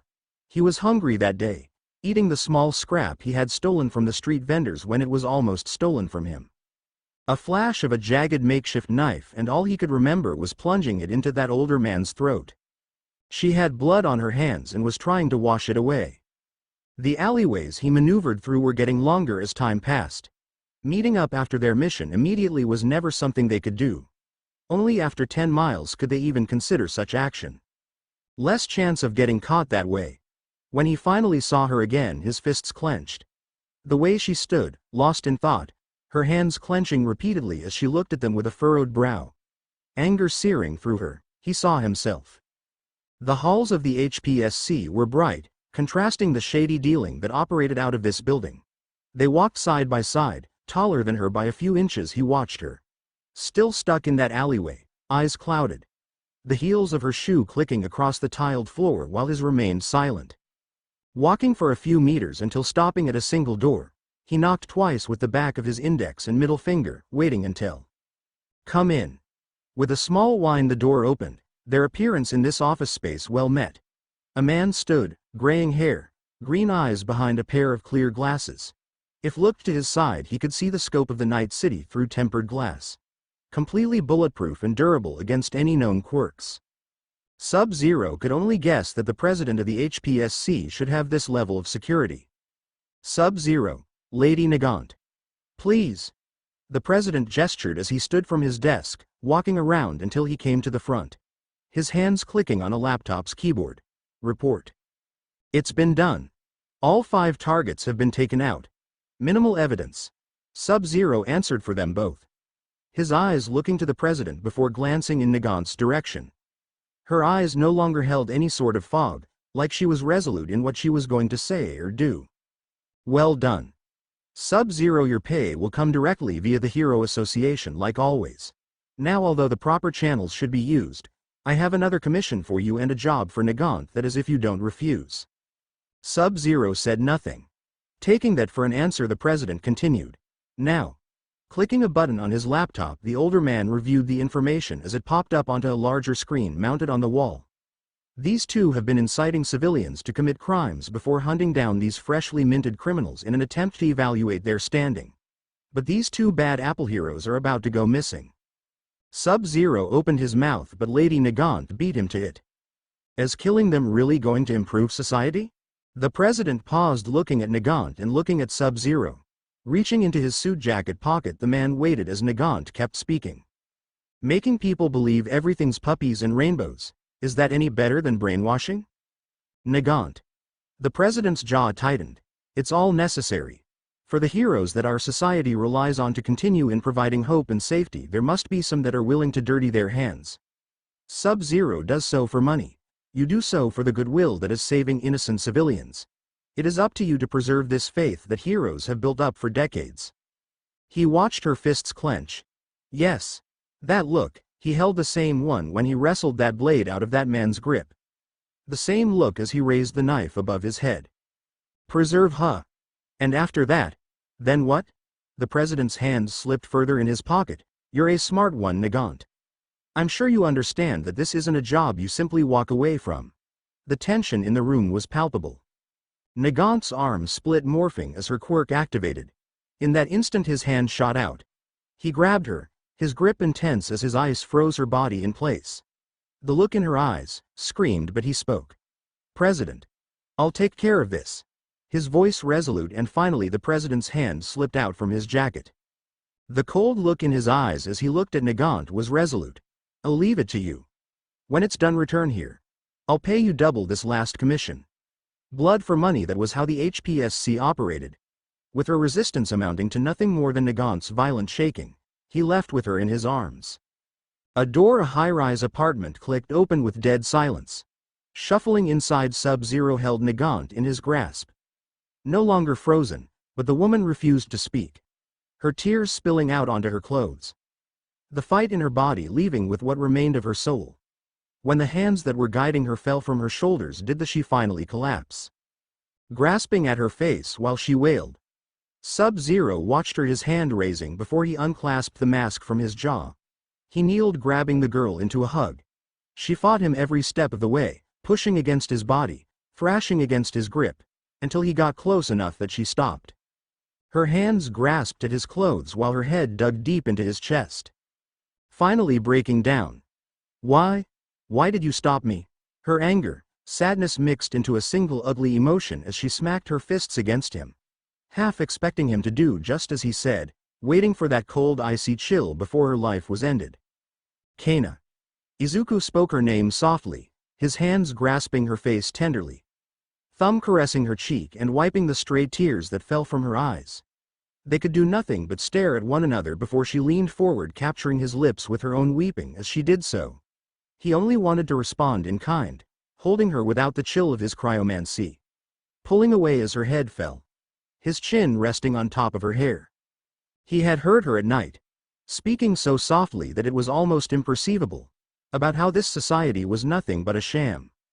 "I don't want to do this anymore," she cried out between her sobs, her grip on his clothes getting stronger. "I'm exhausted.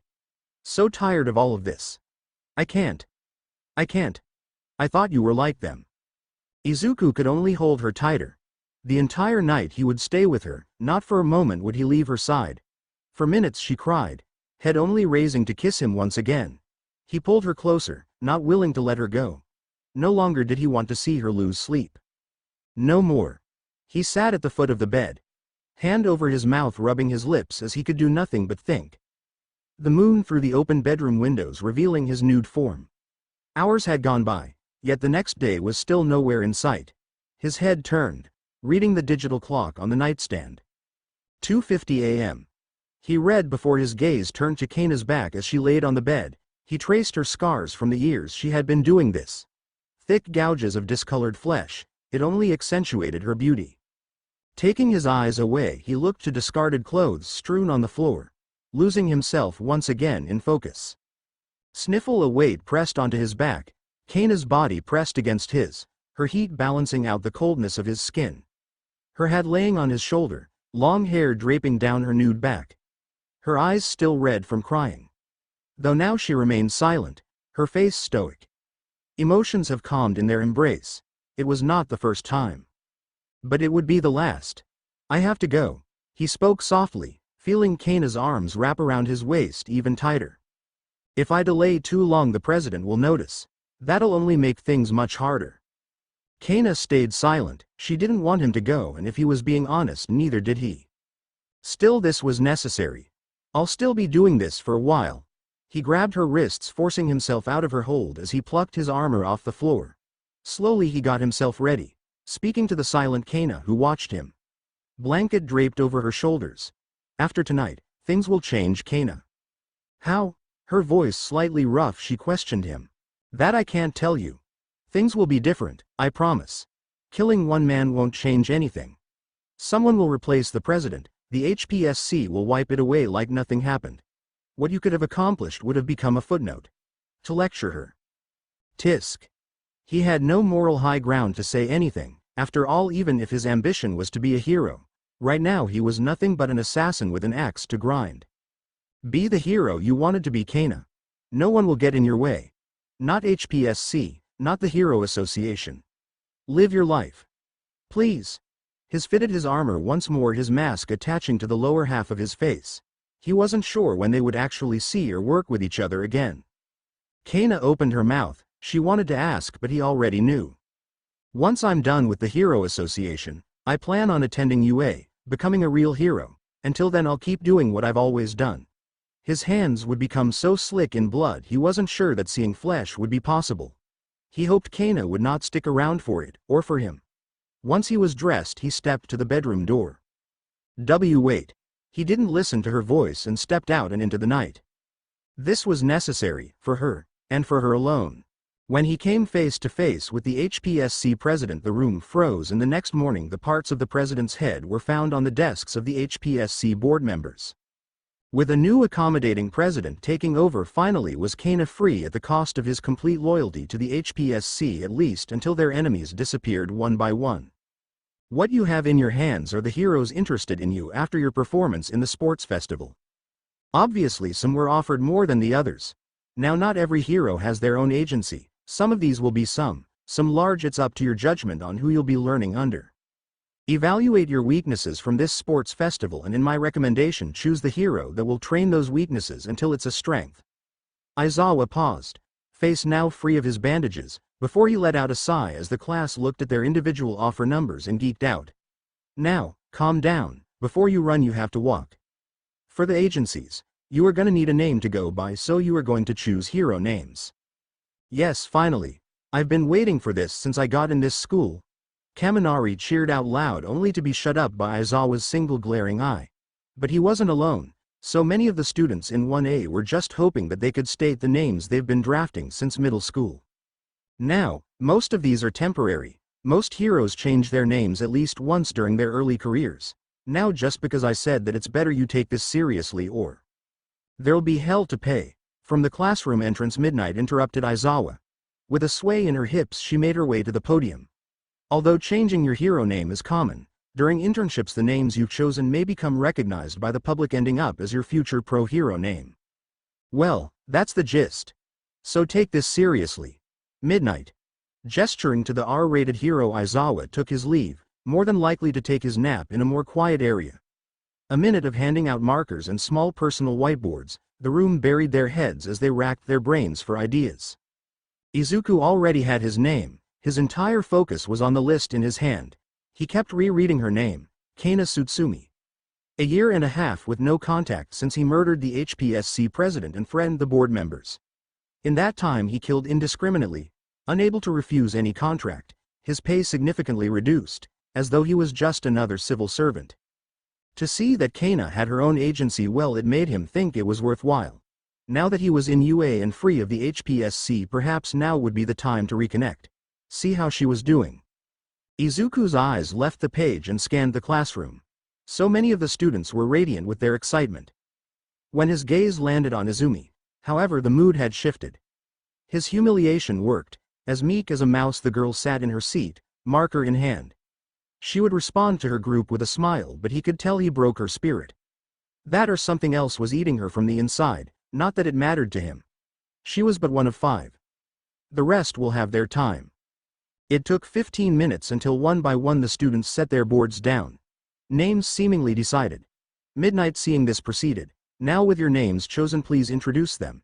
And through my personalized screening process, well, make this names pop. She seemed more excited about their names than the students themselves. The first was to step up was Aoyama.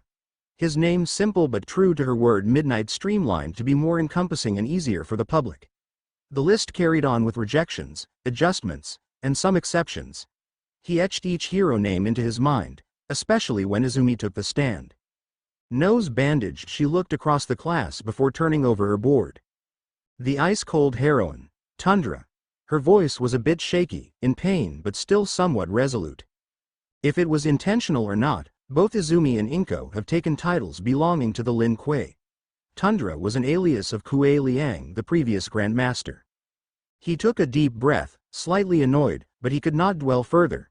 Being that he was a student, participation was required, though his name was always what it would be. Without a board he spoke plainly. Sub-Zero. A name already recognized within the underground of Hero Society. A title only the Grandmaster of the Lin Kuei could have. Approved. Midnight gave a thumbs up. She was not at liberty to change anything Izuku does. Although a student, the relationship between him and UA as a whole was more of a contractual obligation. The name only made sense to the students who never heard it before. Izumi and her friends, however, were not like them. Whether she had told them growing up or not, it seems they recognized the name even if they did not understand it. There was no way Izumi wouldn't know. She did not protest or show much of a reaction, rather she failed to meet his gaze. The names continued, and by the end Aizawa had made his way back inside. His bloodshot eyes looking a bit more clearer. Finally, once Shoya's name of Cold Flare was introduced, did Aizawa take center stage once more. Now that your names have been decided, it's time for you to choose your internships. They'll be lasting a week. Decide from the list of offers given. For those who did not get any, there are 40 contracted agencies that UA students can take advantage of. You have 3 days to choose and submit your decision to me or Nezu directly. Wait, only 3 days? Many of them got thousands of offers. And what students would they be if they didn't research the heroes they would be going under? That wasn't Aizawa's problem, however. Decisiveness is essential for heroes. That was all he said before dismissing the class. While they deliberated, he moved. There was no decision to make, he had to see her again. The wait at the train station was short but extremely quiet. The students of 1A will ride together but will inevitably split off into their own groups. Azumi's duffel bag dangled over her shoulder, her face tense. He could only guess that she picked Gran Torino. Her friends were having a more pleasant wait. The Bakugo twins were working with Best Jeanist and the Todorokis were going with their father. As for the rest, their decisions varied between combat, rescue, and others. However, The most surprising was Tenya Iida's decision to intern for a lesser-known hero in the city of Hosu. Not to Izuku, however, the reason had been all over the news headlines. Although he was mostly free from the association's contracts, for a favor they asked for one in return. They weren't one to have a debt go unpaid. For the information on his class year's quirks he was given another task. The hero killer Stain, whose latest sighting involved the crippling of the pro-hero Ingenium, Iida's older brother. Izuku let out a sigh. For years the HPSC-led Chizome Akaguro roamed the streets. Although his vigilantism caused uproar, it was undisputable that he was doing their job for them. Sometimes even his own contracts were coincidentally poached by the hero killer. Now when they crossed the invisible boundaries, such unpaid assets like the hero killer become his responsibility. Before Iida did anything drastic, he'll stop Stain, fulfill the revenge Iida so desperately craved before the boy got himself killed. As for right now, however, he had a train to catch. Call it lucky or simply a convenience that Kaina's agency was on the outskirts of Hosu City, so by the time his classmates departed or transferred only he was left on his train. When it came to his final stop, did he feel some form of anxiousness? Last time he saw her, he left without a word or an explanation. Just a promise. A single hesitant step. After that he moved. His path to Nagant's agency was long. Arriving, it was the most one could expect from a hero with ties to the association. A 40-story high building, each floor covered with pristine glass windows. Heroes walking in and out, though none as he looked seemed to have broken through even the top 200 rankings. A haven for the initiated. That was the most common thing read about Nagant's agency. New heroes far and wide gravitated to Kaina's agency. Unlike other heroes, they don't practice in calming the public down. Their interviews involve both the casualties and the lives saved. The only thing missing was a confirmed killing in the line of duty from Kaina herself. Did she finally wipe that blood off her hands? The steps to her agency's front door were covered with reporters. With the heroes contracted under Nagant, there was always a story to be heard. Yet few months, the Hero Association's funding for the agency kept coming. He made sure of it. Through the glass front doors his feet tapped against the floor. Eyes scanning the room, ignoring all the new and low-level heroes who talked amongst each other. Going to the receptionist counter, he waited until the woman behind the desk took notice. "I'm sorry, how can I help you?" She spoke with a smile. From a glance he couldn't tell what the woman's quirk was. "Izuku Midoriya, I'm here for the UA internship program." Like a light had clicked on, the second he uttered his name, the woman smiled brightly. "Please, Ms. Nagant is waiting for you at the top floor." The receptionist gestured to the elevator just a few feet away. "Thank you." The ride up was seemingly just as long as his walk to the building. Each more ding of a floor and a growing tightness in his chest appeared. Finally the ding of the final floor came and the elevator doors opened. He stepped forward, through another hallway, past another receptionist and opening the last hurdle there was a pair of double doors. When he saw her, it was like night and day from the last time. A smile on her face. Her hero suit updated but still sporting her sharpshooting eye was glass eyepiece.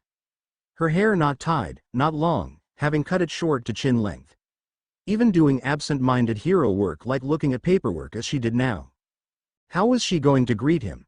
They knew each other better than anyone. Both killers for the Hero Society. Sub-Zero. Lady Nagant.